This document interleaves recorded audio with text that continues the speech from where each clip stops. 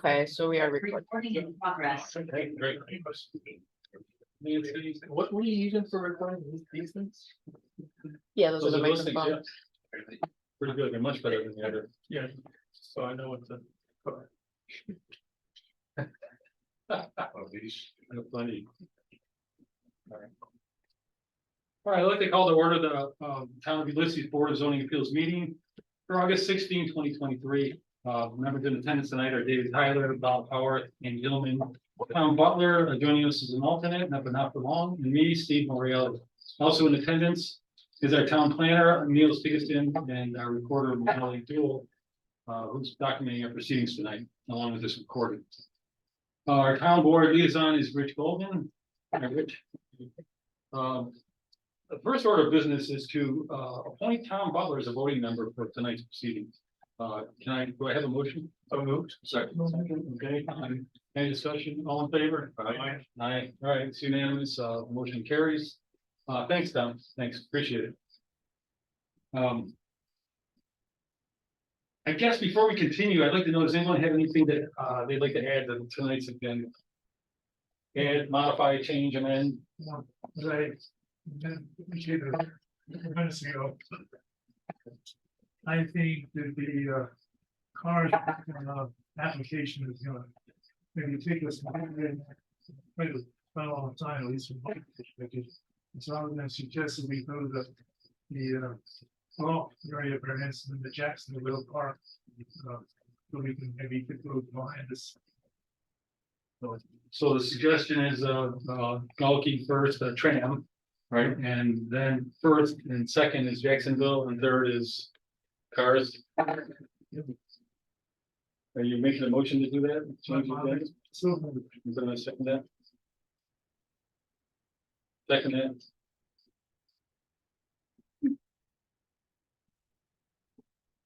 Anybody want to second that? sure, I'll second that. All right, any discussion? Yes, no, pluses, minuses? I'm not sure I know which ones are gonna take the most time, but I don't have any Yeah. attention to the. Yeah. reordering. Same thing here. We're just not sure which ones are gonna take the most time, so everyone's like, you're hoping or something, or? Yes. I'm seeing the cards, they just. Take you. The history of it. Well, I'll give you that, there's a history of it taking a long time, it's been what, 3-4 years, right? I'm just joking, being facetious here, but, all right, so. Then I call the vote, changes the order that David proposes. Yea or nay? Aye. That's thing, okay, so yeah, motion carries. So sorry, we're gonna change the order, and so you promised the other ones are gonna be a little bit quicker. I'm kidding, okay. All right, so tell me the order again, I'll just rereading my stuff. Should be the 3B. Monkey is first, okay.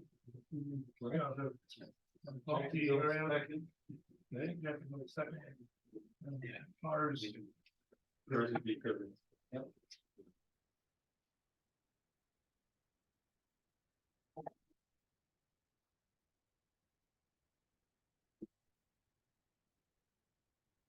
Okay, the first item of business on the agenda is a review of the meeting minutes from previous meetings.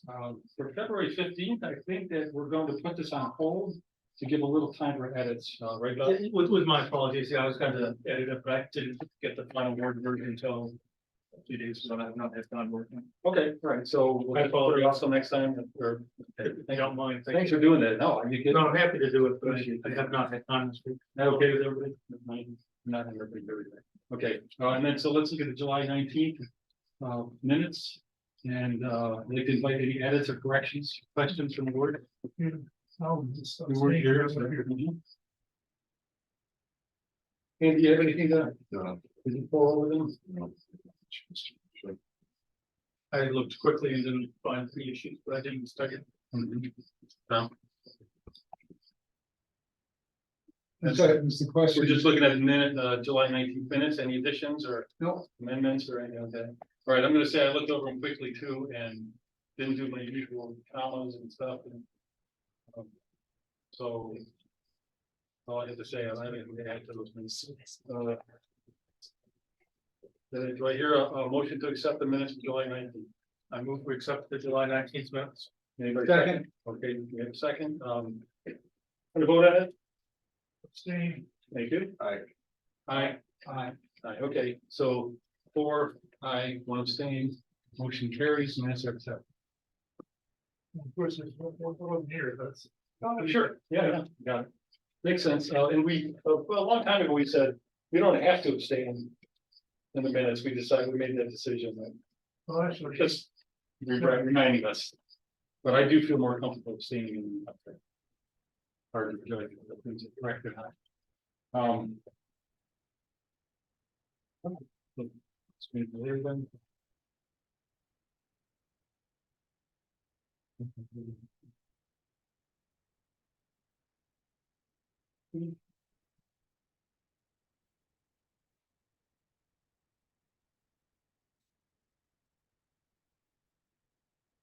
Okay, so the first item of new business tonight is a public hearing for an appeal by the applicant. It says Sean Ritchie, and on behalf of the owner, Chris Gulkey, who proposes to construct a new 100-foot tram system from the upper portion of the subject lot down the steep slope to the lower portion of near the shoreline.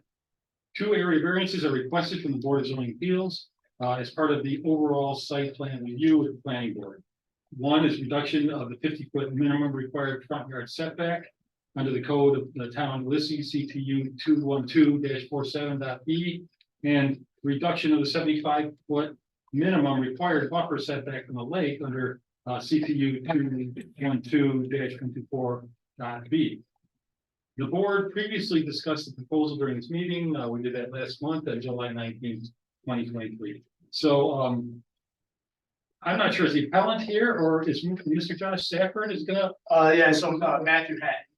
Okay, Matthew. Yep, I'm representing Early Trams. Okay, so Matthew Hatton. Yep. Okay, great. Okay, can you come up and state your case for us and Yeah, sure. So I'm Matthew Hatton. I'm Early Trams. How are you guys? So I know last time you requested a little site comparison between Galt and Pankowski. The only difference here is the tram is about 25 feet longer. It's 100 feet versus 75 feet. So that just requires 25 more feet of I-beam, which is 1 individual pipe, and about 6 more pilings. Those are the 2 biggest differences. I know also the town had a question about the UNA. The tram is outside of the UNA, so that shouldn't be an issue at all. And I have drawings here if you guys just want to see the overlay. I think that was also submitted probably by the effort. It was. Yeah. So that's perfect. Other than that, it's pretty straightforward as far as the variances. I don't know if you guys have any questions about the tram or the location or anything like that. Has the applicant seen the letter from the county? Yeah, Thompson's, Yeah. sorry. Yeah, I saw the one for the request about the UNA, and that was I believe provided to you guys by Josh to show that it's outside the UNA. So that was the question you're referring to, right? What you addressed, okay, outside. So while we're on that, are there any other, is there any other correspondence or communication from anybody else? No, well, the board did receive 1 letter of support that was distributed today. Okay. Yep. All right. That's the one from Amy. Yes, and it looks like she's online. Maybe is. Okay, great. Give her a chance to talk. Yeah, all right, so we're gonna ask questions to you. So Yeah, don't sit down yet. Yeah, no, absolutely. That's good. We gave a variance from the zoning, which does not allow a tram. Because in the last situation we looked at, there was a 75-step stairway in Yes. place, which we deemed to be excessive to ask someone to walk up and down. Wow. In this case, I believe there's no stairway in place. There is not. There's So there's we no. really don't know. And we sort of put this board on, our reputation on the line, saying it's our judgment of whether it's excessive or not. Yeah. Which is why a month ago, we made a request for at least one of us to make a site visit to see what it actually looked like. that request was denied, so I still don't know what it looks like. Yep, I have your numbers. But. Much as I would love to trust you and every other contractor I've ever Yeah, had. absolutely. Sometimes the pictures don't match up with the reality. yeah, So without actually seeing it, and I've got your photos, yes, but I Yep. can't see. Really how far, would having stairs just not make sense there? Is it too steep? Is it too long? Whatever. I don't know without seeing it, which is why we asked for a site visit. no, that's understandable, the thing with the stairs versus the tram system actually has less of a footprint even than stairs. So even if you were to, Understood, Yeah. the tram system violates the zoning sure, and stairs would not. right, yeah, And therefore, we would have to give a variance when we haven't seen what it actually looks like. yeah, no, understand. I guess really the best I can do is provide the pictures for you. And just kind of give you a better option, or that's probably the best option that I can give you is provide the Well, pictures. we got pictures. Yeah, so Can I hopefully, I don't clarify, know you which said it was ones. denied? It was denied, the Well, request was denied? Niels, That was a strong word. It was not denied. It's just it's a request for a variance that's associated with the site plan review by the planning board. What are the pictures that you have? Is it relative to?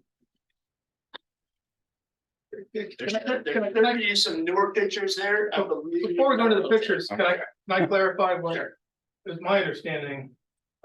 We definitely, at the last BZA meeting, said it was highly desirable for Sure. one or more of us, perhaps all of us, to be allowed to do a site visit. And Yeah. it was my understanding from the correspondence we've heard that was denied, and now I'm hearing that's not the case. So I think what you need to understand. Is that what you? I would have heard? gone Did you and hear thought It was denied or was not denied or?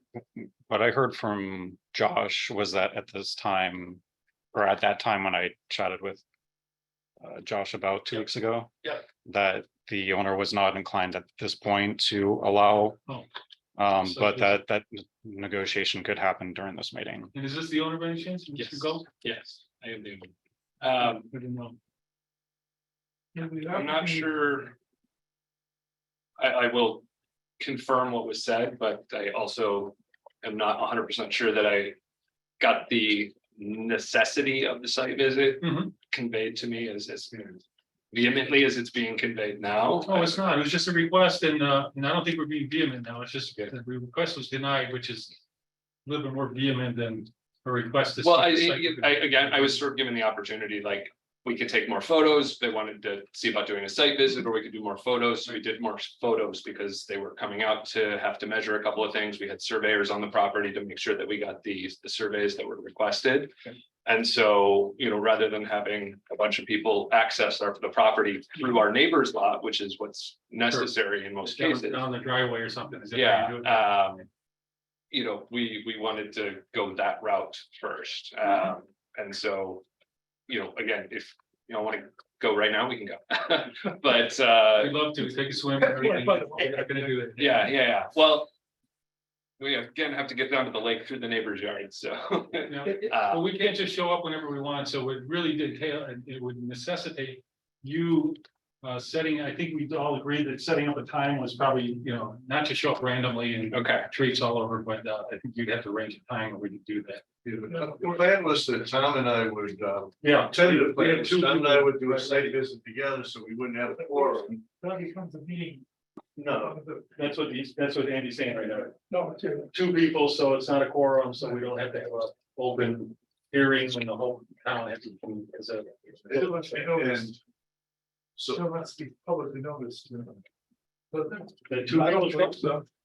not that nope. Never heard that. Okay, well, maybe I was thinking back to about the Moran case, that was, we had a forum there. That's right. In that case, we actually called a meeting for that site. We called. We provided notice in advance. We had an Right, attorney right. present. But I've always been under the impression and guidance from everybody that with two, you're fine.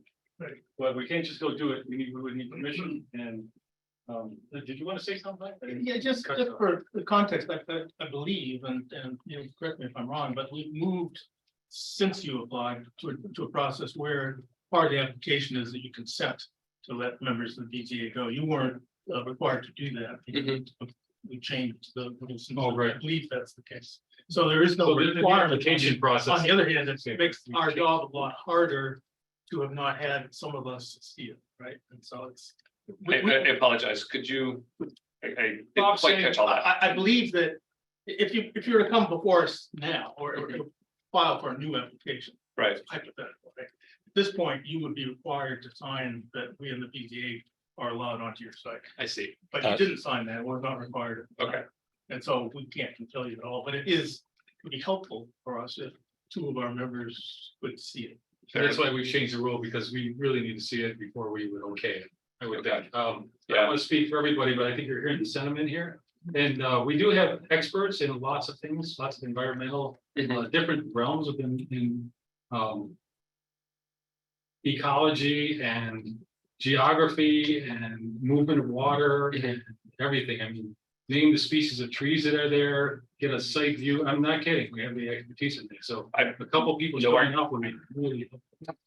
Otherwise, we don't really, I mean, I appreciate the comparisons. That was great. Yep. I appreciate the citing that the number of trees less than 5, I don't know, centimeters. There was 3 trees that were just greater than 3 inches. Yeah, so I appreciate that, but we do have like world's experts here. They can go in there and get a site, not to get anybody back. Yeah, it's just tough So I to think, say, yeah. it's obviously, staircase versus tram, and the staircase, you're getting rid of that entire surface area when the staircase is built for a tram. Oh, sure. Plus blueprint, No, obviously, we try our best to not destroy the hillside, because those roots keep our tram systems and keep the hill intact, and that's obviously what we strive for. Right. So it's just tough to see, like, is it site, is it absolutely necessary? And if it is, okay. well, Okay. we can vote on it. I mean, Sure. anybody, but Yeah. I'm not gonna. My Obviously, point it has is to be. that this is an issue that's just come up on the last case. Mhm. And we had created, and there was a stairway there. If we just say, well, drawings aren't enough, Sure, then we start to create a precedent where anybody can put in some drawings and I want the precedent to be that we take a look and make sure that, Sure. because it's on our estimation that it's too much, that a variance would go through. yeah, and even for, obviously, the tram works with downforce, so it has to be at an angle in order for the tram to be installed. So obviously, there is some type of slope to that hill, just to kind of, Sure. to find that. My case. feeling is everything you put out looked great. Yeah, I just would like to And look, see. and I like the comparison, and we looks just really examined this in the last one. Yeah. Very recent, very nearby Yeah, and everything. yep. Um, Did you guys do a site visit at Frankowski's? that's a good question. What was that? Did we do a site visit at Klankowski? You live up there, don't you? No, we didn't because it was an existing stairway that was 75 steps. Okay, And that, and again, I live on Maplewood. yeah, sure. I know mine is 20 steps. That Yeah. wouldn't be too much. No, But I've got a good friend who lives down the road who has 4 flights going this way. yeah, And I would absolutely. just go, yeah, I know you got 4 flights going down. Yeah. That's too much. Absolutely. So that was one criteria, and that is one. I want to, before we go further on the other criteria, I just want to say, it's really not about precedent. We don't have to stand on precedent. That's not our mandate. Every case is different. Yeah. And unique.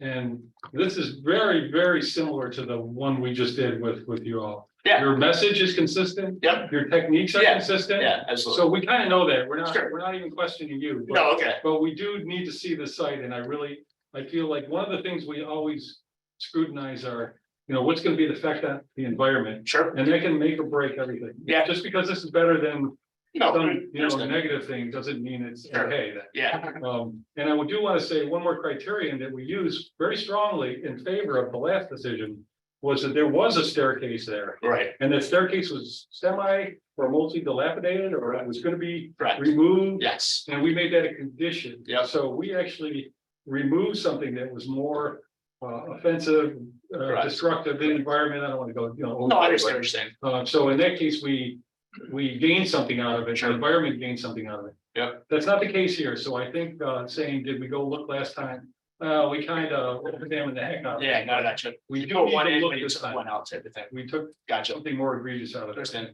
I'd like to have a clarification of something. Is it your position that no part of this parcel is in the unique natural area? That's correct, yeah. Let's see if I can find the Okay, exact. so you're saying the county planner is wrong. Nope, if you, Just to clarify the question, he said parcel, so the parcel is partially in the unique natural area runs through the middle of the parcel. But the lake end and the street end are outside of that UNA. And the lake end is where the tram will be. The project sits outside of the Thank UNA. you for clarification. apologize about that. No, That too. Yeah, okay. How do we want to proceed? Just. Well, I think a site visit would be nice. I don't think we can require in the circumstances, but obviously it'd be. Good for us and therefore probably for you. But a question on the unique natural area, I mean, I take your word for it. How is the zoning written? Is it relative to the parcel or the actual location of the project? That might be something we need legal counsel. Yeah, that's a good question. You go. When we received that comment letter, I reached out to Tompkins County, and it's based, I believe, on just layer data. It's not on survey data or anything like that. Okay, so So it's whether you're in or not, it's polygon kind of stuff. You're in the polygon or you're not, but it's correct, not with regard to the correct. parcel. And in terms of our zoning, how is that written? Is it, if any of the parcel is protected, does it apply or not? It just says if the project is within a UNA. So technically, It's my understanding too, Bob. that it's- Yeah, I Come back in terms of GIS layers, and if it's in this layer, then it I is. just wanted to be It clear doesn't before. refer, I never see it, but your planner having a file, something that's showing the unique natural areas and where it is, fitness parcel. we do. yeah, he does. Okay. I probably have to do something. I do have a drawing here too, if you guys would like it as Yeah, well. bring it up. We'll take a look at it. I'm happy to oblige the site visit if Okay. if it is necessary. I do have another photo that I found from years ago that's taken from the water. Yeah, That that's probably. can show the steepness. I mean, so we do that sometimes, like sometimes Bob will go out in his kayak and.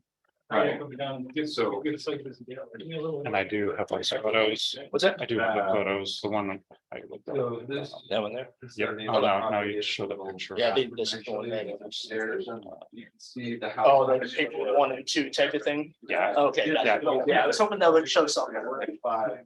It's solid 60 feet. Yeah, so that would be one criteria, and another one, we hold, near a few of us at least.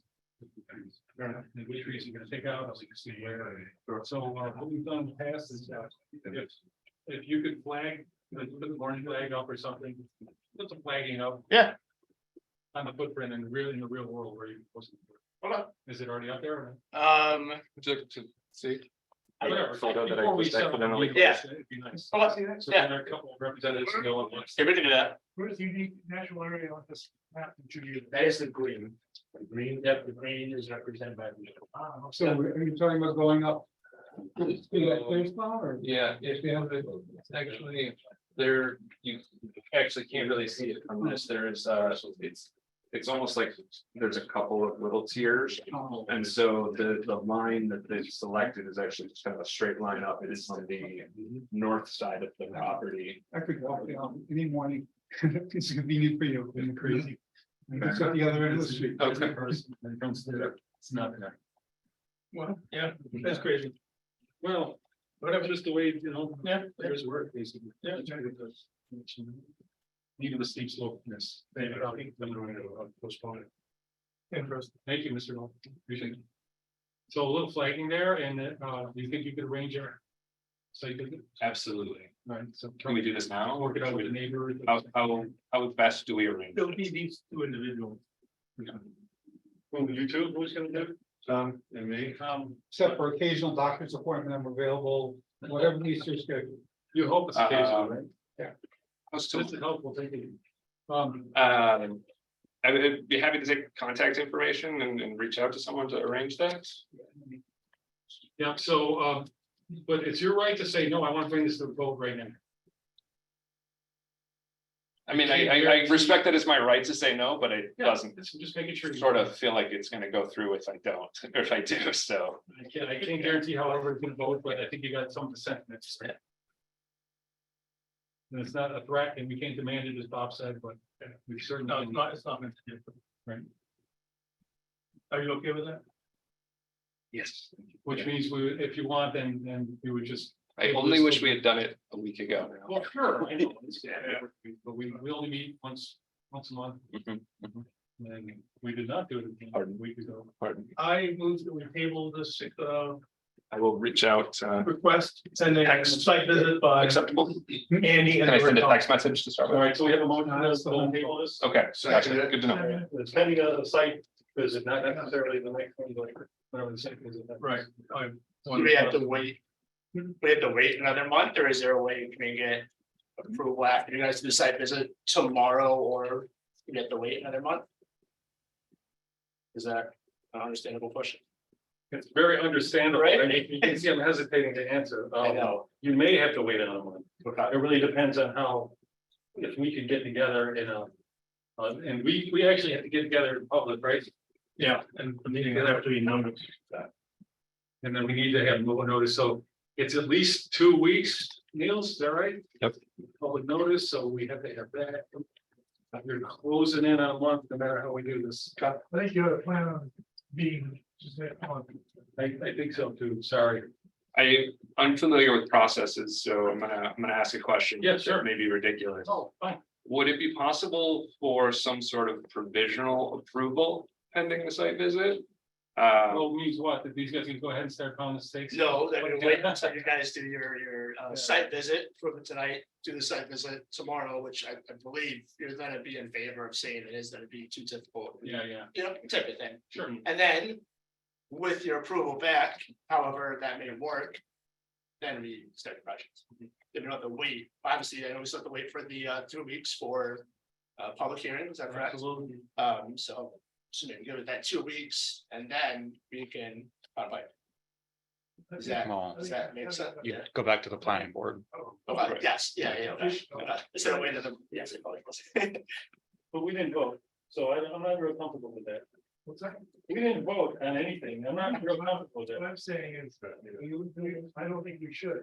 Oh, you don't think we should? I don't think we should, money. Yeah, because it's conditioned upon the Right. site visit and then our discussion afterward and then our vote.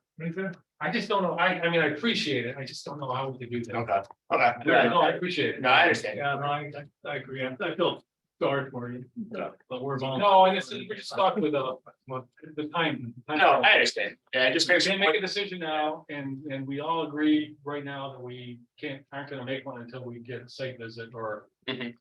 Or we can make a decision, but it may not be one in your favor at this point. And even if we wanted to meet in 10 days, we can't. Okay. Because of the legal constraints on us. Right. Sorry, and I don't know, so I don't know what kind of prepping you can do or anything like that.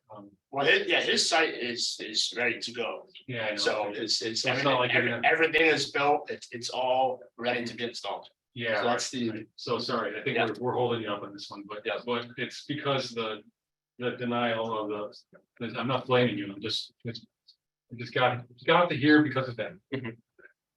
We don't feel comfortable doing that, and I definitely do not feel comfortable saying, yeah, go ahead and do it, because we're all gonna be in good faith and I don't feel comfortable saying, because I don't know how we're gonna vote, I really don't. I think it was more to make sure that we were able to get on the planning board agenda, Yes, planning board, right? That would have to go back to them, and so they'll want zoning approval. And so the faster that we can get this approval. they meet pushed forward. more frequently than we do, so that's not terrible. Mhm. And what, do they have to approve it after we approve it, or can they do it before? They could do it before, but it's general practice that if it's both. Yeah, BZA makes their decision, planning board makes their decision after. So it's essentially, it's potentially 30 days here and then potentially another 30 days. No, they're every 2 weeks. Okay. So it could be in just another few days after we, Fair enough. because they meet on Tuesday. Yeah, I don't know, and we've done it the other way, I thought we've done it the other way, where you go to the planning board first. I could speak to that. Yeah, So yeah, please. We've done provisional approval, so if something comes before us and it's awaiting your approval, Yeah. we can move it provisionally pending your. That's what I thought, I think we've done it before, so you might want to talk to the planning board. Yeah, so we are, I mean. Yeah, talk to Niels and he'll get you on the appropriate meeting schedule, because he has to get materials to us ahead of time and all that, but we are meeting September 5th. So that'd be worst case scenario, when September 5th, okay, so they're before us anyway, and It could work out if you're. So potentially we could get planning board approval originally, and then if you approve it, then that. Then you. So You're that's- gonna act quickly or? It's already. Should say this. Already in motion. And for the minutes, that's. Sure. Yes. Thank you. Thanks. Thank you very much. I just want to get on the record. Yep, good, okay. Thank you, Chair, Yes, well, appreciate it. And to your previous question, I could do tomorrow afternoon, tomorrow morning I could not do. Afternoon. Yes. Probably after 1. I'll be in my Kansas. Would Andy, what's your? maybe in there. I'm Yeah, fine the with that. afternoons, morning I could do. Huh? The afternoons, that. Would you guys be okay if I was there tomorrow morning? Yeah, you're not, yeah. Okay, I don't see a problem with that, so I'll be there tomorrow morning. Oh, as long as you get permission from the neighbor and all that stuff, and Yep. people traipsing in the. They've already been given permission, so we're clear on that as long as you're with them. Yeah. Pick a time, Do it 9 AM? 9 to 6? Yeah, 9 AM. Work for you? Okay, and if you can flag it out, that'd be great. Yep, Get a perfect. visual for, put some flagging up. Sounds good. Perfect. Alright. See you then. Alright. With my motion, yeah, Well, the motion was. The my table, motion to table is There's a motion pending on a the floor site to visit table by- this, pending- Second. there's a second, any more discussion on this? Okay, David, all right, so put it to vote. Aye. Aye. It's unanimous, so we're gonna table this one till pending site visit. It's the neighbor who sent, this is the neighbor who sent to approve the. It is not, they're our neighbor to the north, it's our neighbor to the south. No, Amy, Amy is our neighbor to the north. and Amy is the one that sent the letter? She is, Yeah. at least based on what I Yeah, heard there, earlier. Thank you. But, thank you, and I'm sorry I'll miss you tomorrow, but you're in good hands, so. Thank you Okay, very well, much. thanks for that. work on this. Thank you, gentlemen. 9 AM tomorrow. Thank you. Can I say one more thing? Just gonna probably, me personally, I'm gonna really scrutinize whether you, we should allow a staircase ever to go on this property too. Sorry to throw this in at the last second. There's not gonna be a, you I don't guys, mean a stair on the side of Sure. your product, your Yeah. project. I mean a stair down in the middle of this property. Like, just, I'm sorry, like, I'm probably not gonna, allow that to happen. So you would have to think about, oh, we're never gonna put a stair in, we're always gonna use this.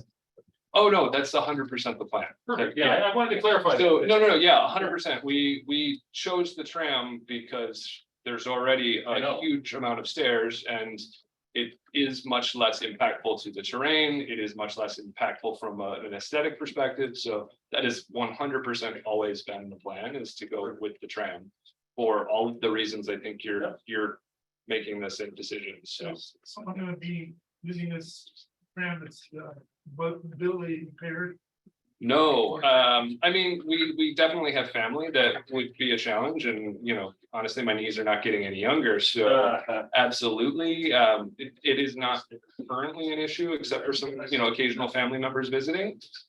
It's long-term thinking and again, wanting to preserve that natural aesthetic and also the terrain.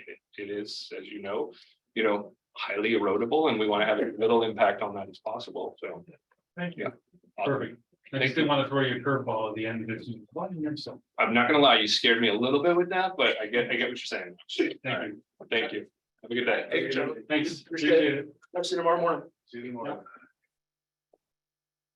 Okay, great, thanks. Okay, good.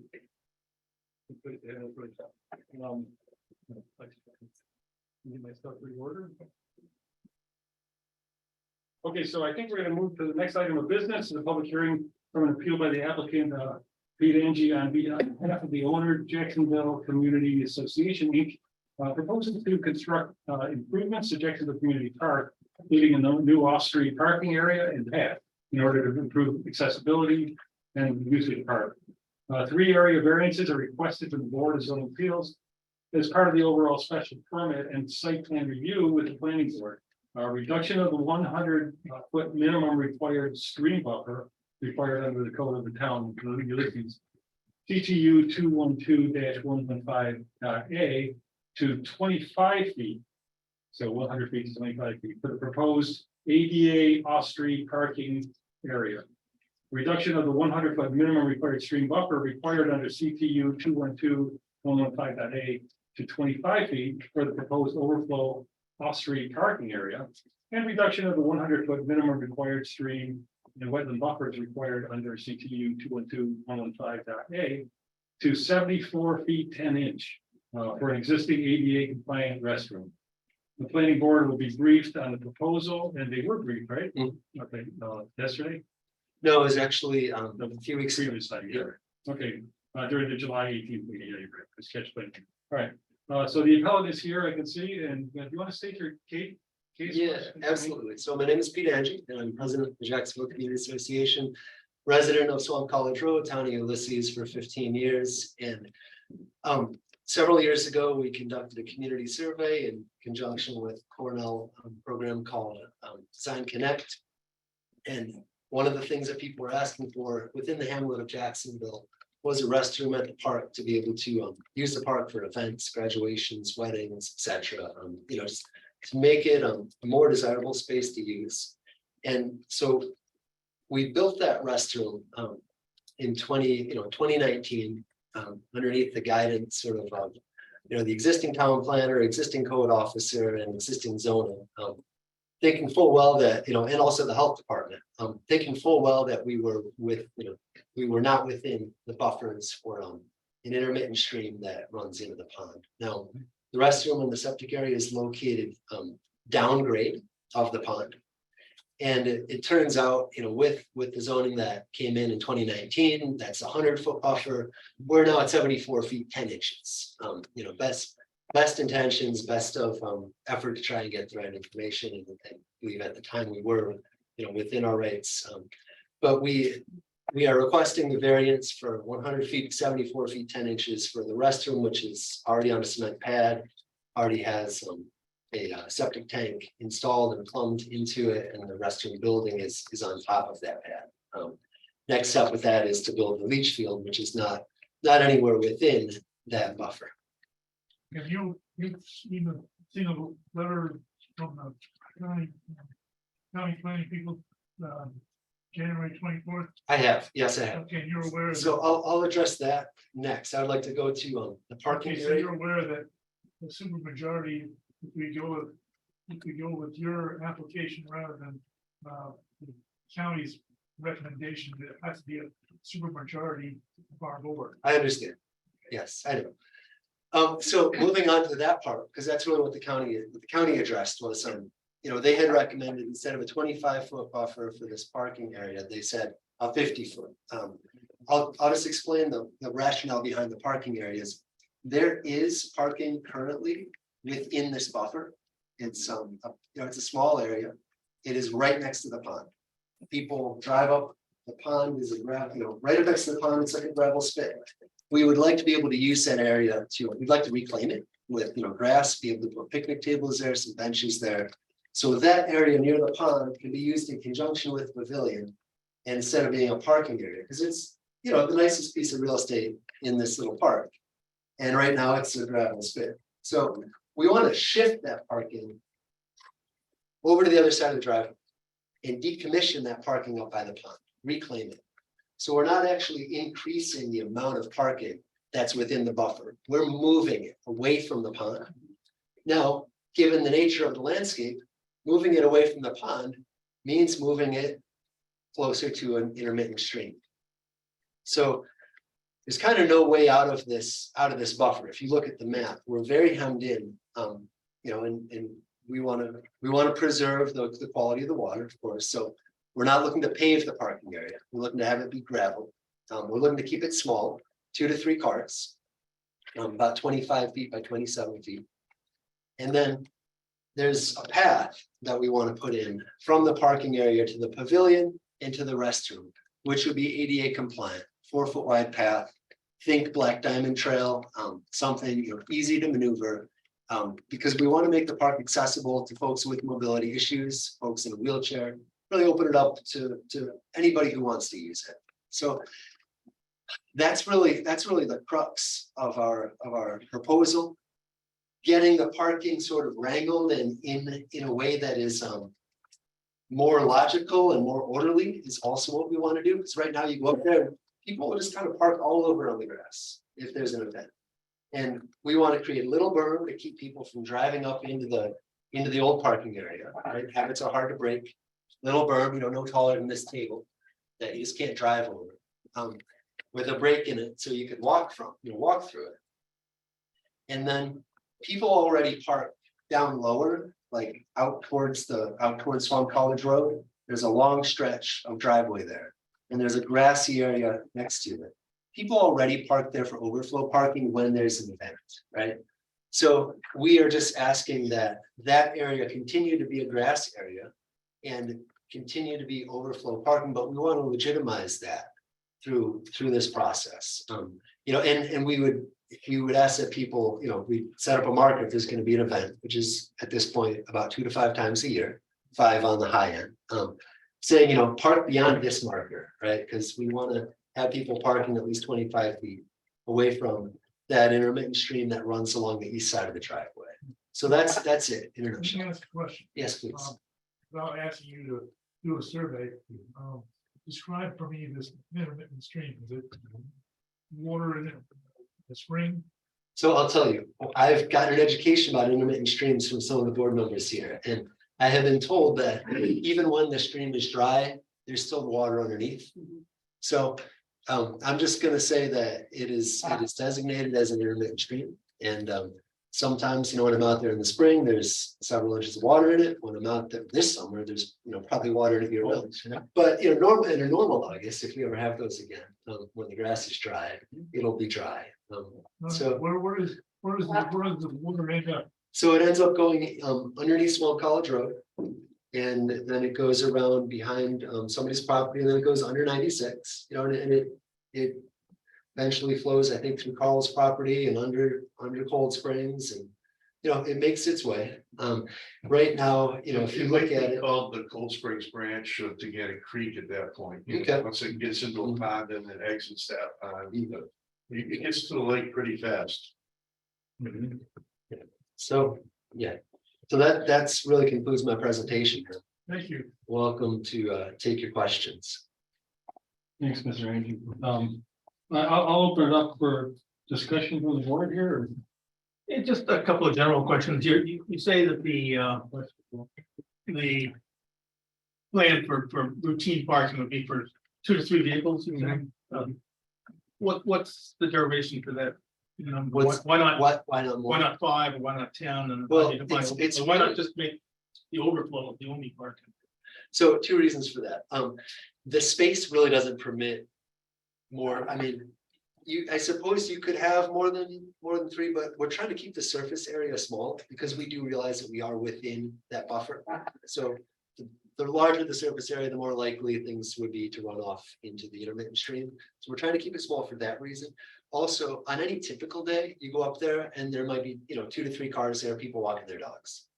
So we're sort of just accommodating what is already being used. And then, the reason to not nix parking up there entirely is because the overflow area is downhill of the pavilion. So if anybody, with mobility issues, a disability wants to get up to the pavilion, or if you want to unload your car for, picnic or cooler or something like that, it's really quite a little walk up the hill to get to that pavilion. So to try and make the pavilion and the pond and the restroom as accessible as possible, that's why we want to keep that area up there.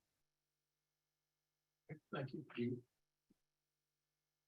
I will just say that as someone who uses the park in some frequency, this is a significant improvement.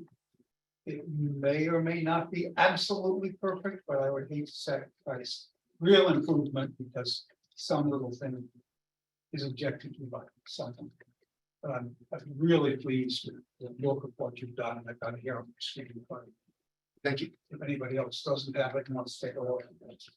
Yeah, I must say, I went out in person yesterday a couple of times, and I'm a little bit confused as to plan versus what I see in person.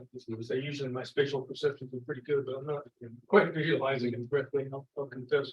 But I will say that when I was there yesterday, the grassy area near where I parked was there about that much of water. It's clearly native, what is the one near the pond? The existing one? Where did you park? Further downhill from the pond. So the grass, where would be the overflow parking? Or near the flagpole?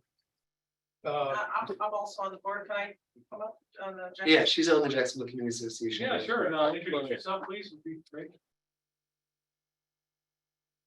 I should have invited you up at the very start. I wasn't sure I was gonna be able to tell. Thank you, Ann Corman. I'm also a county legislator for this area.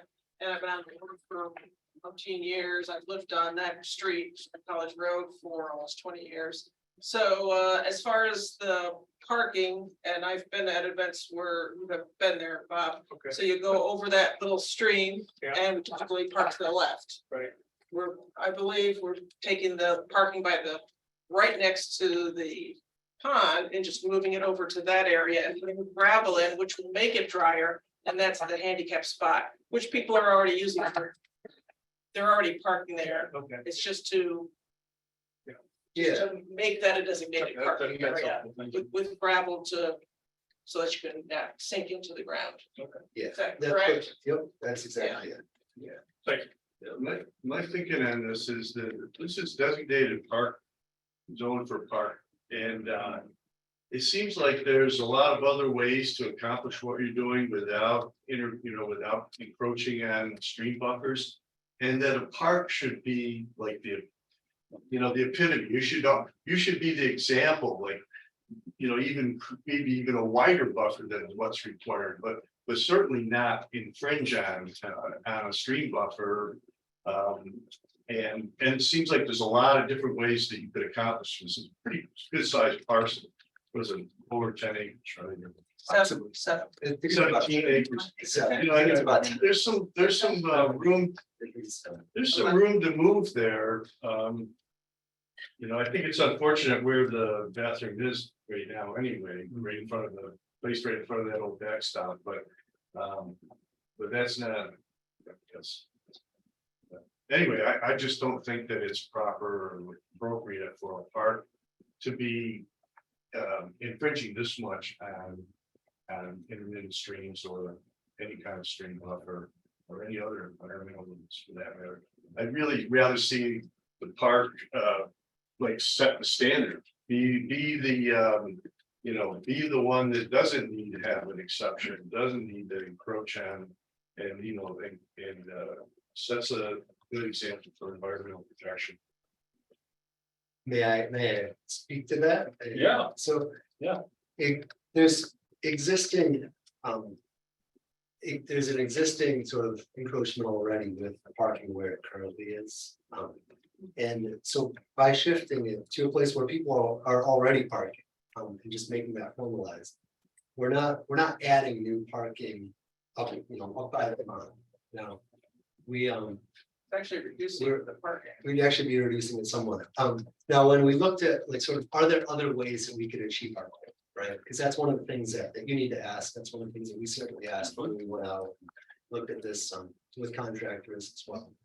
And the only spot where we could accommodate parking that's that's outside of this buffer is on the area of grass that's immediately adjacent to the pavilion. And that's where essentially, if we put parking there, we would need to make a road, through the buffer. We need to sort of extend the road through the buffer, which would probably be equal, in amount to the parking area that we're asking for. And then add the parking area, which we'd end up covering more surface with gravel than we would with this existing plan if we set it somewhere else. Similarly, that area, that's, I guess, used to be, we've reduced the amount of area that we mow for the purpose of allowing wildflowers and native plants to grow up. And that was something we did several years ago. We asked people not to mow so far out. And we shifted our area of sort of open grassy area to play in closer to the pavilion, because we wanted to allow that area further out to be more natural. Now, if we shift the parking area out of the buffer, the only place to put it would be in the only area that is sort of like a flat playing area within the park, which is used by by the kids at the Montessori school, by the people coming. There. So that's really why we didn't feel like that would be acceptable, because it would sort of get rid of, parking areas have to be long enough to park in plus back up. So it would really be a very large area that would be taken up, whereas this is a smaller area, albeit in the buffer. Instead of putting a road through the buffer, we're just putting the parking there. Sounds like it's pretty a minor inconvenience to be within, to be a better environmental steward, though. That's, you've got so much land there that you could move things around, shift things around. And I just see that there's other ways to do this without a variance. Can I make a comment? Sure. I'm the previous but two president of the Jacksonville Community Association. Want to introduce yourself too? Yeah, Diane Hillman. I live in beautiful downtown Jacksonville, right behind the thrift store. When I first came to Jacksonville and started understanding the park and visiting there, it was basically wasteland. Nobody used it. Nobody took care of it. The JCA stepped up and took over the maintenance and protection of that area. One of the things that it's not easy to understand unless you've been there, and even then, is that the way it is a fairly good sized piece of property, but there's only one entryway. It is quite narrow. And it really doesn't give much flexibility in terms of trying to make the kind of improvements that Pete's talking about. And the improvements have been designed with a lot of experience trying to maintain that park and make it as environmentally safe and environmentally conscious. All that stuff has been going on for the last decade, at least. And a lot of people have spent a lot of hours in there trying to make that a wonderful area for people to visit and to use for events. And as you all know, the town of Ulysses has very little of that kind of area. And I don't think it's fair to say that there are other options. They've looked at all the other options. We've all looked at all these other options. And this is a really good plan, I think. And I'm hoping that, that it can be approved so we can move on with it. Because this is truly a very special space and we want to keep it that way. And thank you. And I'd like to add that the other area that, I think that Andy brought up that potentially could be used, because most of the acreage is sort of like caught up in the pond and woods around it. That's where our leach field will be. And also that's where the replacement area for the leach field will be. So those aren't things that we can be driving over or parking on. And we've had the county go out, do the deep water, to do the deep hole testing and everything. And they did a very careful assessment of where those leach fields should be. And they are really right in that area, sort of off the pavilion, off the bathroom. I think it's great not to have cars up there in that area next to the pavilion, because that really makes it hard to use the park effectively for events and things like that. Anyway, been working on this for 30 years. Thank you. We appreciate all the efforts up to now. I do want to, I guess, echo the sentiment of Andy, which is like, yeah, but that doesn't mean because we've been good in the past that we should, violate some of the things we hold dear, like intermittent stream encroachment and all that. So I don't know. I mean, I appreciate the past, but we're trying to get the best solution for the future, right? Thanks, Ms. Coleman. Appreciate it. Do you have any comments around this or not?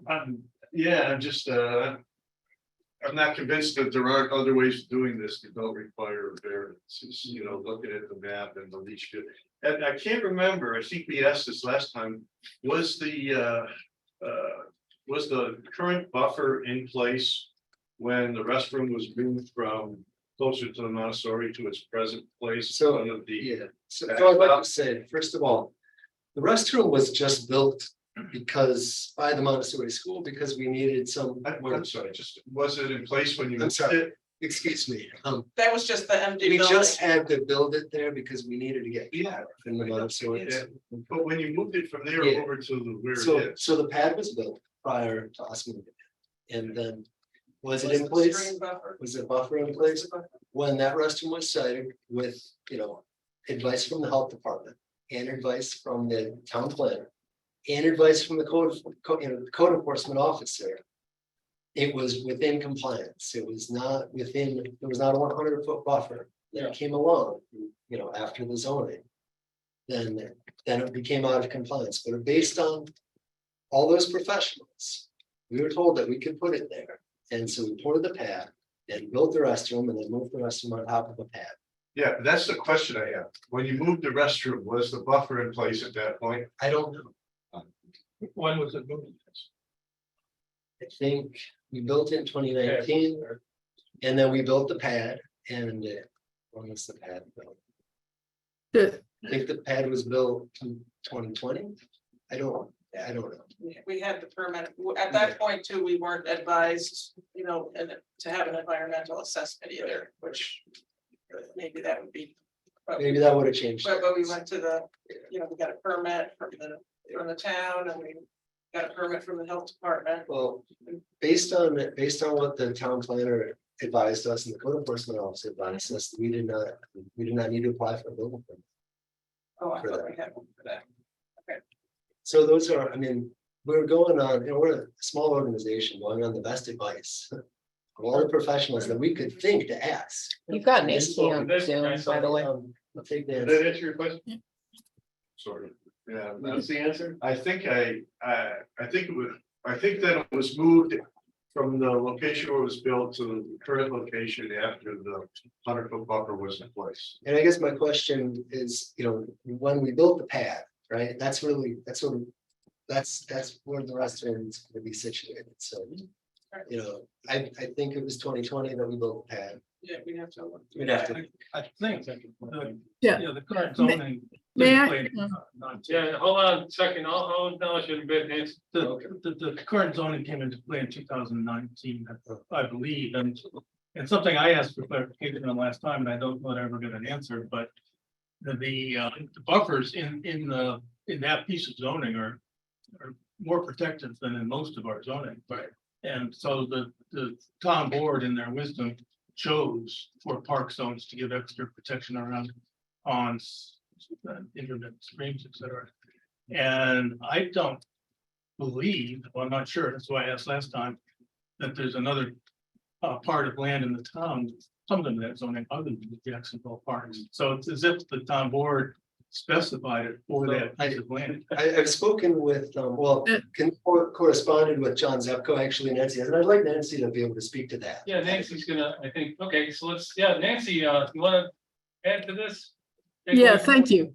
Yeah, I apologize for coming remotely. I'm in Mississippi, but this is important. So in the zoning was changed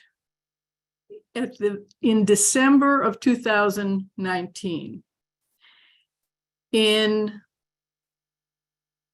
the fall of 2019 is when the health department gave advice to the Jacksonville Community Association that the best and safest location for the restroom was where it is currently located. Because in December of 2019 is when the water line was created to run from the source on Swamp College Road to the destination, which later then, as Pete said, had the pad laid down to the location the health department, when they surveyed our land, said the only and best place for your restroom is in that spot beyond the pavilion. So in 2019, the zoning of that area, I believe Niels Tigerson said that, and that we were hamlet zoning, which had much smaller setbacks until the town designated us as a park. In response to Mr. Howarth's question from the last meeting, I did reach out to the three people that I thought were closest to the technical writing of the zoning.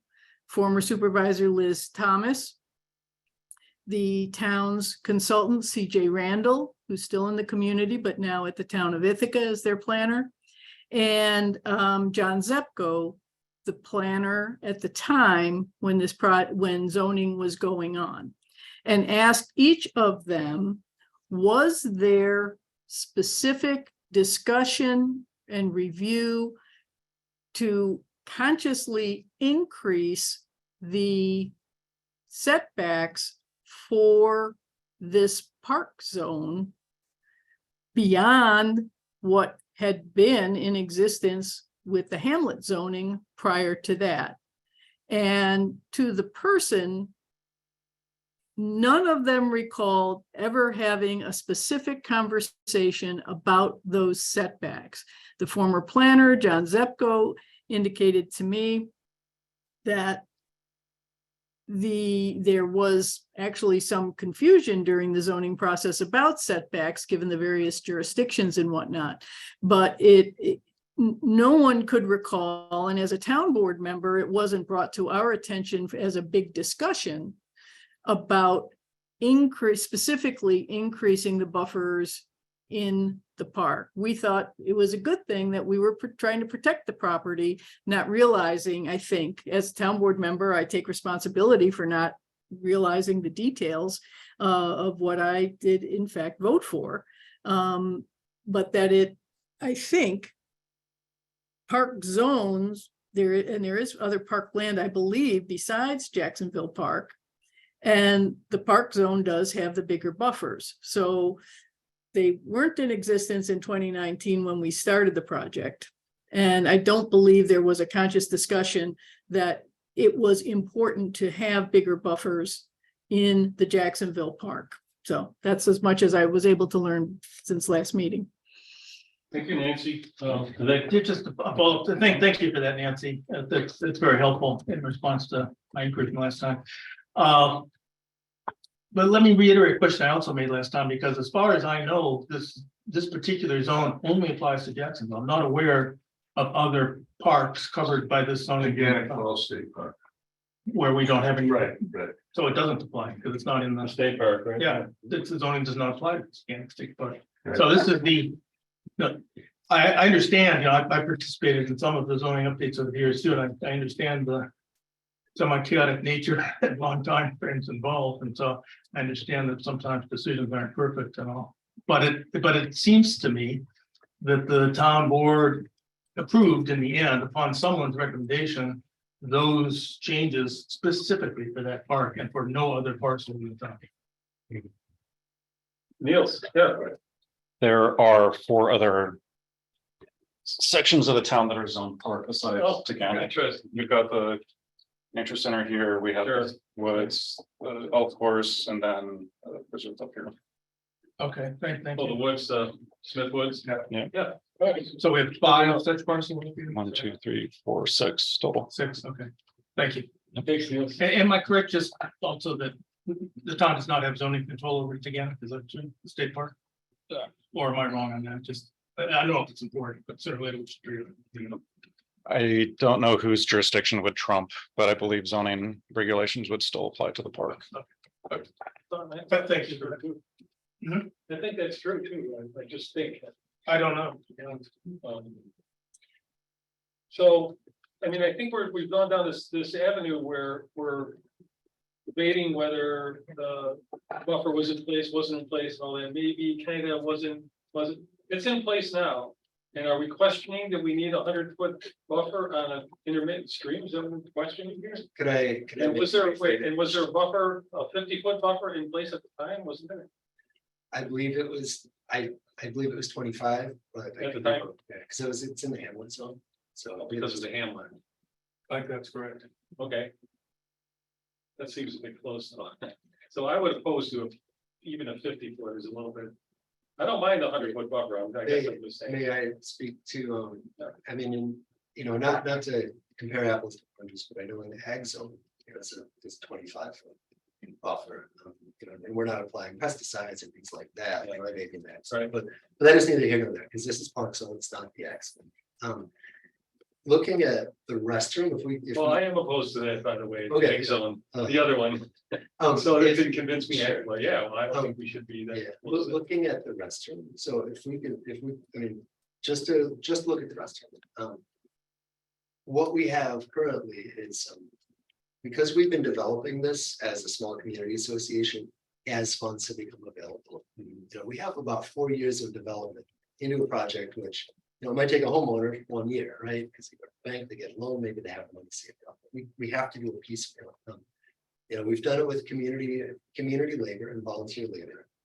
We've done it with donations. But we've also done it with money that the town has provided us. So we have an MOU with the town who has said, you know, developing this is important to the town.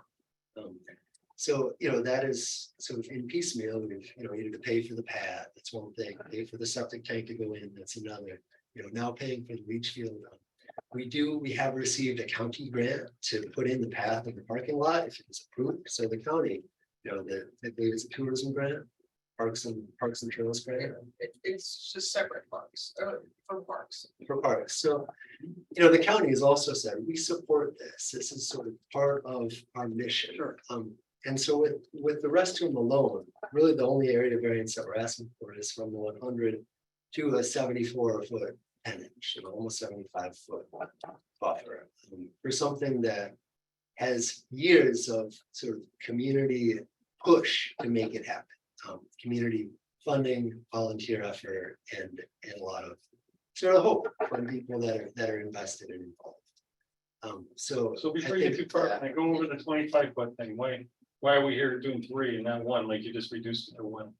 Well, I'm just parsing that one out because Okay. if you looked at all 3 of these and you just said no, right?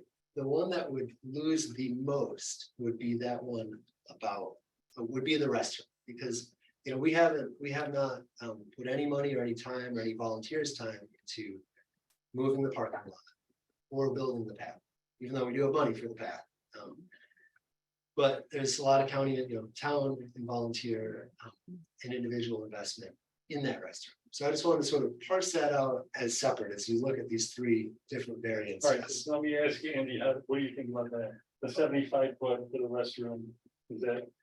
Yeah, it's pretty close. I don't even know if this is a proper question, but I'm curious about maintenance of a restroom in this park. Who is the town going to maintain this, or the JCA going to maintain it? So the JCA is going to pay for the maintenance of the restroom, and we're going to contract with the provider of maintenance at Montessori School.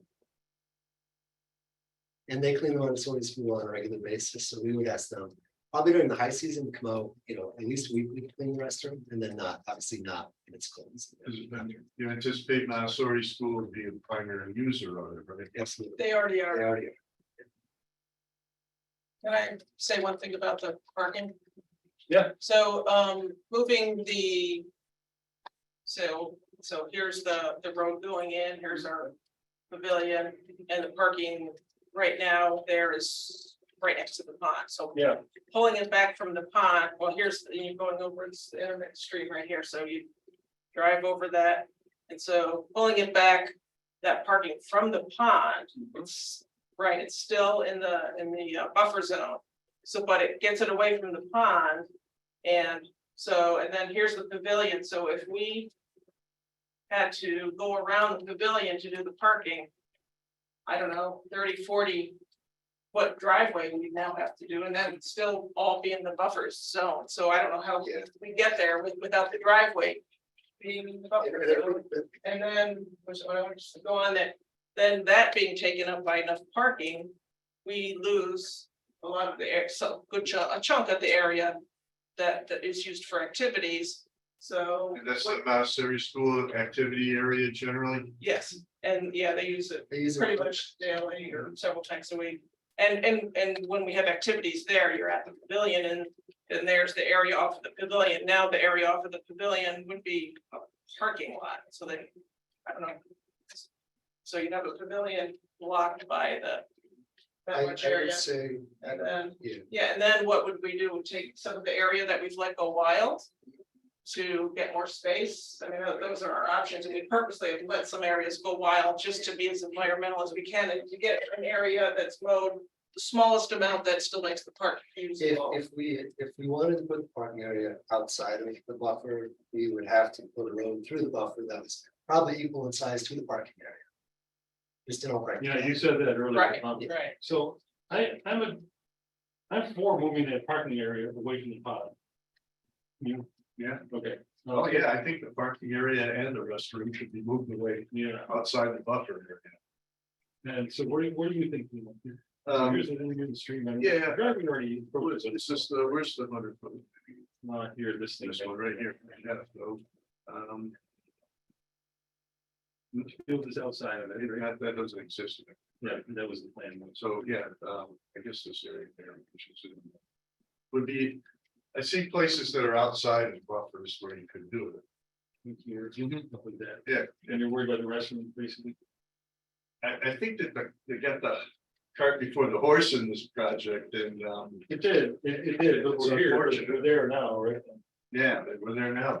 It's really unfortunate.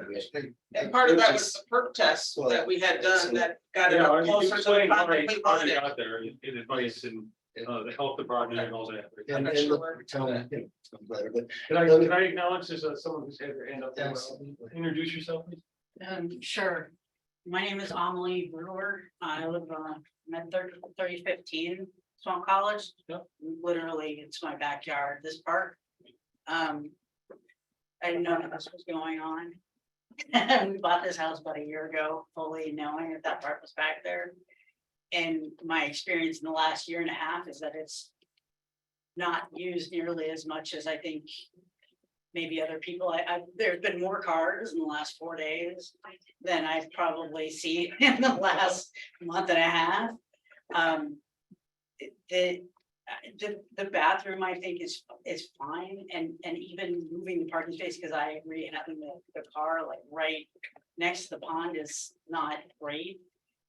I am really opposed to the additional off-street parking that's being proposed, and I know it sort of marginally exists now. I've not seen it ever be in use. Before we bought the house, That's we, the overflow parking? Yeah, That's- before we bought this house, we were renting Airbnbs in the area all summer, and we were going to this park in the summer, and since the last, really since COVID. We came up from the city, so, you know, I guess all this is to say is like, I don't particularly want to. I don't want to have an environmental concern about what comes onto our property, how it affects our animals. My dogs sometimes, you know, root around in the canal, whatever that space is. That's my concern. My concern is more vehicle traffic is my concern. So, you know, put the bathroom someplace and have the leash fields be in the right place. Let the Montessori kids have their screaming fest that they do every day. It's kind of adorable. And but the extra parking, you know, not so much. And so I mean, I don't know how this stuff works, right? But yeah, that's just some input there. Thank you, Mom. Yeah. Appreciate it. All right. So the extra parking, but you're saying all told, the parking is less, including your overflow parking fee, is that right? so, you know, we said 2 to 5 times a year, so like the Yeah. Montessori school had a picnic out there, I know people, that's probably. You know, I don't know, 8, 10 cars out there, so it's very few times a year. It's just That's for the- a grassy area so that, yeah, if there hasn't been many events for one thing, unless you can use the Montessori bathroom. I hadn't helped an organization have an event there, and we had to pay $400 to rent an accessible bathroom Yeah. for the day.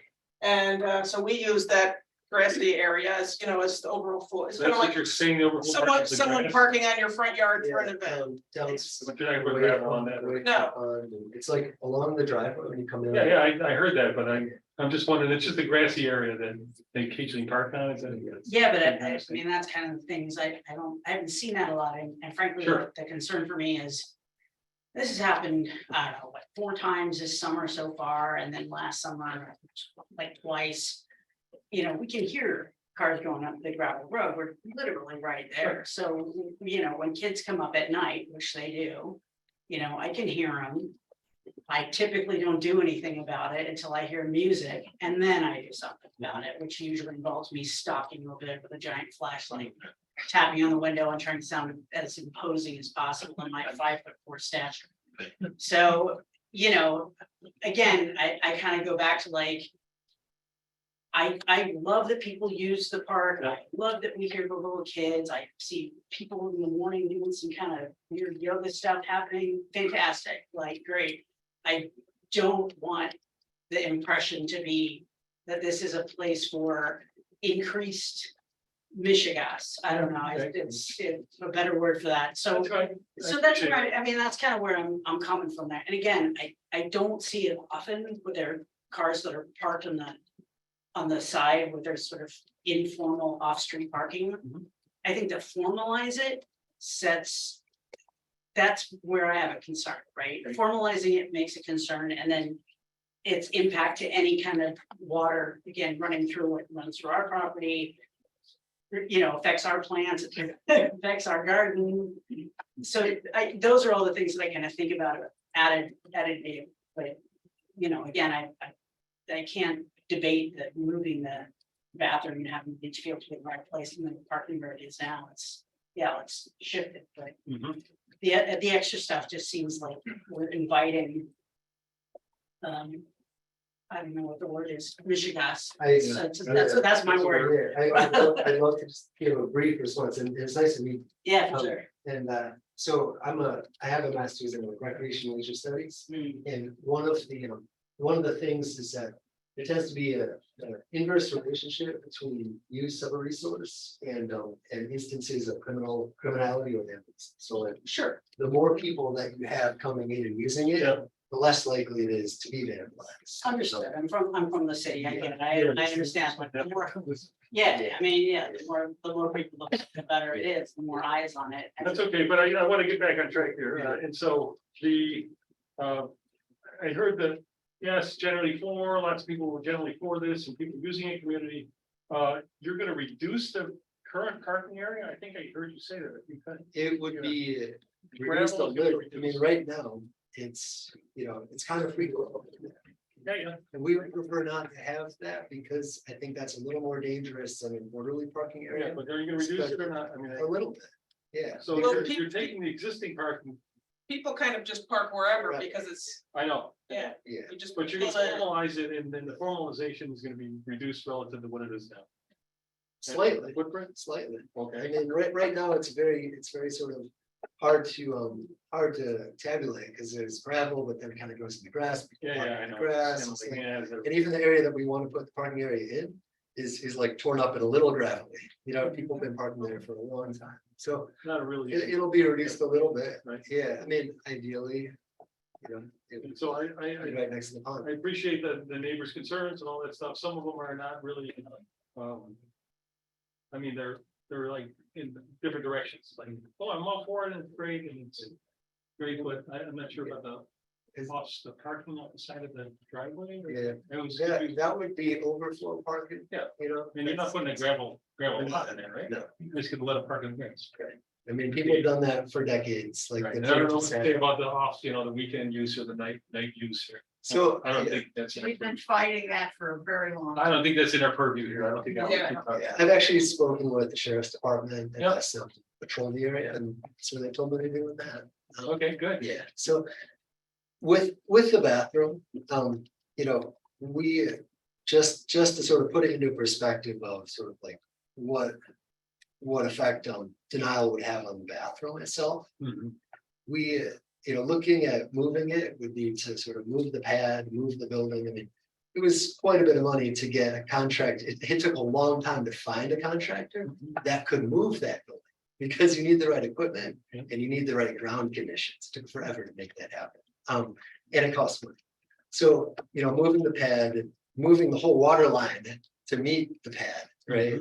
Moving the building, potentially moving the tank, like, we don't have that kind of money. There's a We do- septic tank now, right? There's a septic Yeah. tank. And it's, that's also in the buffer zone. No, no, it's Yeah, not. okay. So we'd be looking at, you know, 5 years out, just to kind of get us back where we are, Okay, just to put it in numbers. you know, where is the septic tank on here? Here, you can see it on the map. It's those two little caps.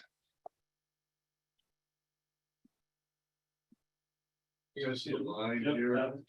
Looks like the line goes through it. Which one? There's the button. Oh, what's this one? I don't know what this one is, that's, Do you want me to come up there? yeah, yeah, sure.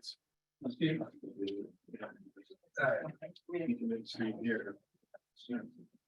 So I think if we have meetings, that has the water, that shows the balance. It's like. Oh, it's part of It's this not package really that specifically or not? I believe it's the utility. Yeah, And I've seen it, you know, in emails from emails. We're gonna put it on the road. Well, choice of office. yeah. When the tanks. That's everybody did. I mean, because the tank is not in the building, it has to be at least 12 feet away from the building, and so it is. So, yeah. At least that far. Fine, if the one was good. We used to have a huge problem with people wanting to camp there during restaurants. I could go on it. Look at 12 anyways, go put it within the buffer zone. See, when you look Yeah, at. but I mean, I mean, the house. To me, it looks like. I got Yeah. Does Cameron have a sound off or? Oh, yeah. That's what she said. Not, you think, so. Yeah. Yeah. So again, talk to me about, and maybe, I'm telling you what I think, but it's possibly. It's for a lot of reasons, I'm not sure of that, but it's also the. It's. Sounds great. That I made like that one? Yeah. That's the one. So there's the rest. Yeah, sure.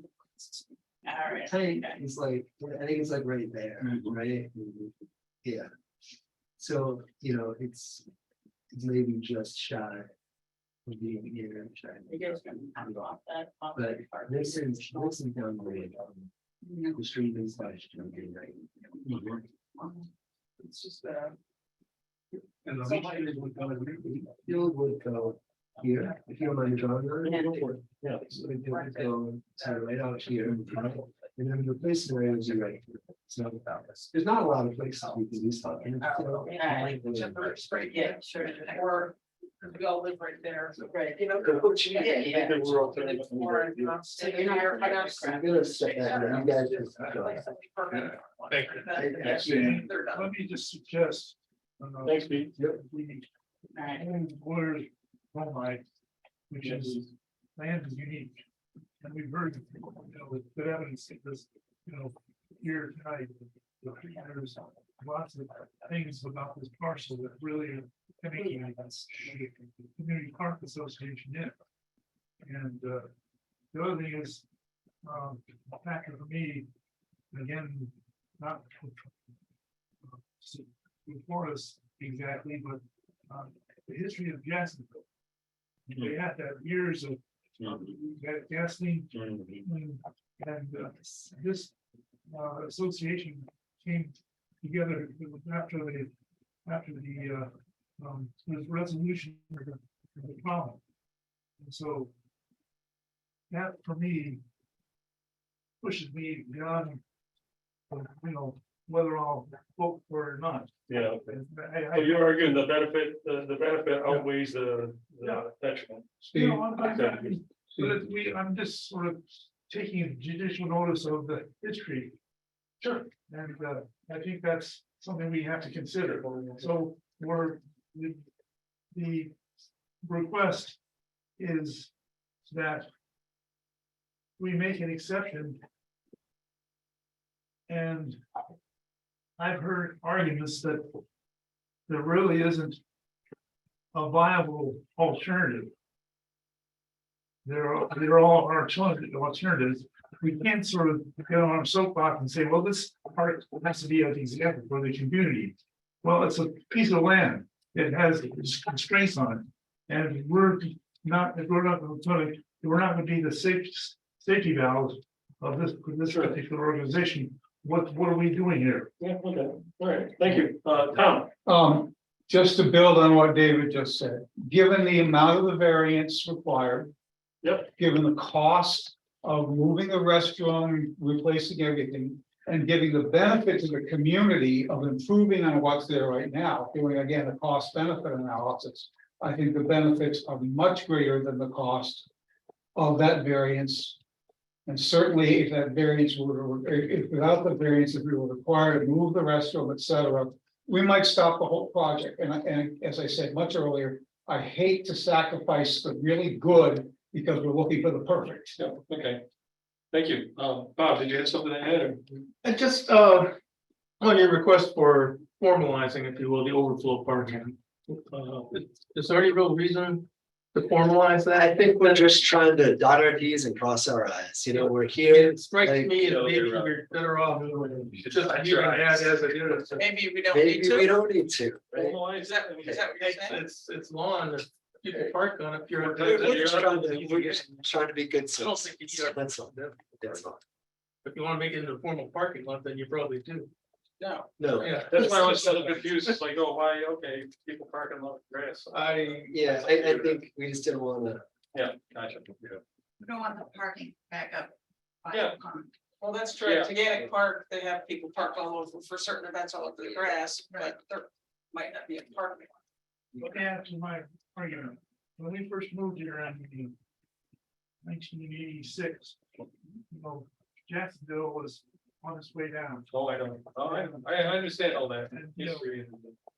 people were talking, oh, what are we gonna, we'll go to Jacksonville, or what are we gonna do with it? Mhm. No, so I think this is a kind of a counterpoint that we need to consider. Agreed. Okay. Yeah, so David brought up some interesting history about the contamination in Jacksonville. And that contamination is caused from gasoline. And we start parking cars next to intermittent Well, I was streams. gonna say, they're parking on the grass doesn't apply with me. I can't stand that they do that for Yeah. events at the park. Yeah, I you can't know, stand it. Right now, we're parking next to a pond. Yeah, right. I know, it's. been- yeah, maybe a couple So cars it's making sometimes. it better. I don't think so. I think we're inviting a lot more parking and a lot more traffic and cars in there. And, you know, they leak, and we're going to be Yep. introducing gasoline back into the soil in How Jacksonville. about we put up a sign, electric cars only? That would be fine. And, you know, there is on-street parking there, by the way, and smoke. And people use it. Yeah, people use it, and I mean, you could easily park 10 How many cars. times you live over there? How many Yeah. times do people have a lot of cars there? A couple times a year, Yeah. it's packed, and it's usually for something like, say, Ann's event was a big deal. Or our People community there, or picnic. I'm sorry, I'm sorry. I'm sorry, Andrew. No, I didn't finish. Yeah, So, yeah. Anyway, yes, I do live there. I've been going to that park, you know, since 1995. And, you know, helped improve it over the years. And it does get crowded a couple times a year. It's usually a Montessori event or, you know, a neighbor like using the pavilion, and it's pretty rare. But I think that there's other ways of handling it, like all these people have to drive their car to that little tiny park, for instance, and then park on the lawn when they could perhaps carpool or park in Montessori and park on the road instead. I think there's other alternatives, that's all, and I really don't think we should, as a park, I disagree with Dave. About the park should be an example center. And you know, really respect these buffer zones. so That's let's, hard on that. yeah, I know, we're real advocates for the environment here. Yeah. So, and that weighs heavily in our decisions, it's one of the big things. What's your proposal, or do you have a proposal, like an alternative, other than, oh, this all stinks and let's move everything, or? Is it seems like an I'm trying to get at the nut here and the rub is that. I think there's, yeah, I think there's another place. Overflow parking, Yeah. is that right? I think occasional overflow parking could go out on the road or somewhere else and, figure out some way to get there without 100 cars parked in there. And, I've never seen that many. And well, I've seen that entire grassy area completely this year with the Montessori event. It was totally parked up. The road was parked, the grassy area was totally parked up. And That's. I can't, maybe it wasn't 100, okay, it was a lot.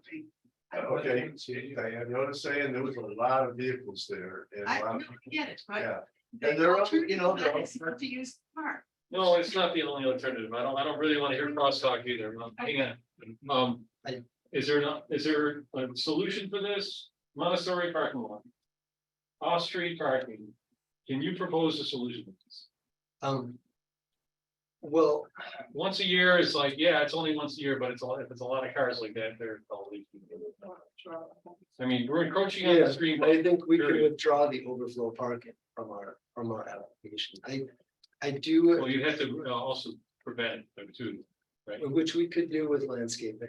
Would that be acceptable to you? I mean, I don't want to drag it down and have it rain. Yeah, so I mean, I would like to just point out that currently, as things stand, without doing anything, Mhm. when it's busy, there is parking next to the pond. Yeah, I know. And there is And parking next to the right. intermittent stream. Anarchy. Our proposal says take the dirt from the path in this excavation and build a berm. So yes, there will be parking next to the intermittent stream, like there often is now, but there will not be parking next to the pond. So it does reduce the amount of cars up there. Right now, it's free for all. This formalizes it and creates a area Why is it free for all? because that's people just park wherever. Because. I managed parks for 2 different cities for a quarter of a century.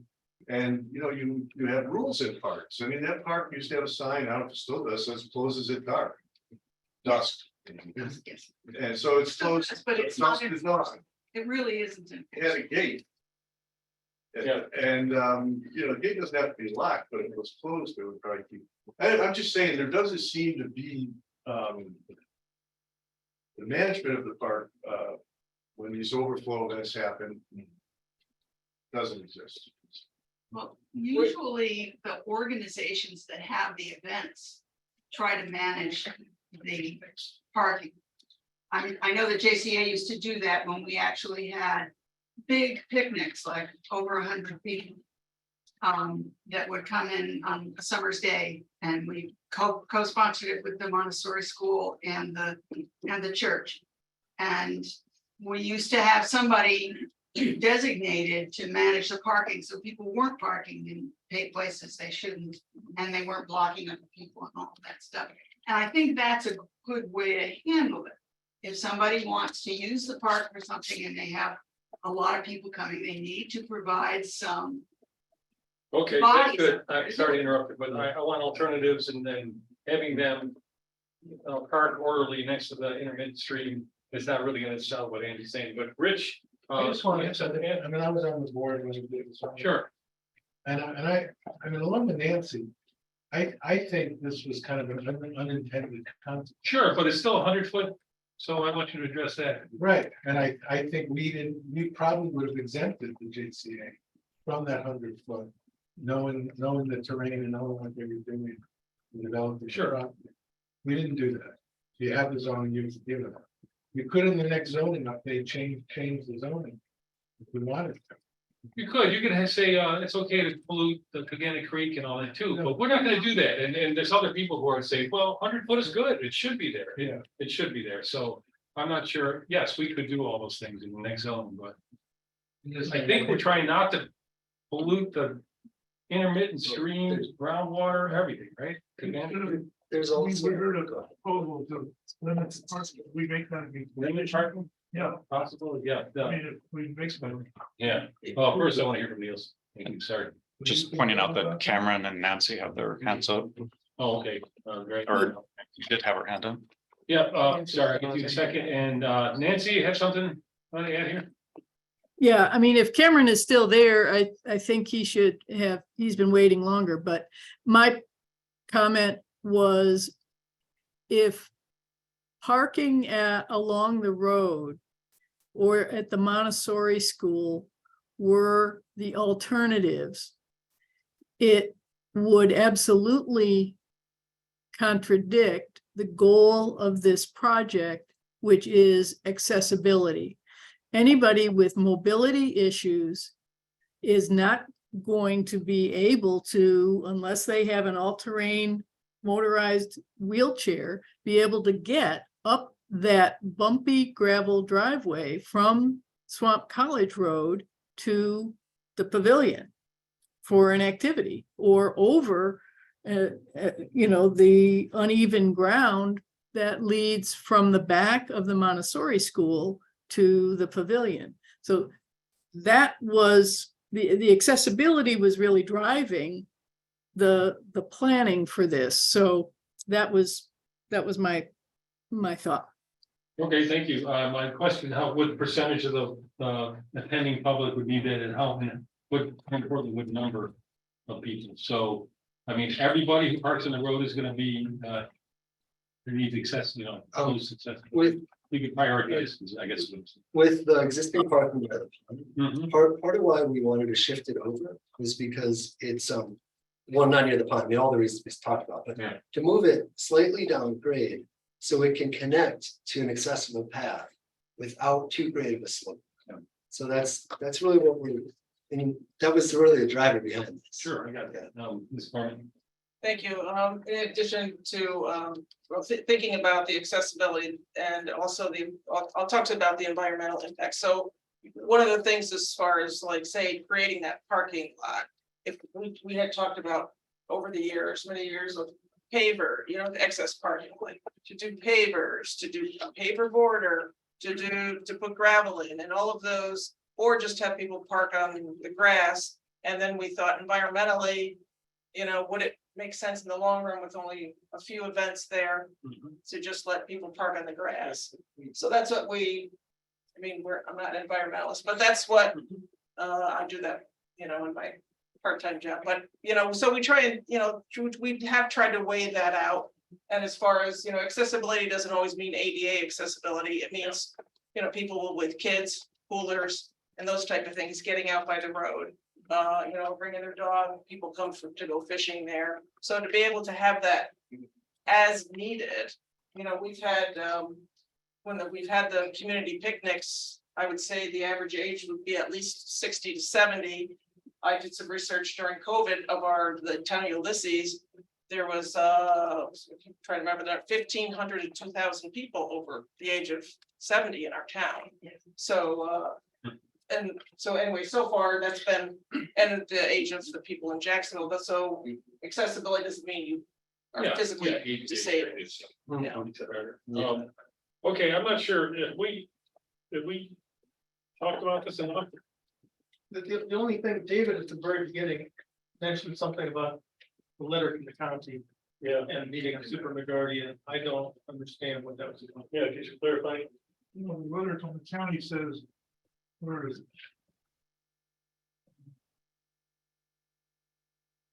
I know it says that it recommends a 50-foot buffer as opposed to 100-foot, and then the supermajority part, David, I was, I can't speak to the letter of the word for that, so I'll let you find it. Basically, if they require If they, 4 of us to vote for it, why does not that? Yeah. If they have a real recommendation. Do they have the power to say that? I don't know. Niels could explain it. Power to say that? Doesn't really matter. Oh, yeah, well, so can you explain that a little bit? I mean, I think that I understand it. 239 LM require county planning approval. And if in fact their recommendations are not followed, we're still hand tied, but we have to have a supermajority to approve it. So in other words, if we were gonna go ahead tonight, we would have to have 4 of the 5 of us voting for it. So this was a formal T39. Correct. And the comments that the county submitted were both, the comments that BZA received are the same for the planning board. So it's gonna have to pass a supermajority for the BZA and for the planning board. The planning board goes after us, in this decision. Correct. Yeah, and it was a 50-foot buffer that they had. Do we have that? Not the question, Yeah, but we should, I have it in my email, but I bet. I haven't- I sent it to you. I apologize if I've seen it, I don't remember. Yeah, it's on the agenda. Yeah, it's a link on the agenda, right? Yeah, my apologies, a lot of paperwork. I didn't- Yeah. Thank you. That's what we're stuck with the state law. Well, fine, but if we say, but we can still say no. I mean, the supermajority. But we can say yes, if we have a super majority. Got it, got it, got it. Only if. I got it.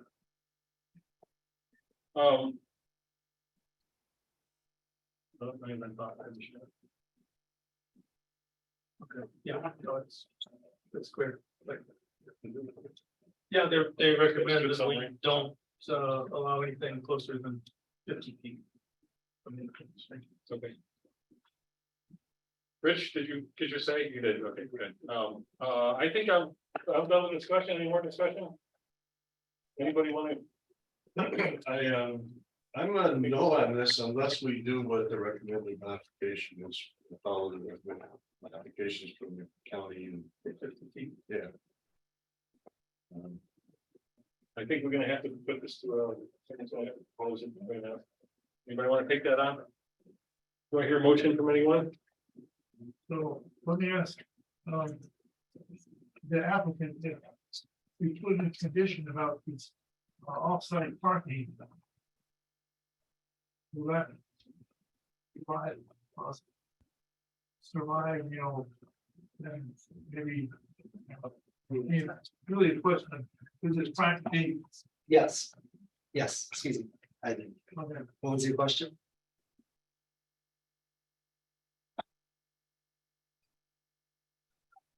Ask that question again. Yeah, David. David? the question is. There was some discussion about having off-site parking required when there was a big crowd. In other words, should we need to keep the parking limited on this particular project if we approve it? And I guess, That would be a question to you. Are you willing to say that, put that up there now? And I'm in not. other words, So the parking if you're the owner of the property, the manager of the property, are you gonna be willing to enforce that type of restriction? So what we did ask for offset parking was, I believe 10 to 12 cars was what we asked for. However, certainly more people, if people want to come out and use the property, like for a picnic, like the picnic that your group had, or the Montessori school has their picnic, you do see more cars than that. I guess what I would, ideally, we'd be able to have the parking that we needed 2 to 3 times a year. Along that driveway, and that would be really Sure. what we'd be asking. That's what you proposed. That's ideal, but I think David was. And you're asking, are we willing to say only 12 cars out here and tell people to get Yeah, out? you manage it. You come up with a scheme to manage that. And We would probably have to do some kind of landscaping or to. whoever's doing the. Yeah, we could work with the town, or whatever. Well, To designate the off-street parking. And we could To also, manage it. Well, grassroots, right? I mean, and also like to work with the applicants. If somebody came out and said, hey, we want to have a picnic out here, we're gonna say, well, you can only park 12 cars out there. And they might say, great, we only have 6. Or they might say, that's fine, we'll carpool, right? Like we can work with people to make that workable.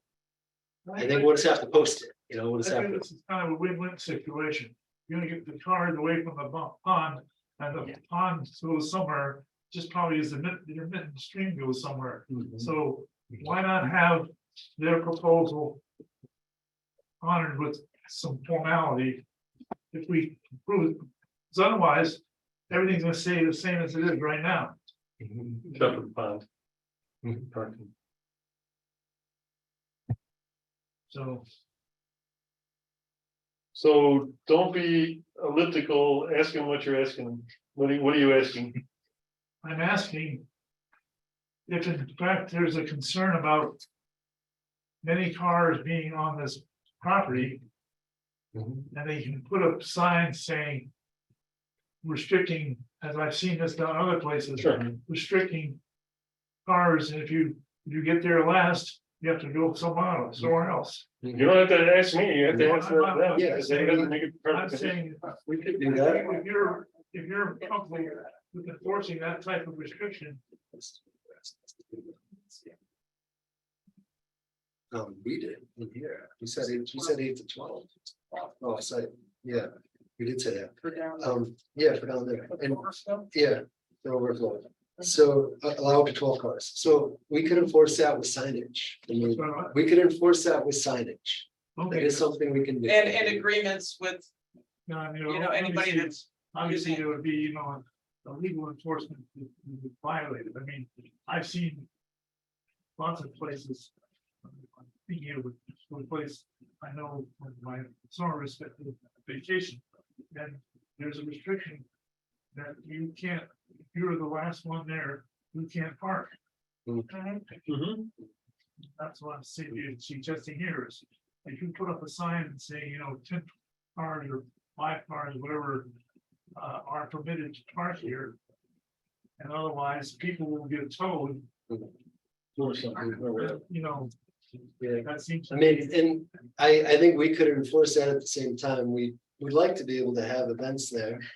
That would, attract more people than that, a few times a year. Right. So it kind of, the part of the reason that we want to have the restroom is so people can have events there, because.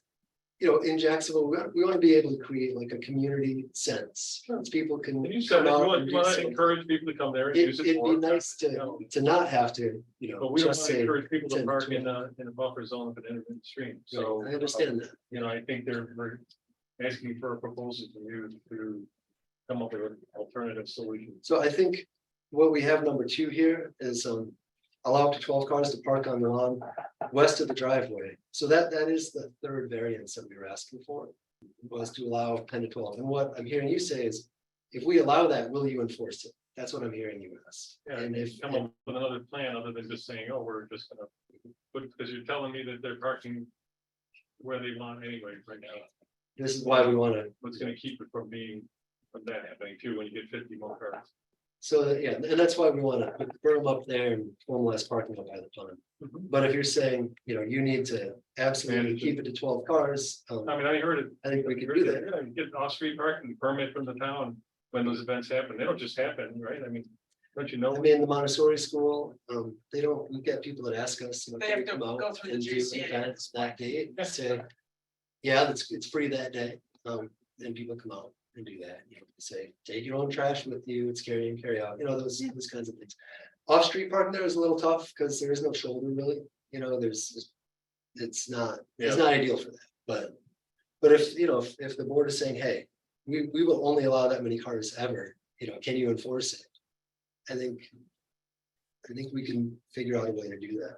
But we really can't, I don't feel like, I don't want to go too far, because I can't say, oh, we're only gonna do this, if we're only gonna vote yes, because I can't account for who's gonna vote what, I just can't.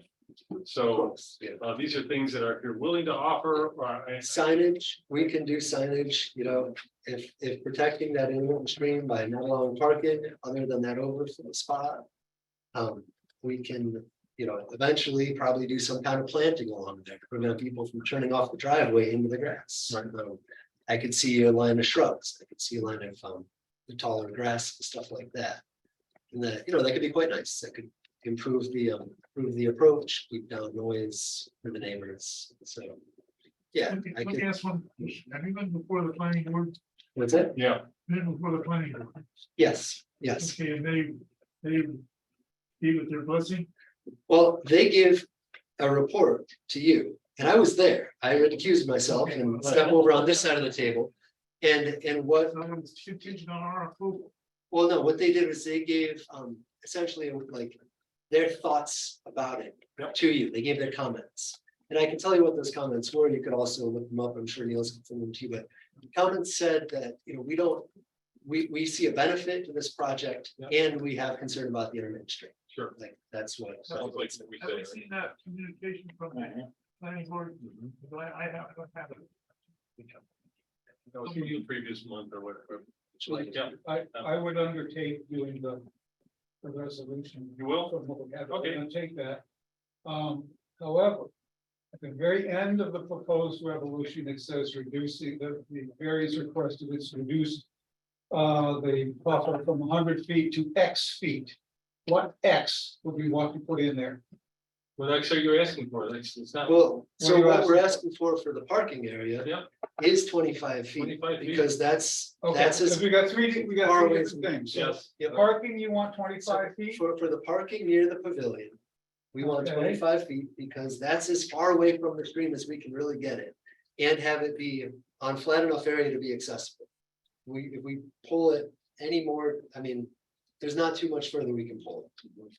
Now, for the restroom, we're asking for 74 feet, 10 inches. That's what we need. And then for for the overflow parking, because we can't park on Carl's lawn, we're asking for 25 feet on that You're as asking well. what, the overflow, 25 feet on the I'm over, sorry, 25 feet, 25 again. because it's only so wide of an area. Okay, that's what you're requesting. Yes. Okay. It will require super. The restroom would not.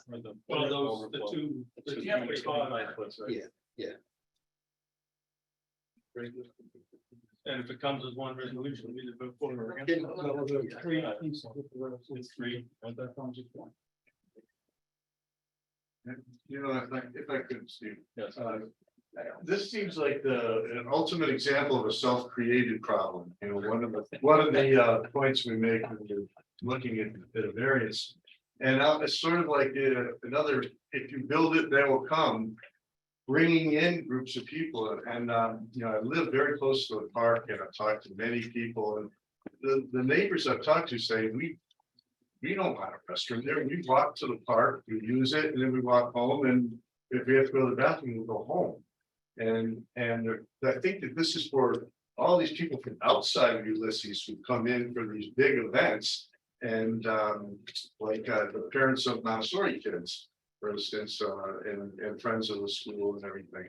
That, they can't, all those people don't live in Ulysses, and so we're bringing in groups of people parking vehicles on our grass and lawn near intermittent streams in an area where we've had a history of polluted groundwater from gasoline specifically from that. I just, I don't see it. I don't see the variance being necessary and that. Can I respond to that? I Yeah. really disagree. Briefly, yeah, briefly. We're told how many elderly people live in that area. Sure. You're an elderly person, you're going to an event like that, you're not necessarily having the time to go home to go to the bathroom.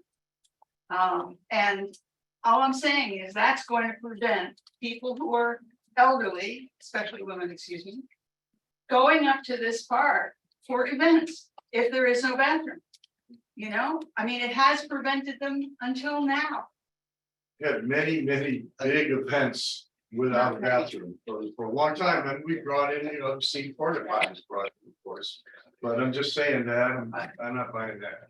Well, I'm sorry. Thank you. Can I say Okay. something? Cameron would like to speak as well, and Cameron would like to speak to it in. I want to hear from Niels. Niels, were you just pointing out some? I was just pointing out Cameron. Yeah. Okay, I just want to hear one more person and, okay, yes, Cameron. Introduce Hi, yourself. Hey, yeah, I'm Cameron. I'm part of the JCA. I am Okay. also a candidate for architecture licensure in New York State. And I just wanted to say something about the role of design in its relationship to environmental stewardship. I think we already pointed out that there aren't very many areas in the town of Ulysses that offer an experience or a place to experience nature. And I think one role that this park has in environmental stewardship is sort of allowing people to experience that and doing that in a well-designed way.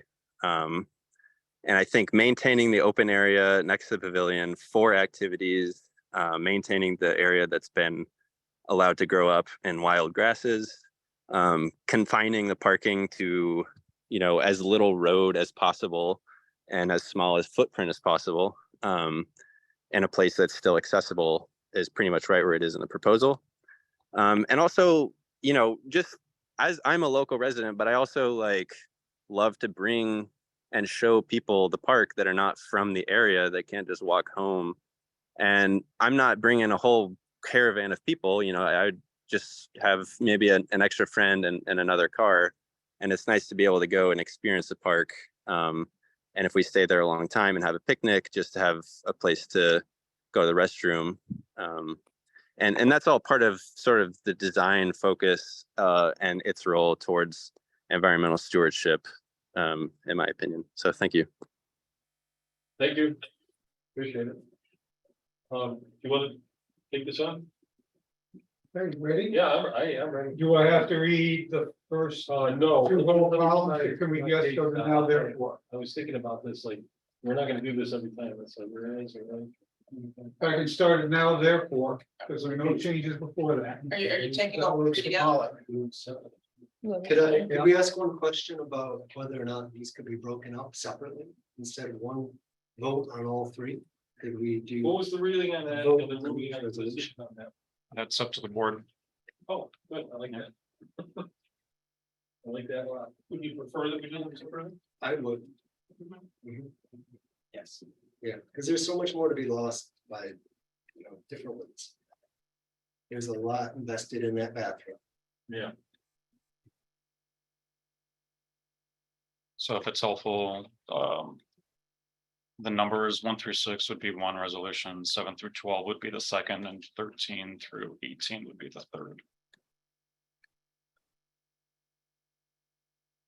They're already kind of split up on here anyway. You're saying just make 3 resolutions. So we. To vote on them separately. Then you want us to vote on them separately. Is that what you're saying? Yes, So one of them only requires the vote of 3 and the other 2 require the vote of 4. right. Got that down? Okay, I can set it up that way. Yeah, okay, so the first 6 then will be. All right. Now therefore be it resolved as follows. Considering all the statutory factors set forth above, the Board of Zoning Appeals finds the following. 1, the benefit to the applicant of the granting of the area variance to decrease the 100-foot minimum stream buffer to construct an ADA off-street parking area will outweigh the detriment to the health, safety, and welfare of the neighborhood. 2, Is there anything you wanted to add? sorry, Yeah. Did you want to add anything after I number don't like 1? to add if you don't mind. add away. I don't like the just leaving it as decrease the 100-foot buffer. I'd like to say the what?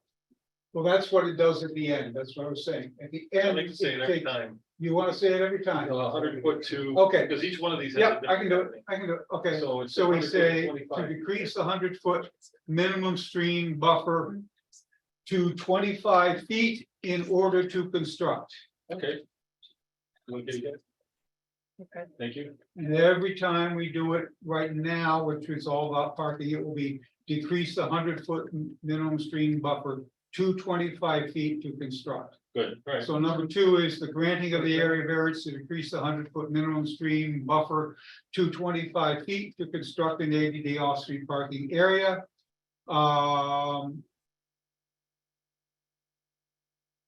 Will create an undesirable change in the character of the neighborhood and will be a detriment to nearby properties. Okay? Let me know, Molly, Yeah, as long as you don't want to add anything, you can just move on. not unless somebody speaks up. Number 3, the benefit sought by the applicant to decrease the 100-foot minimum stream buffer to 25 feet in order to construct an 80-day off-street parking area cannot be achieved by some method feasible for the applicant to pursue other than an area variance. You're saying, I thought one of the variances was 7. Number 4, We're doing 6 at a time, Rich. 6 at a we're time. only doing, This is for the first. we're only doing the parking ones right now. Number 4, the requested area variance to decrease the 100-foot minimum stream buffer to 25 feet to construct an ADA off-street parking area is substantial. Number 5. The proposed area variance to decrease the 100-foot minimum stream buffer to 25 feet to construct an ADA off-street parking area will have an adverse effect or impact on the physical or environmental conditions in the neighborhood or district.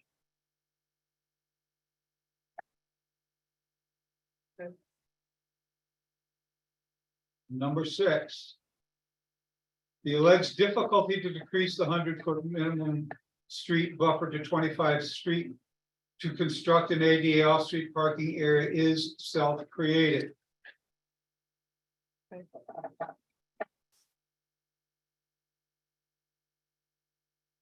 We'll wait to the end, or is anybody want? Now, For this first proposal, Is that amendments done for some of these? Going to be hard. Well, Okay. as written, I might vote against it, but I don't know that I'm done. Yeah, no, I'm asking about amendments before we move on. Okay. That's a different thing. so for this proposal, which is the off-street parking proposal, because that's the last of that one. For the reasons set forth above in the evidence, law, and facts, the BZA,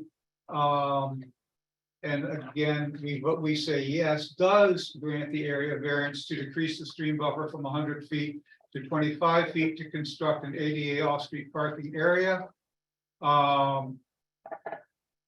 Does grant. Okay, oh, that's not the proposed overflow. So that's then, This is the Period. that's a period for the off-street parking area.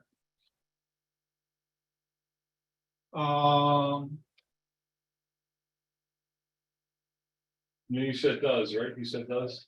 Yes, it does. Okay.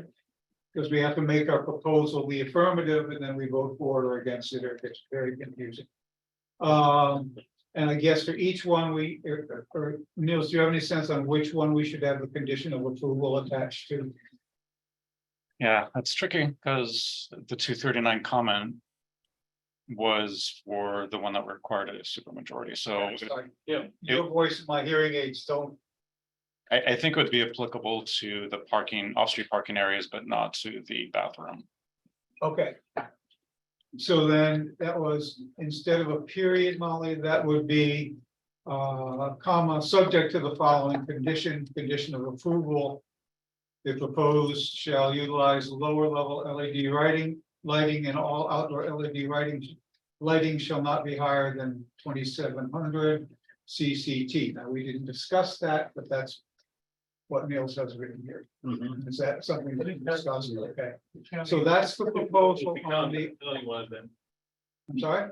The county stipulated that, I think. Okay, so that's the proposal on the off-street parking. May I just clarify, when you say off-street parking, are you referring to ADA. by the ADA off-street parking area. near the intermittent stream / pond? I'm sorry. The one near the The pavilion. one near the pavilion. Yes. Okay, great, okay. So that's the initial proposal. You want to call that to a vote, Steve? I hate to be obtuse, I just want to make sure I know what I'm voting on.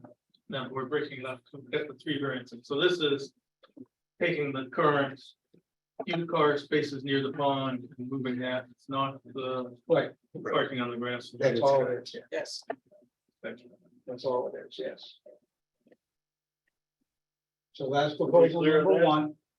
Okay, so you said, I'm just gonna summarize this by ADA parking, you said will. The benefits will outweigh. I said the benefits will outweigh. So that's a plus. Yeah. You said the second one, that the granting and variances, will create an undesirable change. Will. Is that it? Yes, That's a negative. Undesirable change. Okay, the third one was cannot be achieved by some other method. correct. that's a plus. The requested area variance, start, the fourth one is. Is Is substantial. substantial, that's a negative. And the fifth one is, will have an adverse effect on physical and impact on physical and environmental. And the sixth one is Well, self that's a created. negative, and the sixth one, self-created, which is always the case usually negative. Okay, so I have, 2 pluses and 3 negatives, Does anybody else? Or negatives. More negatives, sorry. Okay, any discussion on this with Tom? Any more discussion? All right. Is there a second? I don't know if there is a second, so we have a motion here and a good second. That's the motion. I'll second. Second motion, all right, I'm gonna offer one more time for discussion. Nope, I'm gonna call it to vote then. Okay, so but just to be clear, in that last paragraph. Come on, where's my cursor? Yeah, good one, good question. You said do approve. It said, yeah, the last paragraph says it does approve the very. That's approved, right, that's what I have, so that's. Oh, yes, you're approving it, you vote no. Okay, so we're going, Is there some restriction about, having inflow parking? That's another, that's a third variance. This is yeah, just this the is one the other variance. part in the first one. This is just the one first But variance. we could put a stipulation on this. Sure, you can put stipulation on. If you want to make it more. Well, just as a hypothetical, Tom was. I might vote Pink for Andy, this one, the but second. against the subsequent one, which means that there would be no stipulation whatsoever. That's what. Yeah, I get them, right. So Whatever if you you don't want to put do. it on this one, then it might never show up anywhere. Okay, what's the stipulation you want? Yeah. Yeah, what you said. You raised it. No, I was asking if we wanted to have stipulation on. Should we ask them to undertake better parking regulation as part of those things? Have events, as they were suggesting as part of the. What's the maximum number of cars you, would be willing to accept? Limits on? For the overflow, Or what? Yeah, so for the overflow or For this plan, right? But, so this is a plan for, we can stipulate how many cars and we can stipulate that you enforce that. Signage. Right, how many cars, you know how big that lot is, how many cars in this lot is? I mean, up top, we're gonna make a lot for 3 cars. That's how we sized it. So we could, well, but we're not talking about, and so below, we're looking at 12. This one here, the ADA for. The ADA, we're 12. looking, no, the overflow was 12. This one was, ADA is 3. this one was for 3. And the berm to keep people from parking up by the pond. So, Man, I'm still not 100% sure I'm gonna vote, but I am leaning towards voting for this and against the overflow. But I do want to see some stipulation, and if I vote against the overflow and say one of us, others of us does, it's not gonna pass. could you Therefore, there's suggest no a stipulation? Could you tell me what stipulation you're Well, we suggesting? were discussing in the context of all 3 variances together, language that you would control the total amount of parking and where the overflow parking went. So if the overflow is 12 and this is 3, that's 15. So if the stipulation is, no more than 15 cars. Or no parking outside of designated areas could be the other stipulation. or whatever they approve. Whatever. I mean, if you're approving, I think you're wanting, are you wanting to know if you only approve 3, whatever you approved in total? Yeah. That's what we're gonna I enforce. think You know, parking- And we're gonna do measures to enforce. Through real That's what I'm time, saying, my right? line had been thinking we're gonna have all 3 variances together. Yeah. So if you're saying a stipulation of, no parking outside of designated areas, because that allows it to be, if you only designate 3, then those are the 3 areas. And if you designate 15, that's the area. So maybe that would that satisfy? That sounds good to me. Yeah. If you think that's doable. I mean, I feel like the way to enforce that would be through landscaping and signage. And yeah, we don't have to, Go ahead. we don't have to figure that out right now, and we don't have the plans, but we would, But it'd be a Take stipulation measures. that we would- that we would take measures, whether it's. I'm sorry, Figure I out think that. you're stipulating that gravity and human nature will not apply here. Mhm. No, People are gonna park as they've always parked. Yeah, sure. But now we're keeping them away from the pond, we're giving them a specific area and a few other people, and sometimes they're gonna park there, and sometimes they're gonna park down on the street. We can put stipulations which would encourage the park. Right. To minimize the problem. Right. And this is what we're Our trying to do. Yeah. Instead of Okay. like, well, we can't do that, and people always do what they do, then they're gonna do that, and Yeah. this is not really That's, acceptable. that, my problem is the same, and you will enforce it, because they don't. It's not easy. Capacity. But it's an issue of goodwill. And, you know, I actually, I enjoyed the park too. I enjoyed Jacksonville. I lived fairly nearby as well. I trust you. I mean, my only concern is, you know, it's a beautiful day, you got 3 cars, they're parked in the spots and, you know. Yeah, but when you have an event and you know that 30 cars are coming, you really, you know, you don't use that 15 area, which we may not approve. Right? Are you? Because there's no way for us to stipulate it later. We don't stipulate it here. Yeah, Do you object to enforcing a throwaway provision? I honestly, like, we don't live there, you know what I mean, like, That's tough. it's a volunteer organization with a few members on the board, like, we don't have staff that are paid like the park, No, but like the if state we- parks if do. we put that To go condition there, patrol. you're gonna be stuck with it, aren't you? Well, we would be, yeah, and also I think similarly saying designated areas only is difficult to enforce, because. You know, we're not, like I said, we don't live there, we don't, you know, like the park, they like, Tagana Park, they have staff there all the time, right? Sure. We don't have that. You couldn't enforce it on a normal day, but you could for events. For events, yes, if we. And this is have the an event, only place we could stipulate it for events. For events, we could. Down the third. I agree. I think we'll come up with a solution. I have just real quick clarification. I keep hearing about 3 spots and ADA and 3 spots. How many ADA compliant parking spots are we talking? Talking about 3. 3, because 3 ADA spots is a very large Actually, size. So You know what what I'm we saying? have is actually one accessible spot. And One. so, yeah, so So the, that's different than 3 ADA spots. So you're talking about 1 ADA spot 2 and 2 handicapped. regular spots? 2 regular handicap spots. yeah, So- because, Why do you need the 2 regular spots? Well, well, handicapped if you didn't have a van. If, yeah, you know, because, you walk with a walker, you don't Yeah. need to have a space and a half. But if you're So in a it- van and you need to have, be able to open the doors and get your wheelchair out, to have one of those, I mean, essentially, it's to is be, generally all you need in Yeah. parking lots. it's with mobility and accessibility in mind. That's all. Yeah. And when I had that, when I had one event there was a lot of complaints because it was not accessible, even though we had the bathroom, and the only place they could drop the bathroom wasn't even, they actually couldn't get the bathroom up near the building. I don't think we're really arguing that there's like, this would be good and there's a need for some of this stuff. Mhm. But we're also kind of thinking the environment too, so. Stipulation is what? I think the stipulation should be total number of cars, don't you, the whole place, or instead of piecemealing like. You know, to do that. So it's stipulate, what is it you're trying to prevent, we would be trying to prevent here? We're trying to prevent a large number of cars parking, and particularly at big events, but small events, it doesn't, I mean, normally.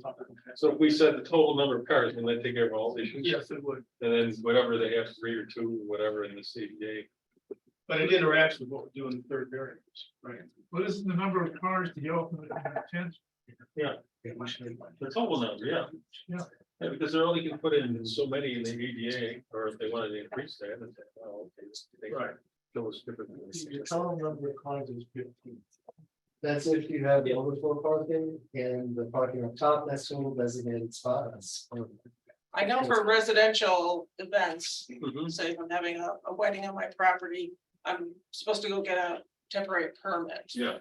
So is that something that's possible that we say only 15 car spaces unless there's a permit sought from the town for that event? Is that a possibility? No. Well, that's what we're trying to prevent, those big events that have oil leaking all over the landscape. I think, I mean, am I interpreting that wrong? Well, No, But not interpreting. thank you. I mean, we're not saying, oh, but it is okay as long as you get a permit, because I think a that doesn't stipulation seem okay to me. of no more than 15 cars, because that would incorporate the overflow as well, if it is. But that sort of assumes we'll approve the third variant. I mean, That's what we're making a vote on the first one. I mean, I am inclined. Not 100%, so we haven't had discussion on, but the vote yes on this and no on the third. And so that's where I'm having the problem. No, we're not special permit, we're not doing that. No, I'm saying, the planning board is using issue, right? No, we can put stipulations. yeah, you can do your own stipulations. Planning board can do our own stipulations, sorry. Yeah. So even with the limit of 15, you're saying you're still gonna vote on that? I think I will give the 25 feet versus our 100 and the zoning and the 50 recommended by the committee. In terms of moving away from the pond, I can overrule the county and vote in the supermajority, but I'm not sure I can for the overrule. That's what I'm in. And therefore I want to have a stipulation. And I understand that. I'm trying to wrap my head around, how could we do a reasonable stipulation? Yeah, I mean, Given that we don't really, we can enforce like through communication with people having events there, we can say. You can't have more than X amount of cars, right? And if we know there's an event happening, we can go and check in. But on a day-to-day, it doesn't have, people going in and out to enforce that. So it is difficult to make a I think it's stipulation. the events which are concerned. I mean, I'm concerned about that. I'm not concerned about, what we had 16, but so 15 is your number, is a number maybe for you? 15, not the other, I'm sure. Is it total? Yeah. I mean, I propose that we put 15 in here, no more than 15 cars on the front. That's all we're asking for. And next to our drive. 12 next to the I drive. might still. I'm sorry, it's 15 total. 15. Well, total. 3 and 12 12 and next three. to our driveway. That doesn't count. I mean, anybody can park on the road. So that Right. wouldn't Oh, count. okay, yeah. Right. And we'll go on first then. Yeah, on your property, I said on your property, that way, the big events, you're gonna have to come up with a solution to that, the big 50 or something. I don't think day to day, I'm not gonna be super over concerned about that, Yeah. I'm concerned about the 4 big events. Yes, that makes sense too. And especially we're inviting, I think that's a good point, that we're actually inviting more. Yeah. You can't go by past performance, you gotta look at, what we think is gonna. Yeah, and I know like rural youth services, they use this part for fishing, like Yeah. T-Bird, rec program, Sure, brings kids out there in the van, so like. We do want to invite more people, we do want to see it, Of course, it's a valuable resource. So let's put a control on the number of cars. I think we need to do that. Okay. I feel, that's why. I agree. 15, I'm okay with 15. That's so stipulation is 15, Tom, what's the wording on that, or Bob? where do you want to put it? Yeah. Be a condition to this first resolution, right? Yeah, So we're granting this first variance on the condition. right, as you said, you approved. It does, when you said does grant the area variance, but conditioned upon. The stipulation that the Jacksonville Park agrees to control parking to no more than 15 vehicles on the premise at any time. For special events, can we say that? Or for events? So, well, it's. Well, I think if you just say it in You don't, general, we don't I mean, need there's- to, don't, we don't need to add a Okay, stipulation that okay. they're not putting it. I suggest Yeah. just at any time. and Yeah, if a family recognizing comes, that you're gonna- they could have 5 cars. Yeah, Yeah, But you have to undertake actions to do it for events, right? Right. And you will, it's a matter of goodwill. yes, that's right. So we don't have to be. You don't have to worry about it. Can I offer a suggestion on wording? Just say, Yeah, to keep yeah. it simple, just say there shall be no more than 15 off-street parking stalls on site, stalls, I don't know, they were. Well, put I'm stalls, not- though. parking Yeah. spaces. Well, I Allowed like or looking at something. your vehicles because people got parked where they are, but I'm not sure you want to set up 15 spaces, right? Yeah, This there's very variance, spaces. we're We're actually- saying 150 We're approving vehicles. 3 Vehicles. spaces more or less here. So there shall be no more than 15 vehicles. Yeah, which is More more than. than, yeah, that's better. Spaces more or less. Because then if they're parking, then you don't have to put. You can double park spaces or behind stalls it. or anything like that. Yeah, Right. it's more organic. What people do. Now we get up to 40, then that's egregious, right? I mean, money is. Nice sunny day. Yeah, 5 times a we're not year. gonna have that many people out there unless there's an event, and if there's an Agreed. event. Oh, exactly. But you may have more events now than you're thinking because it's a great place and all that Yes, stuff. I right. think we've been saying. So those are really intended towards the event. All right, so do we have that, Molly? We have that? Generally. Yes, What wording would you like for the second condition? Um, basically what you said Just- doesn't work. There shall be no more than 15 Because we vehicles have parked one on subject lot. Well, what we're dealing with the first issue. Yeah. Which is the ADA off-street parking area. The second issue is the proposed overflow off-street parking area. So you can't say 15 vehicles Total on the property. initially. Why can't we say as long as there's no more than 15 total on the property, say for both? Okay, that's not relevant to this particular issue, but we can throw it into both places. But it might, but it might only be passed in one place. But it needs to be in both. Yeah, if it's, yeah, I think we It needs to be in both. So If we put it on both the. So Yeah, it's. yeah, we all agree on that. one, I Well, think. that says 100 feet to 25 feet to construct an ADA off-street parking area. Provided, What were your words, Niels? provided, There shall be no more than 15 vehicles parked on the subject lot. Perfect. okay, good, That's good to me. Thanks. Thanks. okay, All right. ready for vote. You okay with that? Oh, yeah. Friendly amendment taken, good. All right, so we already had a second, we had discussion, I want to put that to vote. All in favor? Question. All question. You're saying, yeah, that's what you're asking, right? Yeah, I want you to vote on it, yes. Does So- the right words call the I question? voted in favor. Okay, that's To- right. To clarify, No.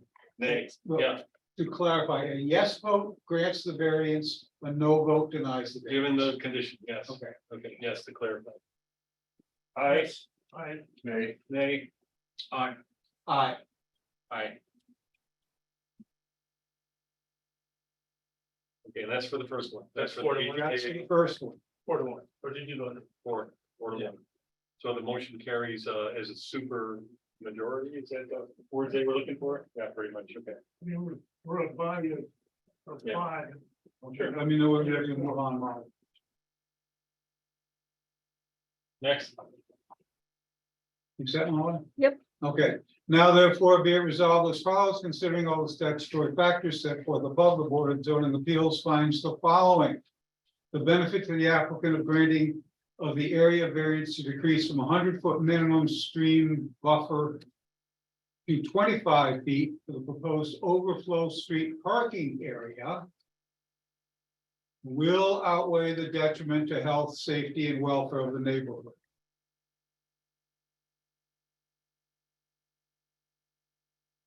Eight. The granting of the area variance to decrease the 100-foot minimum stream buffer to 25 feet for the proposed overflow street parking area will create an undesirable change in the character of the neighborhood and will be a detriment to nearby properties. Okay. 9. The benefit sought by the applicant to decrease the 100-foot minimum street buffer to 25 feet for the proposed overflow street parking area cannot be achieved by some method feasible for the applicant to pursue other than an area variance. Okay. 10, the requested area variance to decrease the 100-foot minimum street buffer to a proposed street buffer to 25 feet for a proposed overflow street parking area is substantial.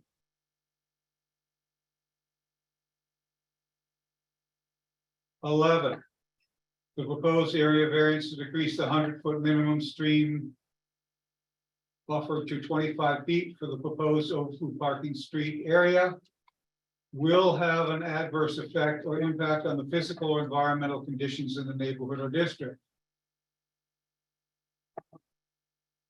12. The alleged difficulty to decrease the 100-foot minimum stream buffer to 25 feet for the proposed overflow street parking area.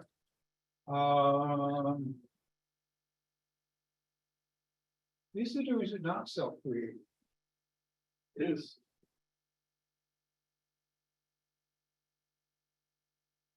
They don't have to. I think it's simply created by where the stream is. Well, they don't have to choose to do this. Okay, is We always- created, This is always the. is self-created. And then we go to our last paragraph again, Molly, Mhm. which that was 12. for the reasons set forth above. And upon the evidence law passing, the BZA hereby does grant the area variance to decrease the stream buffer from 100 feet to 25 feet. For the proposed overflow street parking area. And no, we don't have an and there, but we have the same clause that we entered in terms of the 15 parking places. Condition upon the condition. Yeah, same conditional clause. Okay.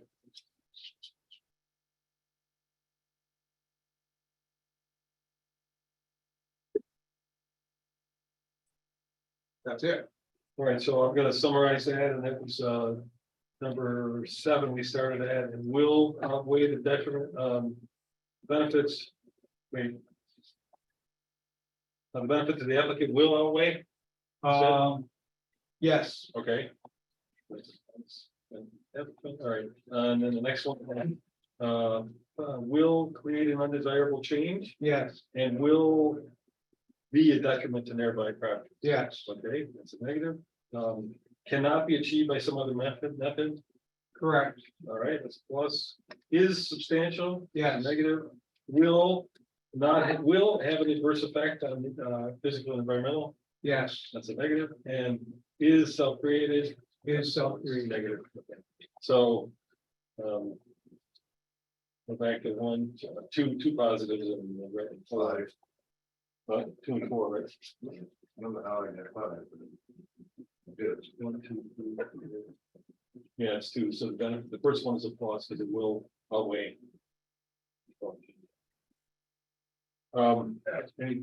Is anyone second? I don't think so. Anyone second this motion? Can I ask, Yeah. Friendly amendment? can we put some more language in there that, A little louder, please. I say, can we put some language in there that the restriction to 15 foot, 15 automobiles, okay, vehicles, helps to ameliorate the negative conditions, negative findings. I'm not sure what you're trying to accomplish. Well, Yeah, he's just giving a rationale for it. Like, yeah, why are we saying 15? Because it would help ameliorate the. Well, then we need to have said that the first time as well. I'm sorry, what? I don't think we need to. We've already approved one motion without your comment. He said if you do that now, you should be doing it all with everyone. I know we did on the prior one. No, we didn't say a reason why. Oh, but we're gonna say at the end. Where are we gonna restrict the parking? Oh, we did. We restricted the number, but we didn't give rationale for it. Okay. Well, I guess what I'm saying is there are more negatives than this. I agree. I think it was more negative than this one. And it hasn't been seconded yet. Yeah. it's a That lot of doesn't- negatives. That does so not this- mean that the negatives outweigh the positive, just because there are more. Right. There's 2 to 4. But it does mean This it is has. not a game of horseshoes. Point of order, it has not been seconded, we cannot be discussing until it's seconded. Yeah, right. Okay. But don't we want to do friendly amendments? Okay, I've made it, I've made this I'd like motion. to see it seconded or not. Okay, all right, so you're sticking with that one. Then. We have a motion on the floor, do I have it here second? Okay, seconded. Discussion. I am far less inclined to vote for this one than the first one because I disagree that there aren't alternatives which are available, such as closer on-street parking, for example. I see a strong benefit from the first variance we gave in terms of moving parking away from the pond, and I don't see that strong of a fine. And I would like to double down on I think there are more negatives to this one. And less positives, really. Yes, because there was a positive associated with the other one. Right, okay. So I would like to be a little, I don't mind adding a rationale for this. But I think we should. But again, just point of order, if 2 of us vote against this, it does not pass, and agree and add language to the stipulation, but it won't pass. Sure. So I would argue not to spend too much more of our time at 9:30 adding language to a stipulation that I think is going to fail. Are you guaranteeing that? I'm just looking at the. Yeah, TCs. that's a What would guarantee. the proposal- That's a guarantee, you got at least 3 My months of proposal would that. be the Only takes rationale, two. Yeah, what is what, say the words.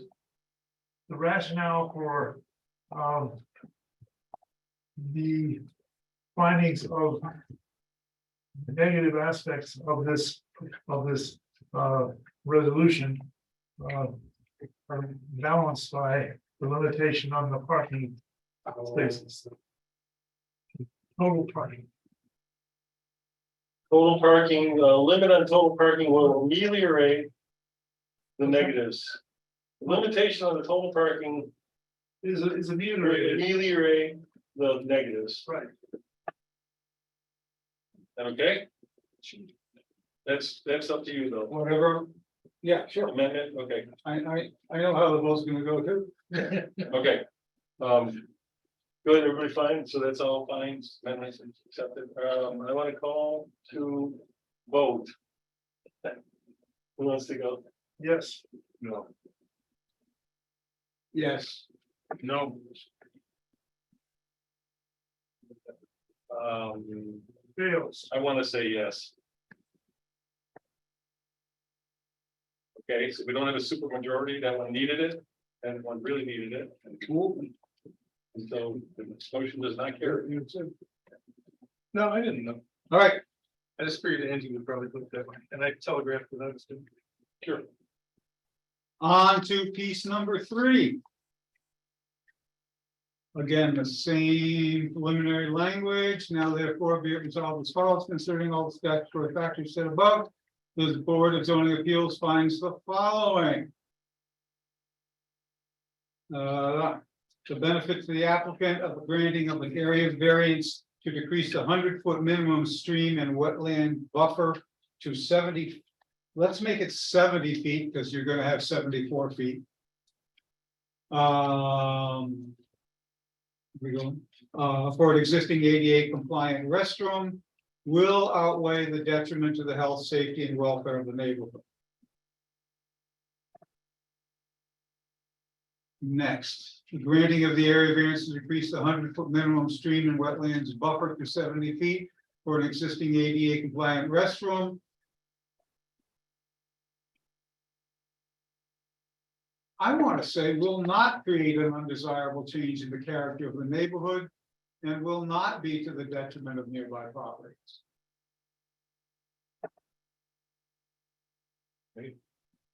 Next, the benefit sought by the applicant to decrease the 100-foot minimum stream and wetland buffer to 75 feet for an existing ADA compliant restroom cannot be achieved by some method feasible for the applicant to pursue other than an area variance. And if we want to say the expense of making this change would be prohibited. That's my suggestion. You're addressing the feasibility. But that's why it's not feasible. The requested area variance to increase the 100-foot minimum stream and wetlands buffer to 75 feet for the existing ADA compliant restroom is substantial.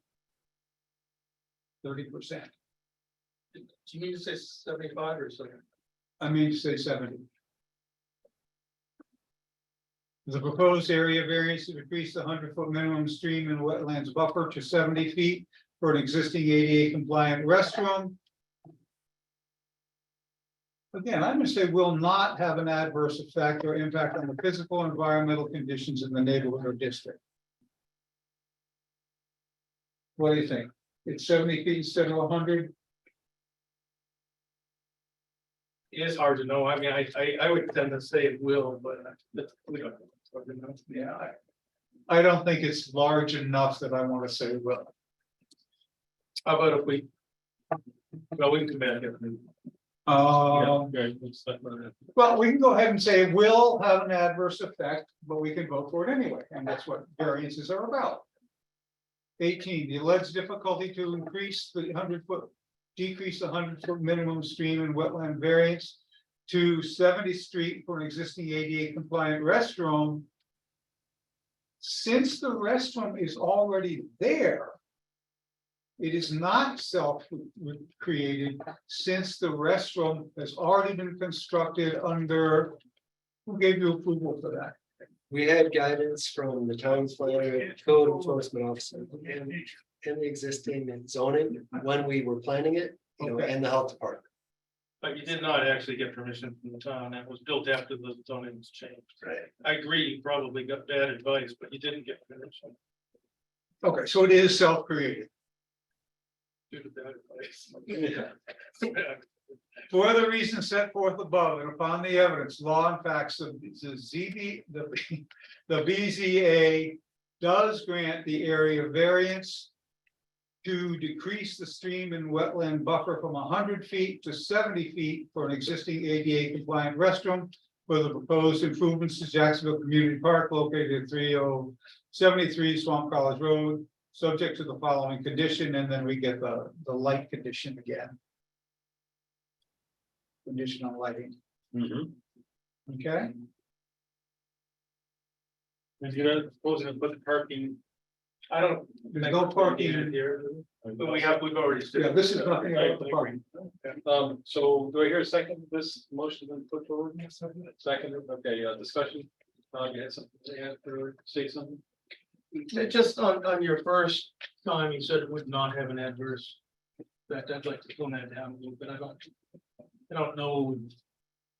I'm inclined to vote for this resolution, but I don't know that I want to state strongly that no. It's just that the benefit outweighs whatever this.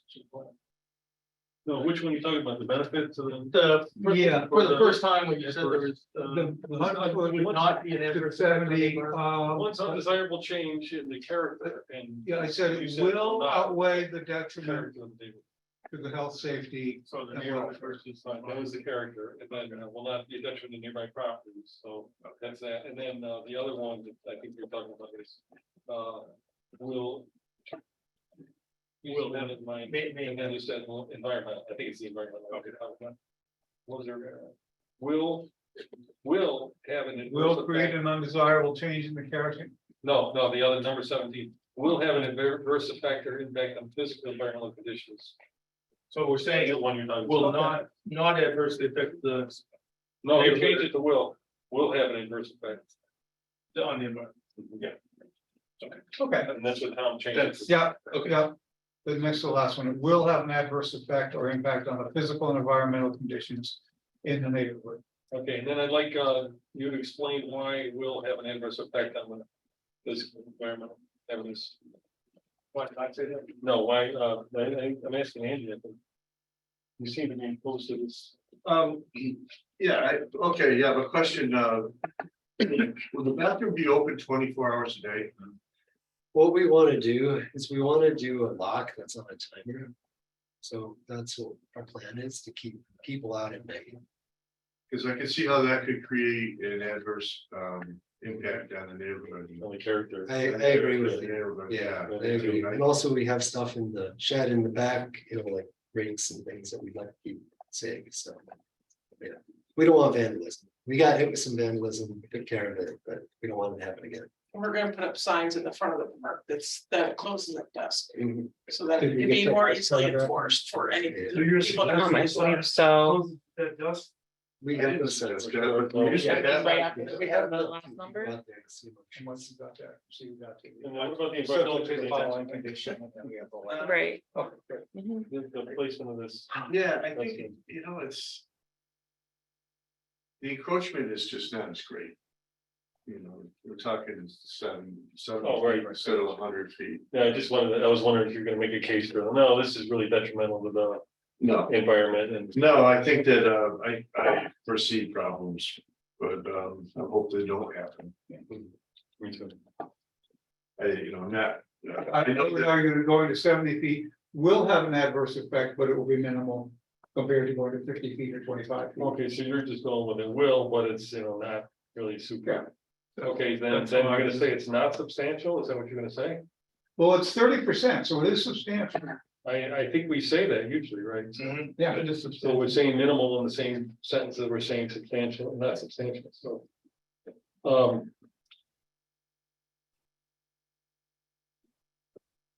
Yeah, I just feel like, well, this is not, maybe it's like relative to the other ones, but this one's not as. Is potentially detrimental to the environment. That's what I think. Okay, we had a second. End of discussion, any more discussion on this? All right, so let me call this a vote. Who wants to start? David? Aye. Aye. Aye. Aye. Aye. Because and I just want to clarify that you said, let's, it's a positive, right? Yes. It does pass, yep, just making sure. Okay, I'm a little slow. Yeah, Explain to me what we've done just now. okay, there we said yes to No, the, no, I know what we said. We said yes to the first, no to the second, yes to the third. correct. What is So that? overflow parking is not, is in the intermittent stream buffer, really close to it, 25 feet was not deemed acceptable. I'm sorry. So what's the practical effect of that? Well, we limited them to 15 vehicles, which is difficult. We have approved the plan. But on the other hand, when you have Except for events, you the have 12 to deal with it, 'cause you're not spaces gonna have people in coming that in. area. Sorry, if you don't want to, We have approved the parking we understand. Yeah, right. and we have approved the restroom and things going around that, but we have not approved the 12 spaces. In the overflow. The overflow. 25 feet from the street. So we only have 3 parking spots then. You know, approved in the first one. Okay. Approved the first one. All right. We approved, we did. 15 vehicles, but in 3 spots. Have we Oh, yeah. created a little monster here? Yeah, What is that? yeah, we have. It means that when they have There's other events, they have to alternatives. try and really encourage parking elsewhere, is what it means. Can we go back to the drawing board? I mean, can you see any way around? Really? No? The buffers are just, we have hardly any room to work with here. I mean, really, that's. But 25 feet from extreme, guys, and then, have we It's all noticed? downhill. Have we all acknowledged that it's been raining like crazy and we're getting more and more and more of that? And that intermittent stream is probably not gonna be a dotted line on a map very long. It's gonna be a solid stream. So parking cars, a lot of them especially. I was okay with the 15 car limit, but this board did not approve it.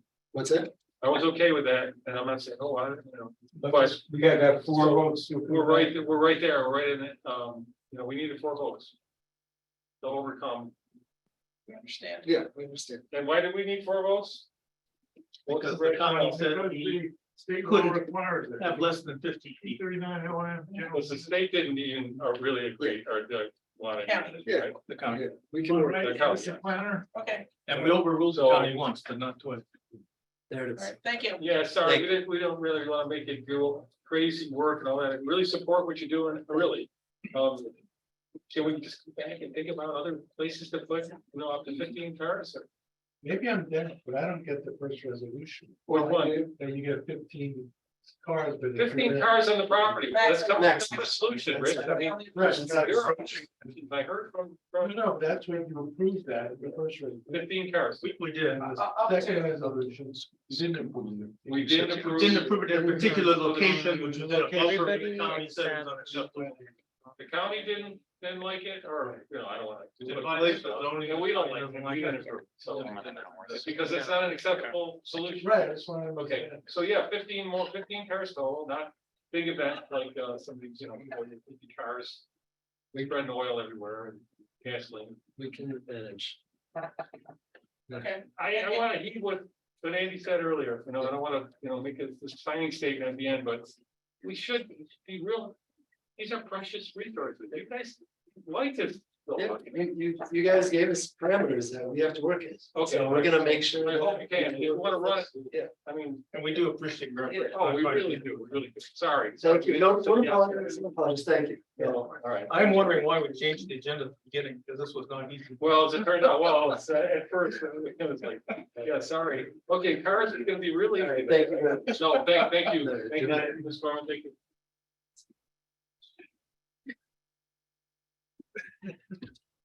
Okay, the next, sorry, I don't mean to laugh, but it's like, wow, that was nothing.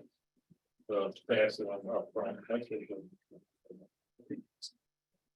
Okay, the next item of business is a public hearing for an appeal by Ithaca Alpha House Center Incorporated, who proposes to construct a new two-story detached building, approximately 13,385 gross square feet, for use as a 25-bed facility associated with the existing Cayuga Addiction Recovery Services building on the subject site.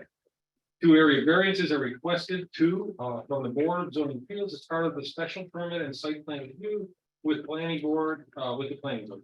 The code of the town of Ulysses, CTU 212-29.a, permits only one principal building on a lot in the AR zone, and UTC 212-29.l limits the permitted maximum floor area of a new non-agricultural building to 5,000 square feet. And so they're asking for 13,385. The proposal will comply with all conditions of variance granted in 2019. So the things that we granted back then, the board previously discussed the proposal in this meeting on June 21st and July 19th, 2023. Okay, so I see the appellant is here. Thank you very much for sitting through that. But we sat through that too. Okay, so is the appellant here? Yes, and can you please, I guess, state your case without, we don't have to go over all the other stuff yet. Good. Thank you. Just to introduce myself, my name is Carrie Pollock. I'm an attorney in the law firm of Hancock Estabrook. With us remotely, we have Jessica Jansen, who is the CEO of CARS. Okay. We have Kristen Savard, who is the engineer on this project. And we have Ivan Garcia who's the architect on the project. And then we have Steve Knapp, who's here from Cayuga Health Systems. We also have at least one member of the public who came to speak about the project or came to be present for the project. Okay. I think that the two specific issues that are the most important from what I understand from the last meeting are the restrictive covenant and the outreach to the public with respect to the project. So I'll just speak about the public outreach first. CARS knocked on doors, spoke to the neighbors about the project. And I think everybody has had an opportunity to come to CARS, speak about their concerns and get some sort of response. With respect to the restrictive covenant, there are, I think, 3 items just to discuss. One is, at the last meeting, there was some discussion about whether this was a full building restriction or not. I think this draft just reflects a full building restriction for any improvement in excess of 5% lot coverage, which is the lot coverage applicable in that zoning right now. The second is we made clear that the BZA itself approval would be required for any sort of deviation from this restrictive covenant. And we made clear that the BZA itself would be involved in any sort of enforcement action. That's all I have to say right now. Great. Open it up for Wow. discussion. Very efficient. Sounds good. Very efficient. I like it. Before you Yeah. get some plot. One phrases, one is latches, which means delay, so you abandon your basically required covenants. And we reported when we approved this, what, 3 years ago? Yeah. 4. Okay. 4. And so the question is, tell me why we shouldn't deny this whole thing from the get-go and make you start over from scratch. Because otherwise you're asking us to do non pro tunc, which is now for then. In other words, you're doing it now and you should have done it before. I ask for some grace because I'm not a land use attorney. What's that? I ask for some grace because I'm not a land use attorney, but I'll respond 2 pieces to this. The first is, I tried to put it in plain language. oh no, I understand the question. The first response is, because CARS is a nonprofit who runs on an extremely lean budget in order to provide a service which only becomes more and more urgent for our community every day. In consultation with the then town attorney, there was a strategy proposed that was found acceptable. I know that that's not you, which was that we don't record the restrictive covenant until the project is a go and we're seeking the building permit. Can you document that? I can, and I have shared that correspondence with the current attorney for the town, and I don't need to put Attorney Van Wy on the record, but yes, I think that should be part of our record. I have no problem, no objection to that.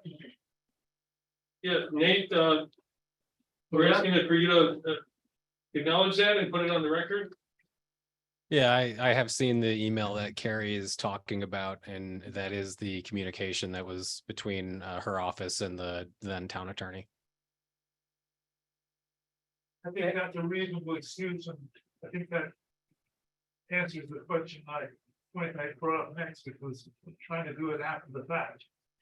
The second response to the question, which is what I really don't know, is I think during the last meeting, there was a discussion amongst your board about whether this was a new hearing or not. But we decided that it was not a rehearing. It was not a Right. rehearing.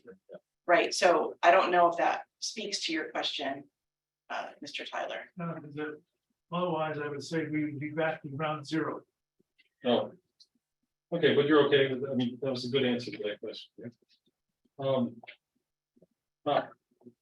Yeah, the two things. I'd like to come back and talk about the county recommendations in a bit. I just don't want to lose that, but on the covenant, I was chair of the BZA at the time that we reached that agreement and passed the variance. And my memory is that the covenant was much more restrictive than what was subsequently drafted up by the town attorney.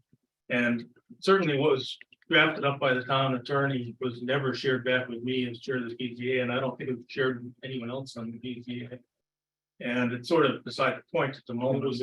We have to make a new decision moving on, but I do want it on the record that what the town attorney did was not done in consort with the BZA, and I don't believe the town attorney had the authority to controvert what we had agreed to do. Now, having said that, where we are now in 2023, I'm not a lawyer, so I can't litigate anyway, but I don't think we should be litigating. We should talk about what we're doing. Don't start. I can add two nuances to it, which is only that the same correspondence that Attorney Van Wy was just referencing is consistent with your expectation that we would come back to you with this draft declaration. Yeah, I'm just saying that was never So shared. that's with the one. BZA. But the second I would say is my recollection, though faulty, very faulty, is specifically that this was in front of this board and Mr. Tyler gave me specific language to include. And I have email correspondence reflecting our inclusion of those specific amendments. I would say, though, that I appreciate this. I would ask that you look at what we have here today, because I think this matches what your memory is and what your desire. I'm trying to. It's getting closer, and my take is that you might be 60% closer. I'm not quite sure you're where I thought we should be 4 years ago. And our minutes from the time are poor. We have no recording of the method of the meeting that's left. So all we have is our joint faulty memories, right? But what we should do is move ahead. And I just want to, for the record, state that the BZA was not. I agree with both those statements. Was not engaged My after thinking that. was that Hector didn't, it still has no zoning, as I recall. That's that correct. we want to have it recorded in both counties. So that We did say that one other thing, and did you It ever? will be recorded in both counties. What I thought we had agreed to, and I might be wrong because of my memory, and I'm one of just 5 people voting in part of the discussion, and it was 4 years ago. But what I thought we were requiring, for lack of a better word, and I thought what you were agreeing to was that in exchange for us giving, the right to have 2 buildings rather than 1, which is a substantial change, and having a building of over 13,000 square feet instead of 5,000, which is a huge change, that there would be the land outside of Ulysses in the town of Hector would be permanently protected from further development of any sort, That's my recollection. not just subject to the 5% limit. Can I talk about that little pressure point just a moment? Yeah. So this visual, I don't know if you need it or, but I find it to be helpful. This yellow part, Yep. that's in our county, Yep. that's the town of Ulysses, and everything else here is in the town vector. This parcel right now is the 5.9 acre parcel, and the improvements as constructed come to, I have an exact percentage in front of us, 4.26%. So the current lot coverage of the proposed improvements is 4.26%. Of the entire parcel, Of the including what entire you have there. parcel. But it's, you know, it's much more than that in Ulysses, which is absolutely, why you need the variance, absolutely. right? So, We went through this a few years ago, so I'm not moved by this, okay. oh, so the two kind of nuances I would just Right. suggest here is one, this will be signed and recorded in both counties, Yep, certainly, yep, because it has to encumber the property for both properties.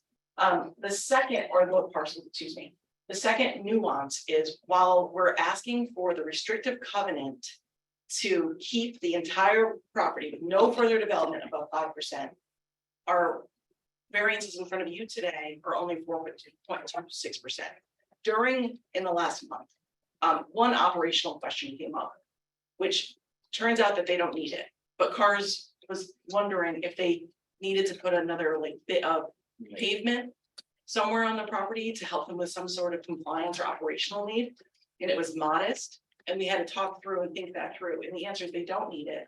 But the truth is here around this facility, they're an ongoing business, and something may come up in the next 5 or 10 years that is modest and needed to support this. So we request that for anything below 5%, they would obviously have to come back to you for any sort of variance approval, but that we don't put that in title, because title is a different type of animal. It's intended to be permanent and binding on everybody. So that's the only nuance that I wanted to add about the 4.26%. In the future, we just have to amend the covenant. That's true. Yeah, I don't think it's permanent binding. I think there are ways around it. It's not. There are ways, so we would do what we're doing today, which is I would be with you negotiating this amendment to a document and then getting it executed and then recording it.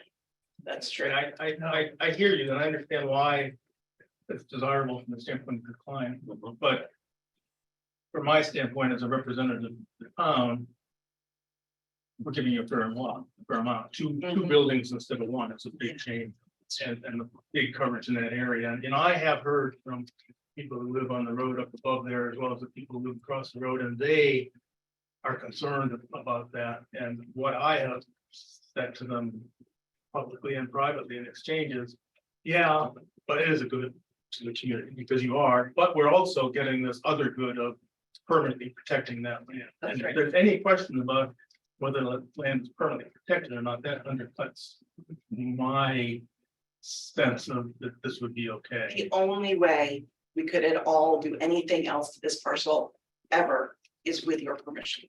One, but you can't do much anyway because of the language. It would be easier, it would seem to me, just to make a permanent covenant against development, period. That's what I was with it. My memory does serve me. I was here, you were here, you were here, right? Four out of the five. And I remember that we said, no, this was acceptable if we make stronger language than what you're doing. Right. This came back some way from the previous iteration, but you didn't you have not yet come back to where we stated our position initially.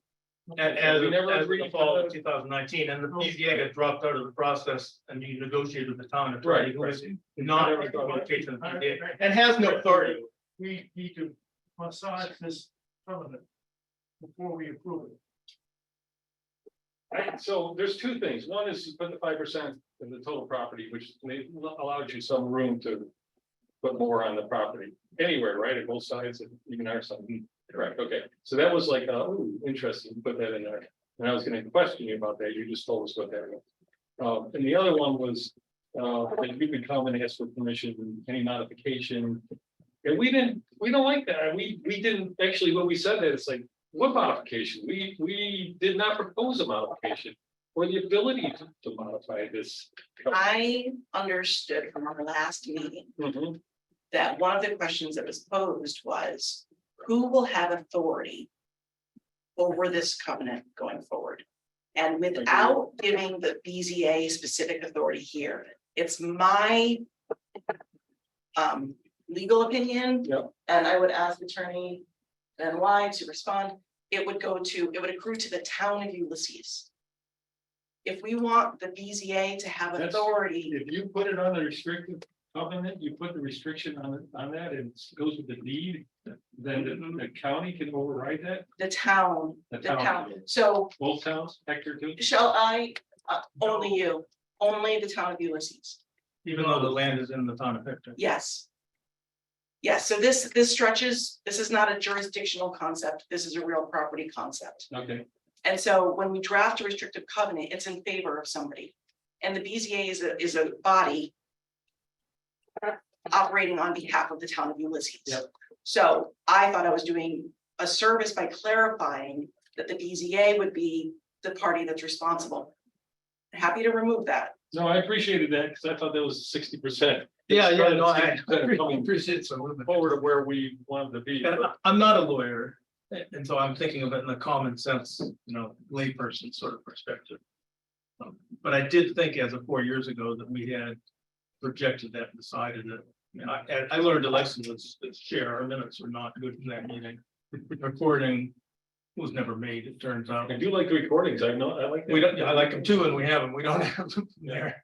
And we didn't specify in the minutes what would be in the covenant, therefore there's no record. Well, can I say that not as a, I'm a professional, but certainly not in this realm.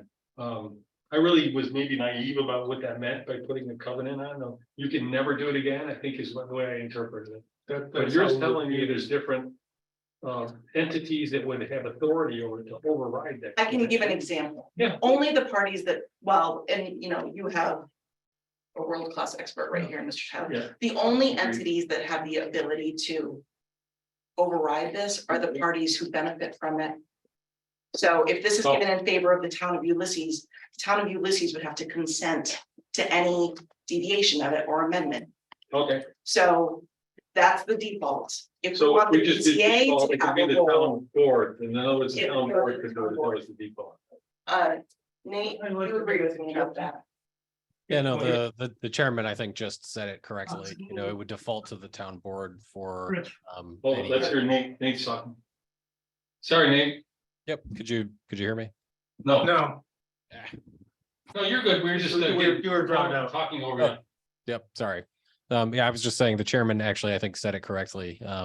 Without, and Carrie was heading to this, if you don't specify that the modification of the restrictive covenant would be by the zoning board, then the default would just be the town board. And so that's where it's important to say that it's the BZA that would be modifying it. Okay, David? What I recall from before was that this thing was gonna go down the tubes.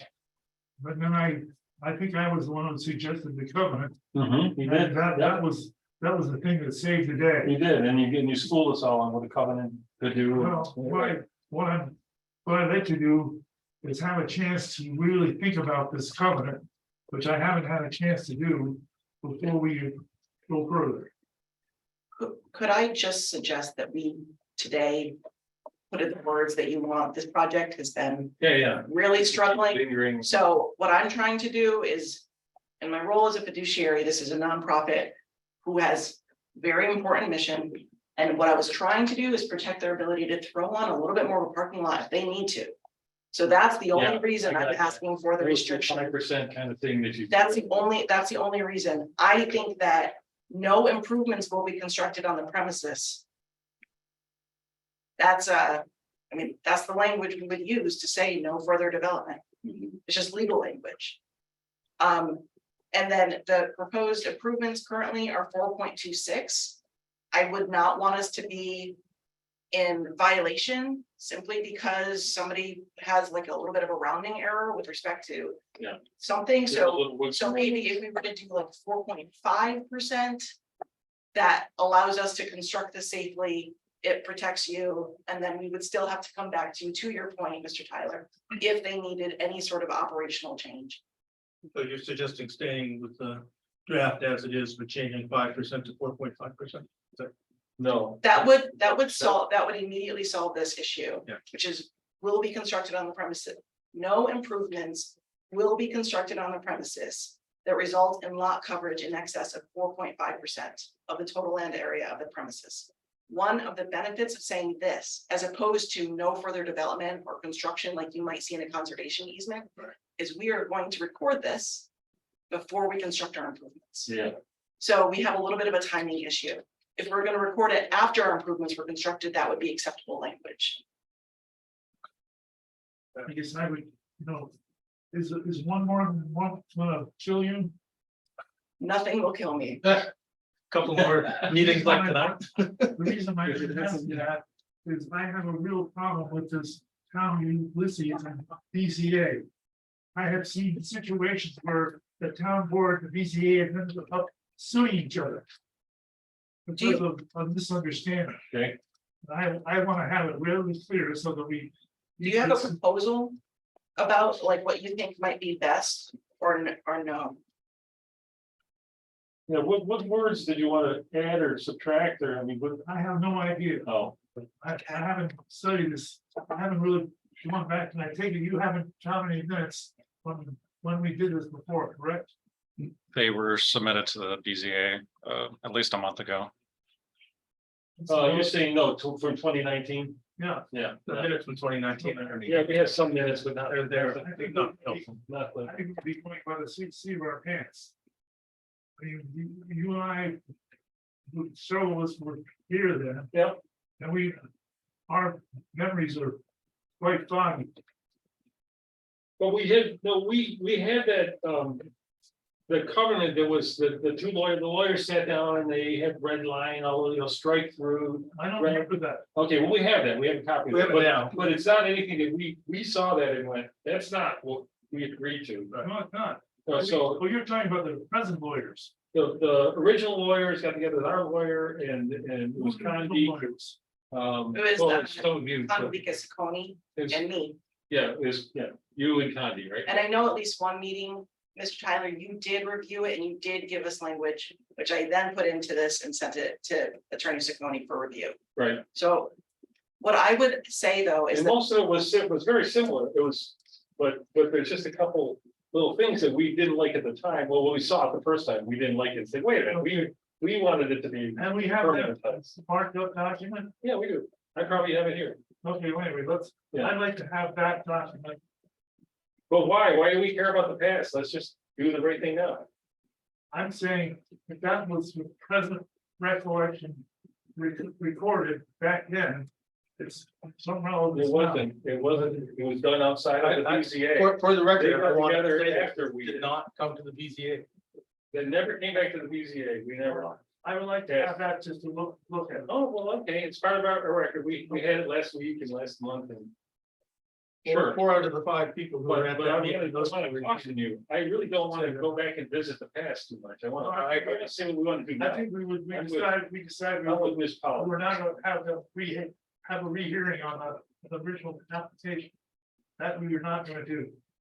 That's what I understood you said. That's what happened last month, right? We're not having. This is not a rehearing, it's a. No, I'm saying, I don't wanna resurrect the past, but I wanna make sure that this is an attempt to throw chunks. Now it's now for them. I wanna be sure that we've got it right.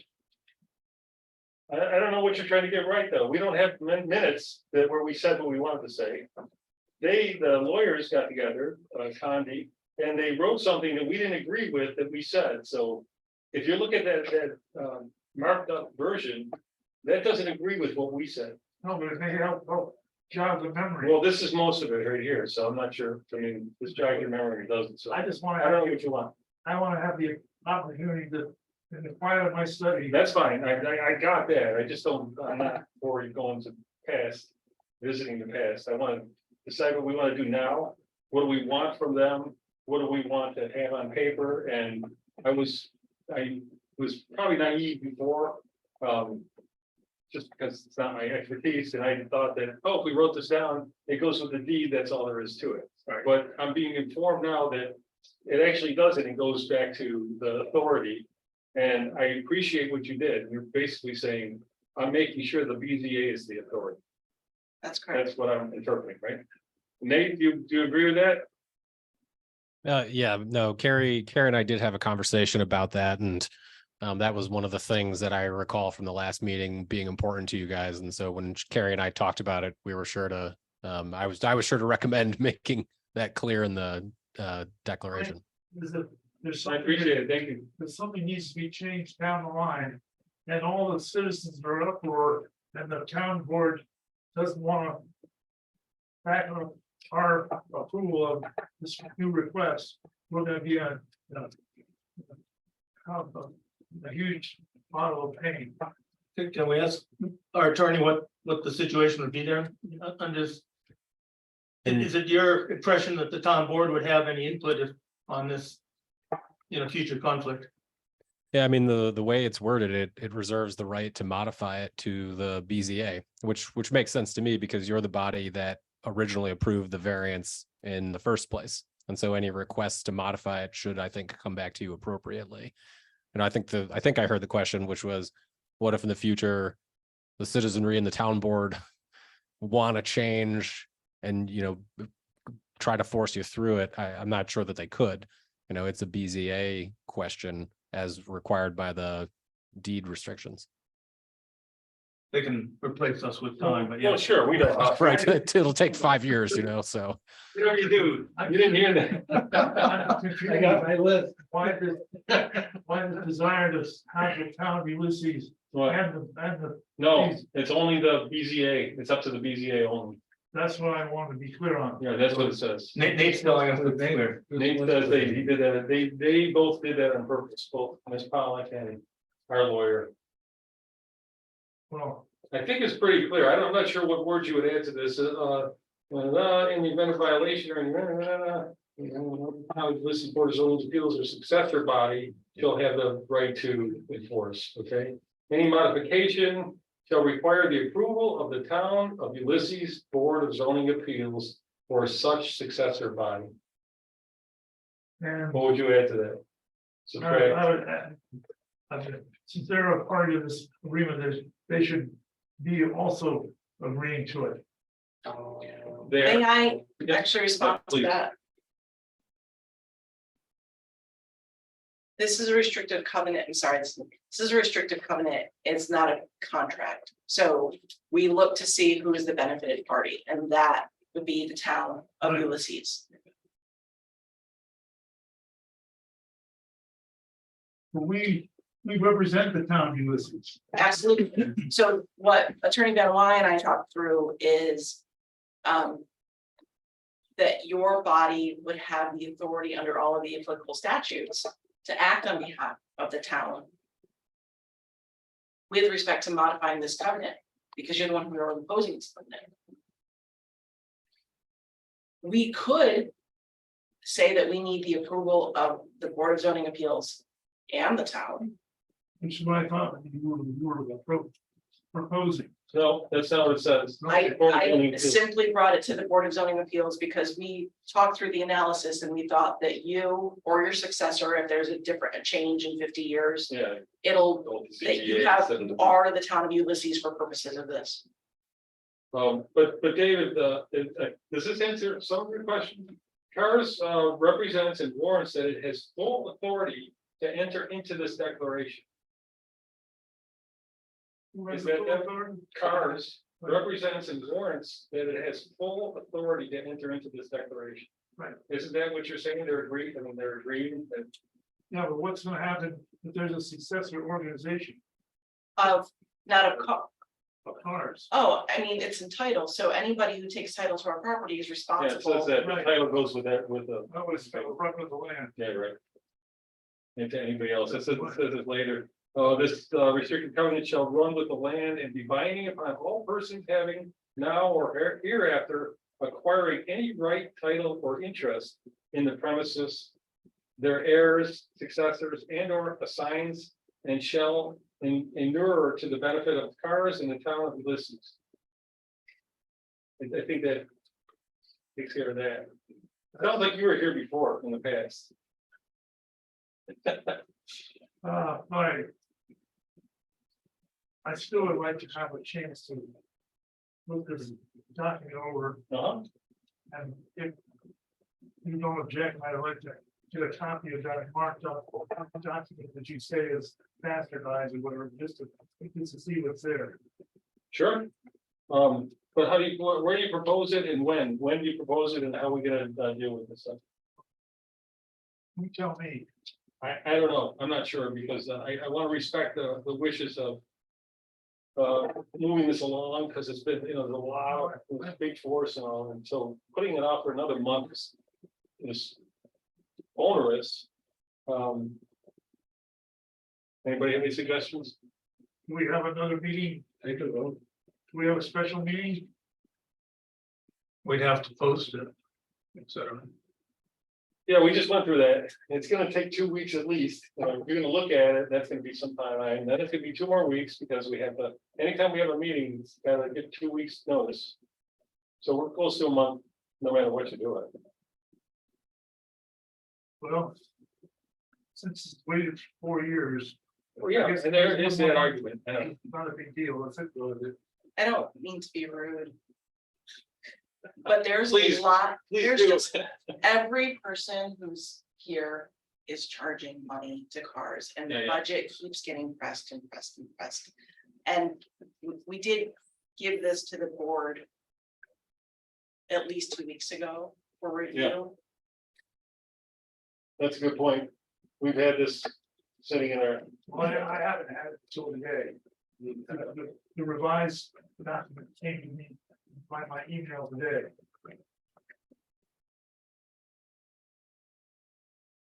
For me, you mean, the one I sent? I think the only change to the revision was the site plan or the survey, correct? Yeah. Can you? Yeah, address that? okay, so thank you. So there was one change that we made after we provided this draft declaration, which we provided this draft declaration at least 2 weeks ago. Right. I did have to do title review and prepare the Schedule A, the property description. That was provided last week to your organization, and that is probably the change that you just saw.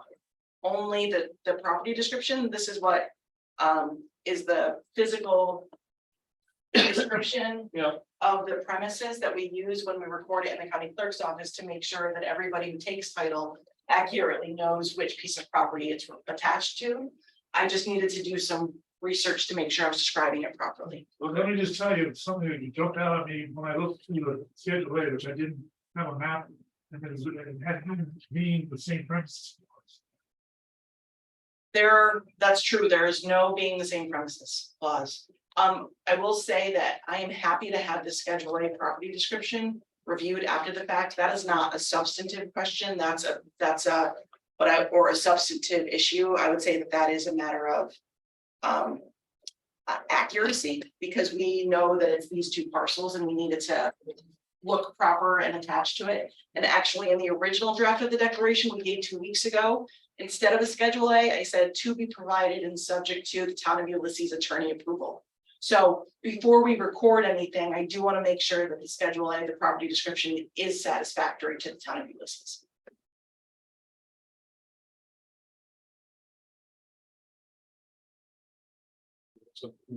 Well, I had a question in a different area. Yeah. If we could do that. that. I mentioned at the start, I also want to come back to the county recommendations. And I don't think I've seen in detail what those are, but apparently they've encouraged you to look at the 2018 Tompkins County energy recommendations for new construction. And in one of the draft materials before us, the stipulation is that we encourage you to do that. I'm not quite sure. Maybe this isn't a question for you, it might be for Neil, but I'm not sure what it means to encourage you to look at those. It's like, you look at them and then what? So if you could give us some sense of whether you're paying attention to those guidance, and also from the state. I actually sit on the State Climate Action Council, which is the commission charged by law with implementing the 2019 climate law. And we produced a document in December that's also, it's not new construction of that scale. It's not required to do it for another 3 years, but it would be then. I would like to think you'd look at it and maybe think about some of the guidance, because I think it'd be in the interest of your client. Can I turn to my colleagues who, so, Ivan, I don't know if it appears that Kristen is no longer on the call. Do you know if she looked at the 2018 guidance on? It's called, Tompkins County Energy Recommendations for New Construction in 2018. And the county and, we were required to ask for their input. Yes, because they're on the county line, and they apparently said that you should be taking a look at that. I don't know what it means to take a look at it, but. Do you know anything about this, Ivan? Yes, hi. Yes, I think that was a correspondence we received from Catherine Borgella. Is that correct? Yeah. From the county, the Tompkins County Department of Planning and Sustainability. And we actually wrote a letter addressing all the items that were brought up in that correspondence. We dated the letter June 19th, 2023, and I believe you folks may have it available to you. But we can go point by point as to how we would be complying with If you wouldn't mind, just quickly, I'm sure we've been provided it, but you alone have provided us many hundreds of pages of documents, and I think I saw. And we have other hearings too, so if you wouldn't mind quickly summarizing, I would appreciate. No, absolutely, absolutely. So one of the recommendations was the Water Sense and Energy Star. So all our proposed faucets and water closets will meet EPA Water Sense metrics for reduction of water usage. Residential scale appliances, including washers, dryers, under-counter refrigerators, and the refrigerators for staffs will be provided by the owner, who will pursue the Energy Star labeling on those appliances. So that's item one. Item two was heat pump recommendations. So the design, heating and cooling of this facility has been approached with the highest consideration for efficiency, while also lessening operational maintenance. The building will utilize electric air source heat pump systems for heating and cooling. Additionally, the exhaust air will be drawn through an energy recovery ventilator, which recovers the heated air, otherwise wasted energy, to temper outside makeup air in the overall ventilation of the space. So that's how that would comply. Third item was renewable energy. So the ideal plane for solar receptive roofs would be aligned to face south with a pitch of approximately 30 degrees, or a roof pitch of 7/12. The new proposed 25-bed facility is oriented with the long axes along the east-west direction, so that would guarantee that half of the long side of the building is facing south, or has a southern orientation, maximizing the south-facing roof area for solar collection. The surface area of the southern-facing roof is approximately 323 square feet. This proposed facility will be constructed on the same property as CAR's existing 60-bed facility, and the existing facility features an assembly of hip roofs and dorms. And the design intent of the proposed facility has been to remain consistent with the aesthetics nature of the existing facility, and therefore the proposed slope of the roof provides the ideal pitch for solar collection at an 8/12 or 34 degrees of inclination. So we're set up for doing solar collection for renewable energy. The orientation of the building and the roof and the proposed roof slope provides the future addition of the consideration of solar collection systems. Item number 4 was energy efficient building envelope. So window to wall ratio recommendation to be less than 25%. Windows and dorms in the exterior envelope occupy approximately 5% of the total exterior wall area. Additionally, the windows and doors will meet or exceed the requirements set forth by the 2020 Energy Conservation Codes of New York State. Those are the most up-to-date ones. So we're definitely much less than 25%, as the recommendation is for the energy efficient building envelope component of that letter. The other item for that envelope request was 20% higher R value.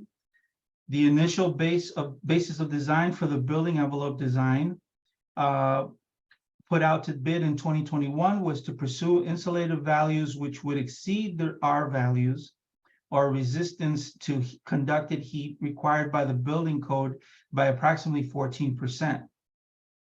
Due to budget constraints, the proposed building envelope has been reduced to meet the requirements of the 2020 Energy Conservation Code of New York State. The exterior envelope will continue to incorporate continuous insulation, stud cavities filled with batt insulation, insulation below grade, and the required R values in the attic cavity, which at this point is exceeding R40. So in that regard, we would be compliant. In terms of infiltration, which is the other component to the building envelope, a continuous air barrier shall be installed in the building envelope, which breaks with breaks or joints in the air barrier to be sealed to ensure that the exterior thermal envelope contains a continuous air barrier. So that helps with infiltration or avoiding infiltration. The 2020 Residential Code of New York State requires infiltration testing in the form of a blower door test per section N1102.4.1.2.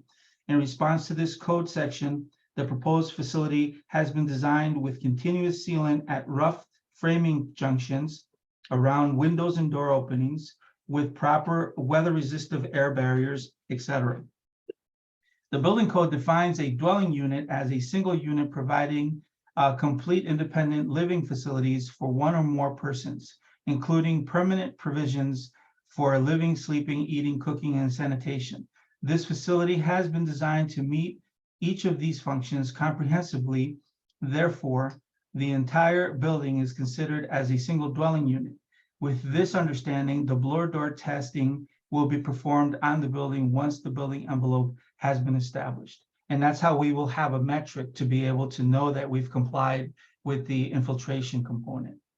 Okay, that sounds great. I don't want to cut you off, but it is 10:30 and I'm very impressed by what I've heard today. I particularly want to commend the fact that you're using heat pumps, and it's probably too late in your process, but I will say that the state report that we put out last December says that for buildings of your size, ground source heat pumps, which are more efficient to run, higher capital cost originally, might be worth looking at. And it's my understanding from Senator Schumer's office that nonprofits would be eligible for potential free upgrades to the difference come October, if it's possible. Please consider that. But that's totally up to you. Can I comment on your Schedule A? I was totally surprised that you only described the parcel in the town of Ulysses. So, no, I'm sorry, you're looking at the old version, sir. I have the new property description. So this is the description. I mean, I agree with you. The original draft 4 years ago, trying to remember, that paralegal used that property description.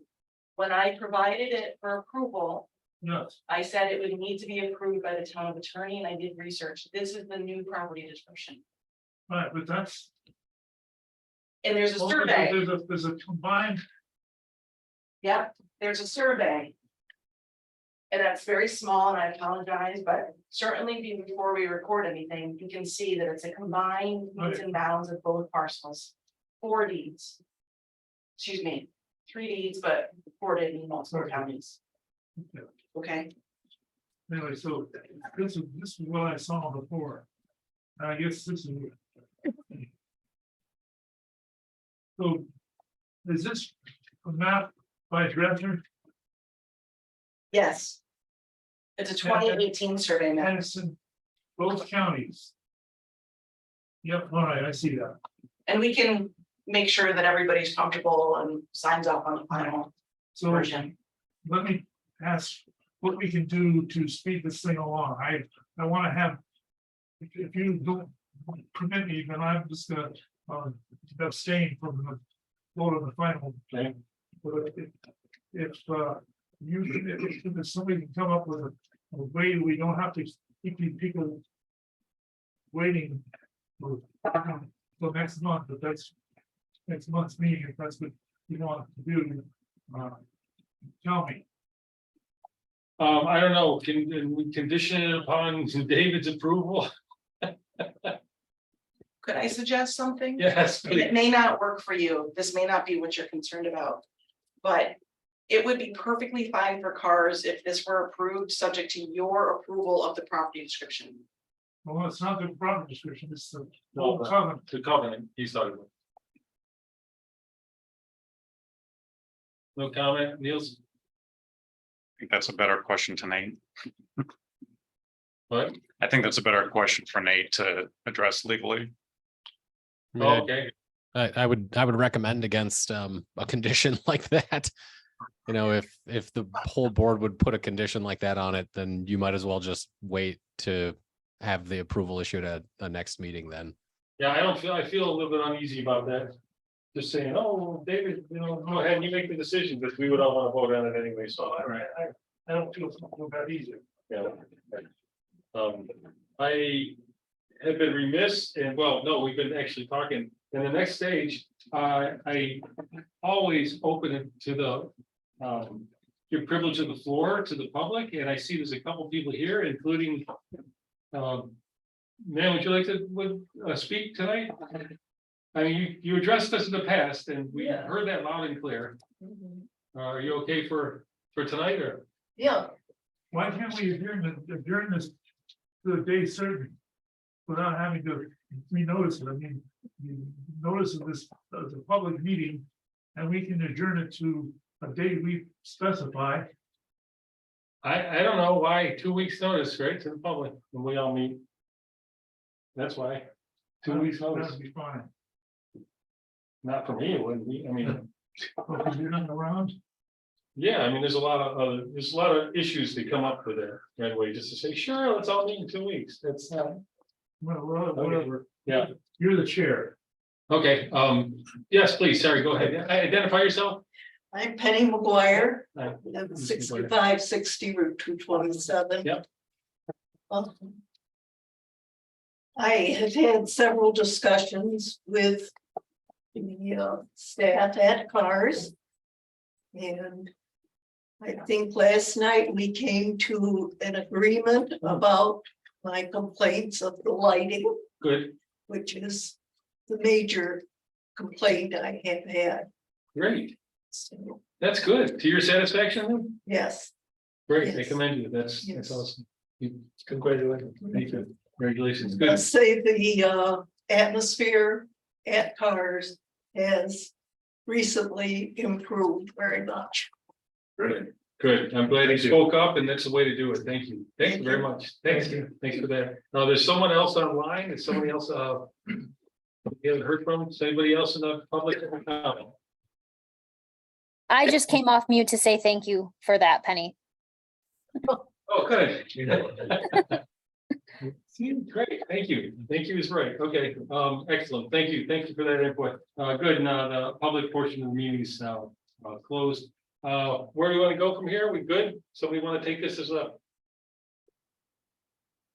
Any suggestions? First of all, David's. Just one other issue, because, Yeah. and you and I talked briefly in the parking lot. Okay. In the draft, language that Niels gave us, there was no stipulation on hydrology, flood and all, but you said you're comfortable with that. I am. I just want to understand why on the record if we could. But it's because they already agreed to do it in their plan. Is that right? That's correct. Yeah, the 500-year flood and all the 470 pages or 500 something. Spell it out nicely. That okay. I actually brought some a couple of pages from the diagrams. I feel pretty good about it. I also checked with a local authority who I know very well, and it seems like the planning board went over this and they did approve. Is that accurate? That's right. Okay.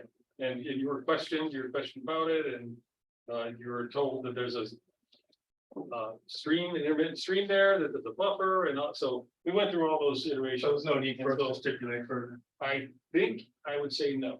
I think we have a. Would you like to address that? Yeah, I mean, There was a lot of discussion about that at several planning board meetings, and yes, at the the last planning board meeting, because that was a public hearing, but the previous one to that. The individual who was most concerned with that was quite satisfied. Yeah, that's And right. was actually impressed with the document that had been provided by ADG. Yeah, yeah. I heard that too. Thank you. Okay, great, thank you, appreciate that, and appreciate your acknowledging of that support stuff. That's good, did you have something you want to add? No, He but wants to make a motion. I'm Do willing you? to dive into it again. Okay, or That's what I seem to do. Mr. Motion. That's Okay. all my years. of So, we'll turn this into seven. I'm editing. hearing a motion on the floor here. You ready? Anyway. Ready, I'm mine? ready, yeah. Okay, now therefore be it resolved as follows, considering all the statutory factors set forth above, the Board of Zoning Appeals finds the following. The benefit to the applicant in granting the area variance to construct a second principal building on the subject lot will outweigh the detriment to the health, safety, and welfare of the neighborhood.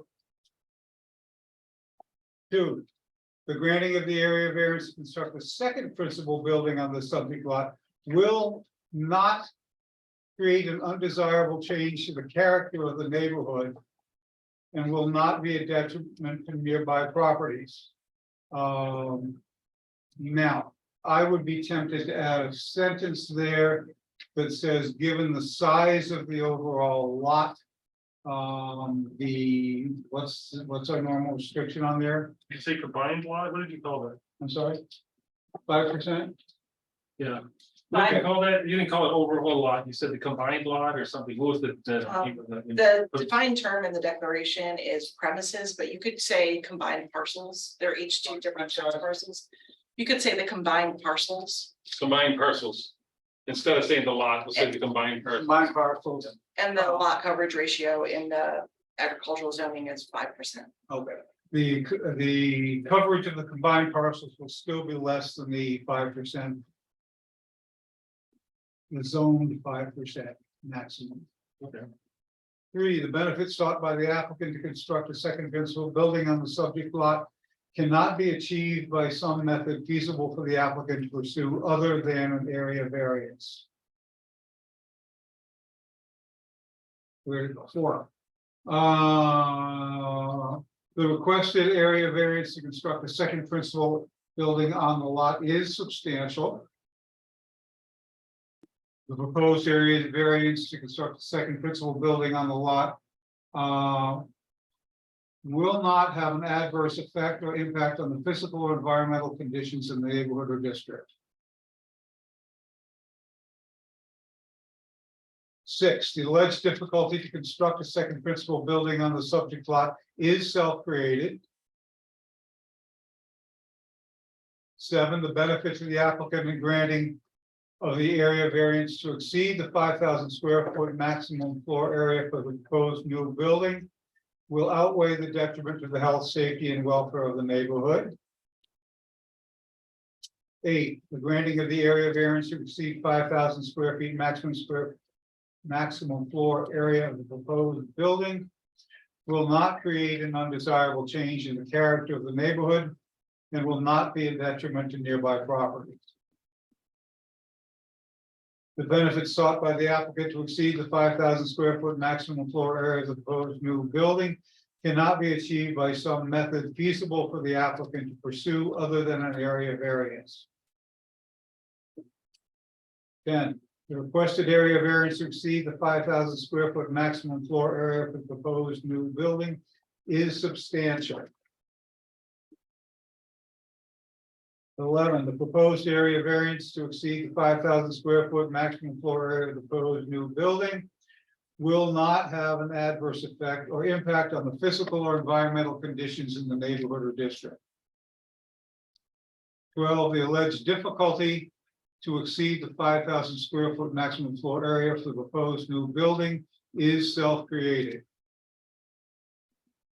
For the reasons set forth above and upon the evidence, law, and facts, the BZA does grant the area variance to construct a second principal building on the subject lot and does grant the area variance to exceed the 5,000 square foot maximum floor area for the proposed new building. For the proposed new 2-story detached building, approximately 13,385 gross square feet located at 6621 Route 227, subject to the following conditions. Conditions of approval. A restrictive covenant as shown in Exhibit A. Is that what we're actually talking about now? Yeah. We're gonna have Exhibit A. Exhibit A. Or That's right, Niels. Can I make sure? That's the latest one Yeah. that you submitted. Yeah, Okay. the exhibit A, you're gonna notice this. shall be recorded against the subject property and the adjacent property parcel.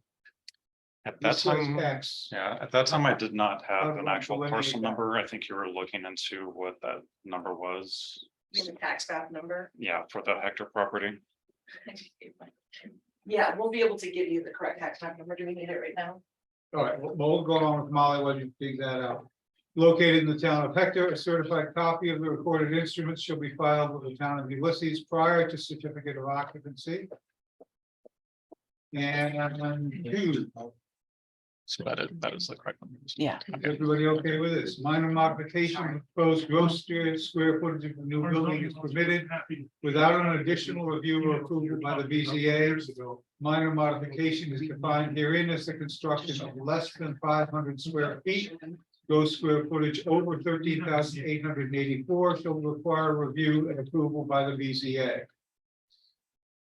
Three, the applicant shall document that they have considered the four energy elements for new construction projects outlined in the Tompkins County Energy Recommendations for New Construction 2018 as part of the construction permit. And the proposal shall utilize lower level LED lighting, and all outdoor LED lighting shall not be higher than 2,700 CCT. That's the proposal. I'll second that, Okay, that's the. but I don't like to make it friendly. And then, yeah. Yeah. What you got? Which number, because Well, let me talk to generally, I mean, I agree generally with what you said. But the reason that this is acceptable and not detrimental is because of the inclusion of the hectare land and the hydrology. yeah, you'd like to have those words put in there. Yeah, because it's not in there. So I would say, in number two, I'm not sure the exact language, but the language you proposed is it's not detrimental. And I would add, there's somehow qualifying, it's not detrimental. It would be detrimental if we're considering only the Ulysses scale of the project. Detrimental to nearby So properties. nearby properties or environment, which are these? Well, both, Really. I think for both. I mean, I do think it's detrimental to nearby property. I do too, but. If there's more noise, there's more traffic, Ameliorated by or- the beach shed is interfered with, so those are negative. But it's Crowded. ameliorated by the fact that this other piece of land is gonna be more protected. Considered as part of the same part. And so overall, I'm in favor of this, but I So- want to acknowledge. We could say number two will not be the detriment of nearby properties due to the size of the overall parcel, including the acreage. and hectare. I would say it is detrimental, Okay, but then we add the. But it's ameliorated, But just like we did. okay, last time. I mean, if you're, if you live in right near where that's happening, it's gonna be detrimental. Yeah. Around there. then let's change number two if we can to the principal building of the subject lot, a second principal building will create an undesirable change in the character of the neighborhood and will be detrimental to the nearby properties.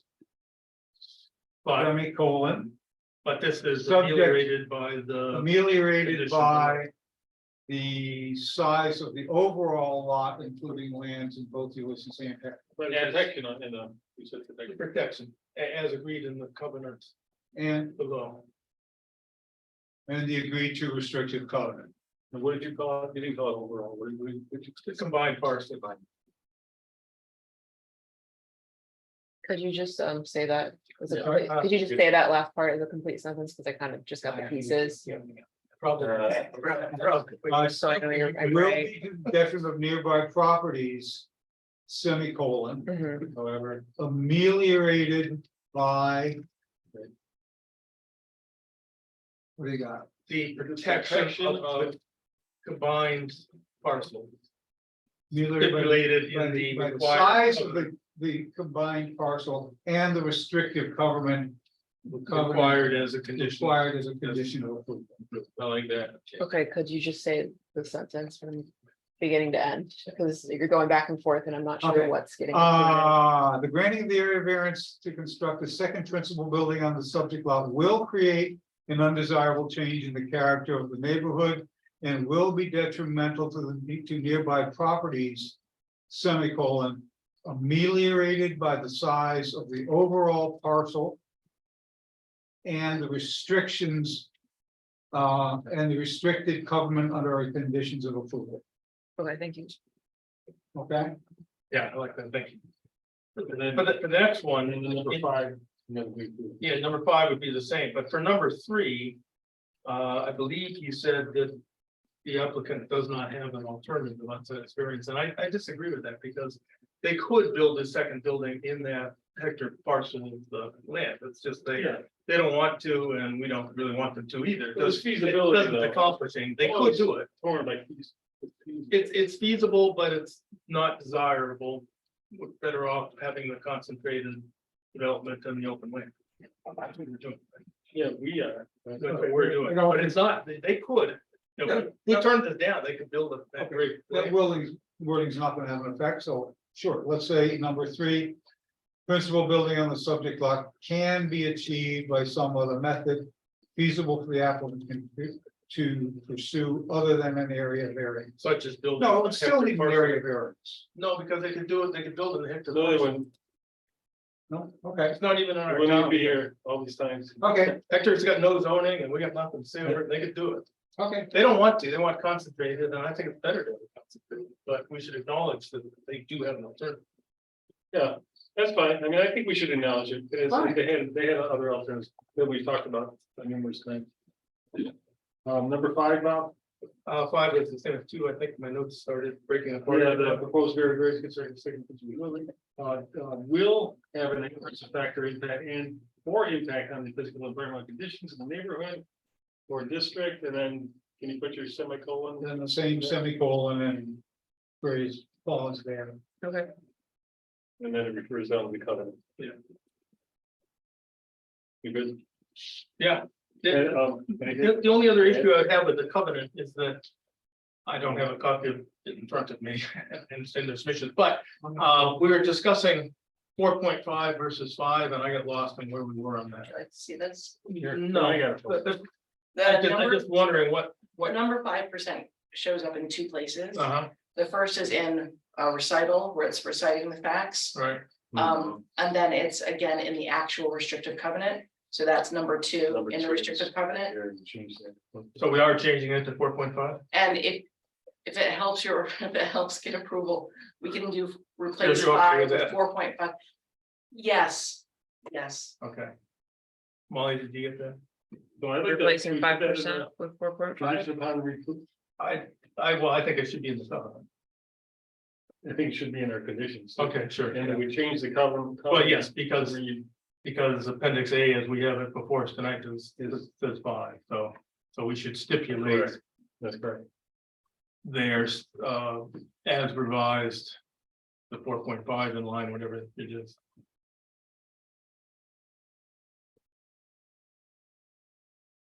Sorry, I found the ink over here. I don't know why. Yeah, he did it with the brown. I hadn't watched the World Cup soccer game at 5:30 this morning. That's probably just fine. Yeah, but it was a hell of a game. Wow. I was disappointed in the outcome, but still, I don't know. What is all that was? Oh, there it is, 5%. It's so the whereas, it's the last whereas 5%, and then this one here is number 2. Okay. You get that? That's in the And covenant. those would be my friend and then. You accept those? Yeah. Okay. Okay. I almost accept what you guys do. That's not a good Yeah, idea. well, I think this board is acting prematurely because I heard tonight on the applicant that there were some emails from years ago explaining why the covenants weren't prepared and recorded. And I have not seen that, neither has anyone on this board seen it. To me, when I came here this night, I had been expecting maybe to have somebody town found the recorded covenants was a condition of our approval. And if I didn't have those, I thought I was gonna be, that was the big piece of my question, the applicant at the beginning of the hearing. And I was gonna be prepared to raise that question and say, basically, we need to go back to square one. I understand you guys, I was not here last month, and frankly, I was unavailable to receive any electronic communications until 2 weeks ago. Okay. So the first thing I saw was this document that was the covenants, which didn't have any legal description to it. It's okay. I think since no one has seen this thing, these emails that were the reason for not having the covenants recorded previously, I think we need to have that in hand. I think before I'm gonna suggest that this board is acting prematurely. 4.5 years. Yeah. I'm gonna suggest that it's not premature, that because you were not in communication, that a lot of the facts you presented are not really true for the board. A lot of us read all the documents. We spoke with these fine people last, wait, let me finish. We spoke, we requested of them very specific items. They provided all of them. I think we're not acting premature. I actually object to that word, that we're doing that. We never do that, and we're certainly not doing it now. That's my statement of opinion, and I think it's the truth. And I think because you weren't here and you didn't get the stuff, that doesn't mean we're acting premature, okay? So let's just calm down from that kind of accusations, and we're gonna move forward, and you can abstain. That's great. That is really great. I'm not gonna stand, I'm gonna vote no. Okay, it's up to you to vote. All right, Mr. Chair, that's what we're doing. We're doing the vote. What I'm saying is, I think you said what you're saying. the last communication I saw from you was, we need this information from cars. A, B, C, D. And the last thing I saw from me was today. So that's not true, and it's not accurate. So hold up, let's let other people talk, okay? Mr. Chair, I disagree that we need to go back again through the emails from years ago. I didn't like the draft covenant when I finally saw it. I don't think it reflected what we in the BZA tried to do, but it's past history. And I am comfortable with the covenant that we are approving tonight. Yeah, I think we want to move forward. And you missed the meeting where we did do all that. I brought all the emails that were there. Niels pulled them all together. I pulled them all together. I sent them to all of you. You mean the email? The emails that we did years ago. No, I'm talking about emails that she said was the reason they didn't prepare and never filed the covenants. That was 4 years ago. That covenant was never filed. And we're doing something. And I'm glad it wasn't, because it didn't I don't reflect mean to what be the irritated, BZA but I'm wanted to going do. back to 4 years ago. And I'm glad it wasn't filed because it didn't ever come back to us, David. It never came back to us. So it was dropped and we're not doing that. And we said it's not a rehearing. We're picking this up all new, and I don't really want to spend time going over the old stuff again. So I apologize for everyone. you don't need to. You don't need to. Being the temple on the You don't need to. I do apologize. You don't need to. I appreciate everyone's opinion here, but I want to call this to vote if we're all set. Are we all set? I want to call the vote. Okay. All in favor of the proposal as it stands? Aye. Aye. Aye. Aye. Nay, for the reasons I just. You got it. Hey, we don't need a signing statement. Nay, you just said it. Got it. Okay, so we have 4 and 1 against. Motion carried. And we'd like to see the changes in the covenant. It's basically what we said here. 4.5%. And So much. sounds great. Thank you all very much. No, thanks. Thanks for. Good work on the energy planning, and sorry. My apologies to whoever I cut off that's going through, but it's No, that was nice. That was really thorough. He's still on. What was that gentleman's name? That was Ivan Garcia. He's the architect from FFAE, and they're very good. But thank you. Kept talking if you let him. No, it's good. That Well, was so thorough. We like I that. apologize for cutting it short, but I appreciate it. Thank you. Hey, thank you very much, Ms. Fowler. Thank you, guys. This is Jessica. Thank you so much for your time. I appreciate it. Thank you. Who are you thanking, us or? I'm All right, thanking everyone. Yeah. Have a good night, guys. Yep, you too, thank you. Okay, that's good. The next item was a report from the liaison. We had 3 questions, we could, you want to ask them and I'll answer them, or you want to wait for them? Yep.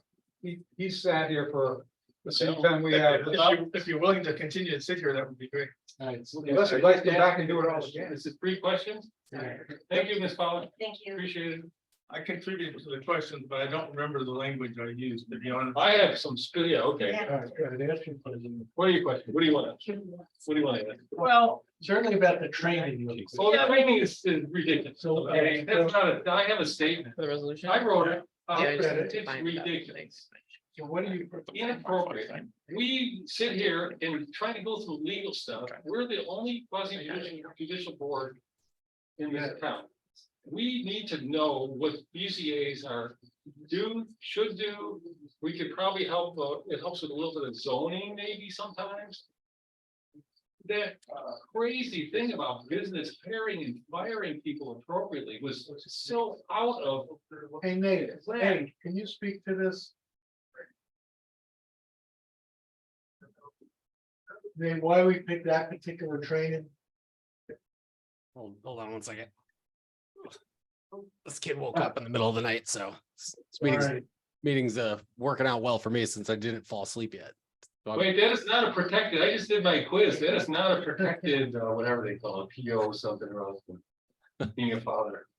So I apologize. What was the question? I think that what Steve and the board are saying is that the training that was offered has really nothing to do with the BZA and their learning of new things. yeah, I have 2 objections. One is that, we're required to take 3 courses. Some of those are highly redundant with training that some of us do routinely. Oh my gosh, do we ever? I take required training for my primary job at Cornell. I'm on the faculty at the University of Chicago, and I take required training there and for grants I run in Woods-Hole. I'm a special employee at the US EPA reporting to Congress. And I do special training that Congress and the EPA require. I'm on a commission for the state of New York to do the training that they require. And I chair the ethics committee for a professional society. So I write training for other people and conduct training exercises hours per year. So most of what's required is redundant with what I do already, and some of it, when it comes to hiring processes. I do hire people for my job at Cornell and the University of Chicago. I don't hear it has nothing to do with what I do for the BZA. I do have training in hiring that my 2 employers require me to take routinely every 6 months. So the question is, can we find the training that's more relevant to the BZA? And can you give us credit for what we already do? Yeah, well, I mean, I would be great, That's This is important. required. In the past, we say, look, we've done sexual harassment training unbelievably, so why am I spending energy doing this when it doesn't really help, especially for, it's not directed at us, it's for hiring and businesses and all that. And then substitute it for something that could be more useful. We are required to have training in general On that, right? for the BZA, but it's. Yeah. And we've always okayed it I before. think there are because it's 2 like, separate issues here. The state Well, this- mandates requires training on sexual harassment and on ethics. Right. And that is being duplicated by some of the folks at Cornell. There's another issue. No, wait, let's get with the first issue. We don't see the training you get at Cornell for sexual harassment. I think what the thought was is if you have a uniform training for everybody who's in a position of responsibility in the town, that will protect us. There will be a little more protection in the lawsuit that we all have the same training. I get it, but the training is irrelevant because it's about businesses and hiring and firing, and we don't do that, and it's nothing to do with us. That's my second issue. The second person. Here's what I'm trying to explain. I get the it, rationale. we I understand where. understand the rationale, but it seems It's misplaced. it's misplaced, and it's more concerned with the liability of the town than it is Okay. dealing with volunteers. And quite frankly, if you want to keep me as a volunteer in this BZA, you got to change that. If you require me to take those courses. And this is I'm about being, I'm this on is it. a few people on And you can board find saying, no, I'm not doing that. So I think you better heed this. You better heed this. And I understand, oh, we should protect ourselves because it looks good. It's just whitewashing a lot of crap, okay? Let's just be a little bit more specific of what we're doing here. And I'm not saying, oh, we're gonna all quit, but you're gonna have to have be looking for people soon, I think, real soon.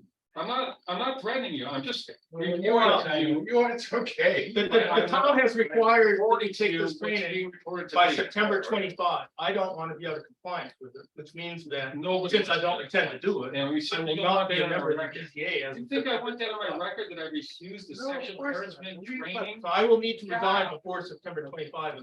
You're not We want compliant? we want this to work for everybody. Okay, well, let's come up with some more. Right, we want it to work.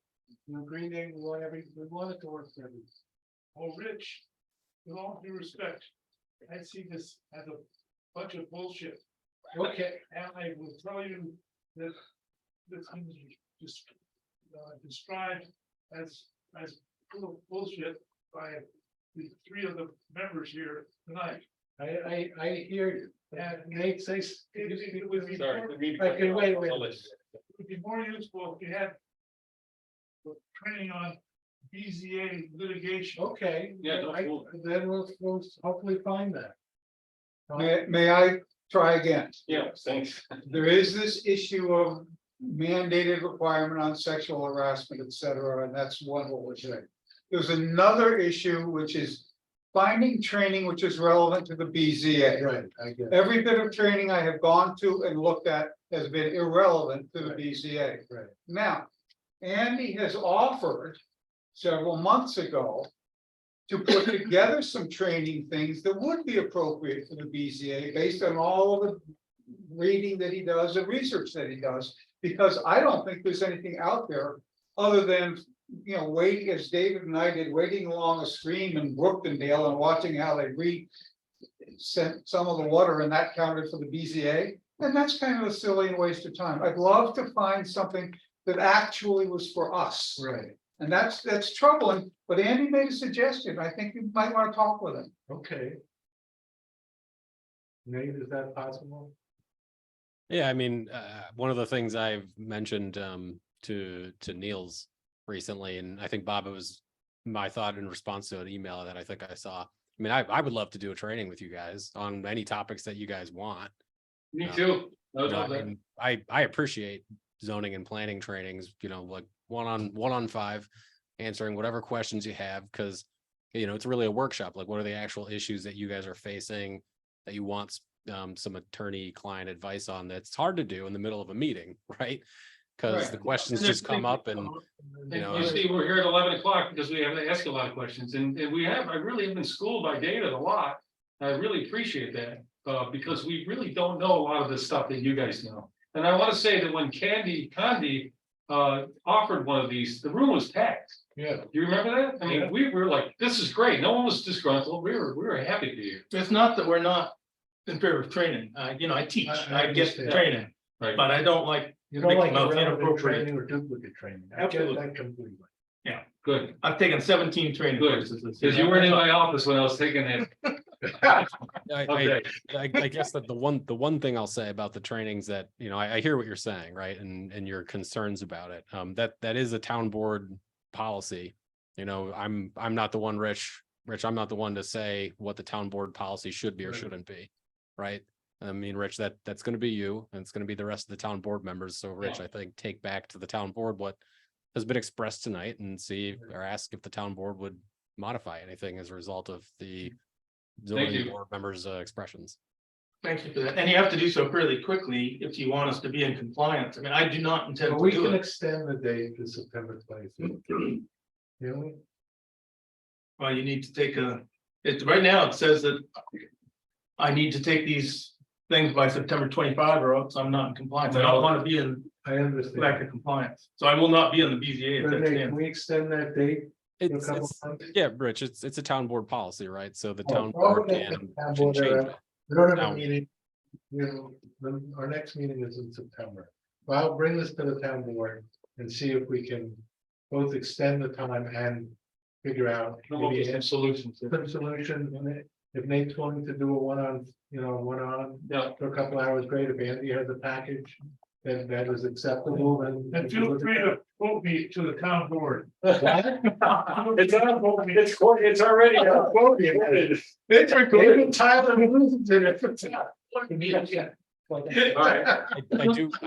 I do want to stress though, right? Like it's not Rich's decision, just himself, right? And I can't tell you which way the town board will go. Well, we saw the vote is, everybody voted for it, so Rich is one of them that voted for it. Sorry, not to call you out or anything, but, It was unanimous.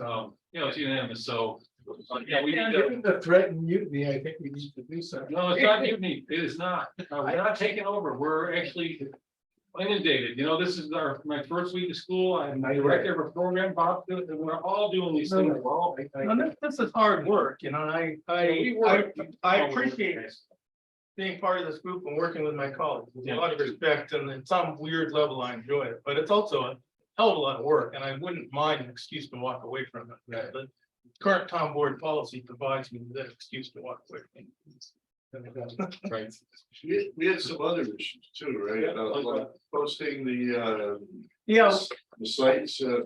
One of the things we asked is that when people bring an appeal to us, that in addition to notifying people within 500 feet via mail, that we post it with physical signage as You put the sign up. as the planning board does. Neil, didn't we?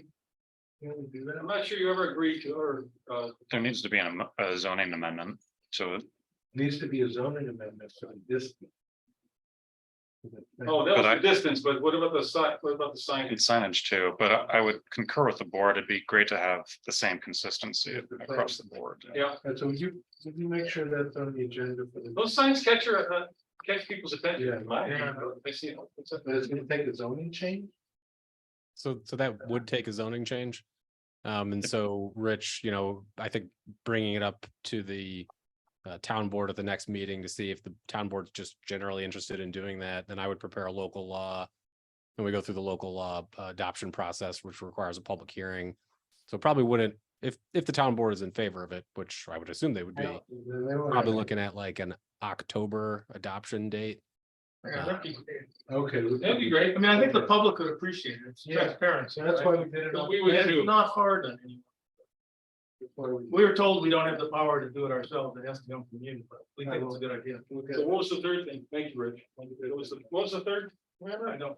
It was just, there was a distance too, we said, but there was. Distance, signage, training. Wait for another night. Distance. I do appreciate your. Oh, did I mention the training? Staying this late. Yeah. It was the number of people. How far out we should send, right? 1,500. Yeah, we suggested it, but it came, it's wavy. I would like the town board to consider that. So right now, if you're within 500 feet, you're notified. If you're further away, you aren't. And what really brought it to my attention was that, we considered a zoning on Reynolds Road. Yeah. It's right in my view shed. It's one of the closest. That within 500 feet. But I wasn't notified because it's 700. Right. Well, I think, I'm not. Rich, the fact who gets to let us know, let him know what the board decided on the training, because I don't intend to. Another one. Going back and forth. I don't intend to do this September training that's been presented to us. I don't intend to do that. I intend to wait to see what your board person. So that's your prerogative. I was saying the board meets, I think September 8th or something. We'll bring it up, we'll vote on it, then it's gonna be let you know what it is. And I want to point out, Nate, that we have an alternate that didn't get notified. But that's not right, right? Alternate, It wasn't I notified was about not training. notified of the training, so whatever the listserv is, it's getting amended.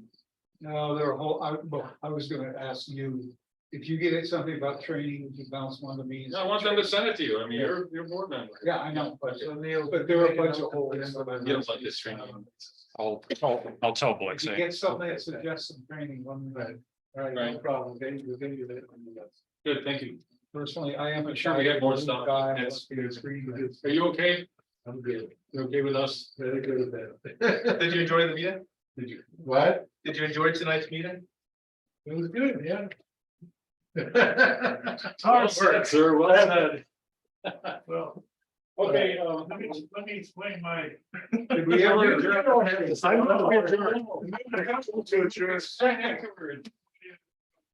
Motion adjourned. Okay, go. I have a motion to adjourn. What I wanted to Everybody vote. Rich. Aye. say was the following. I've been reading all these emails that have been going back and forth. Including Steve and Bob and so forth.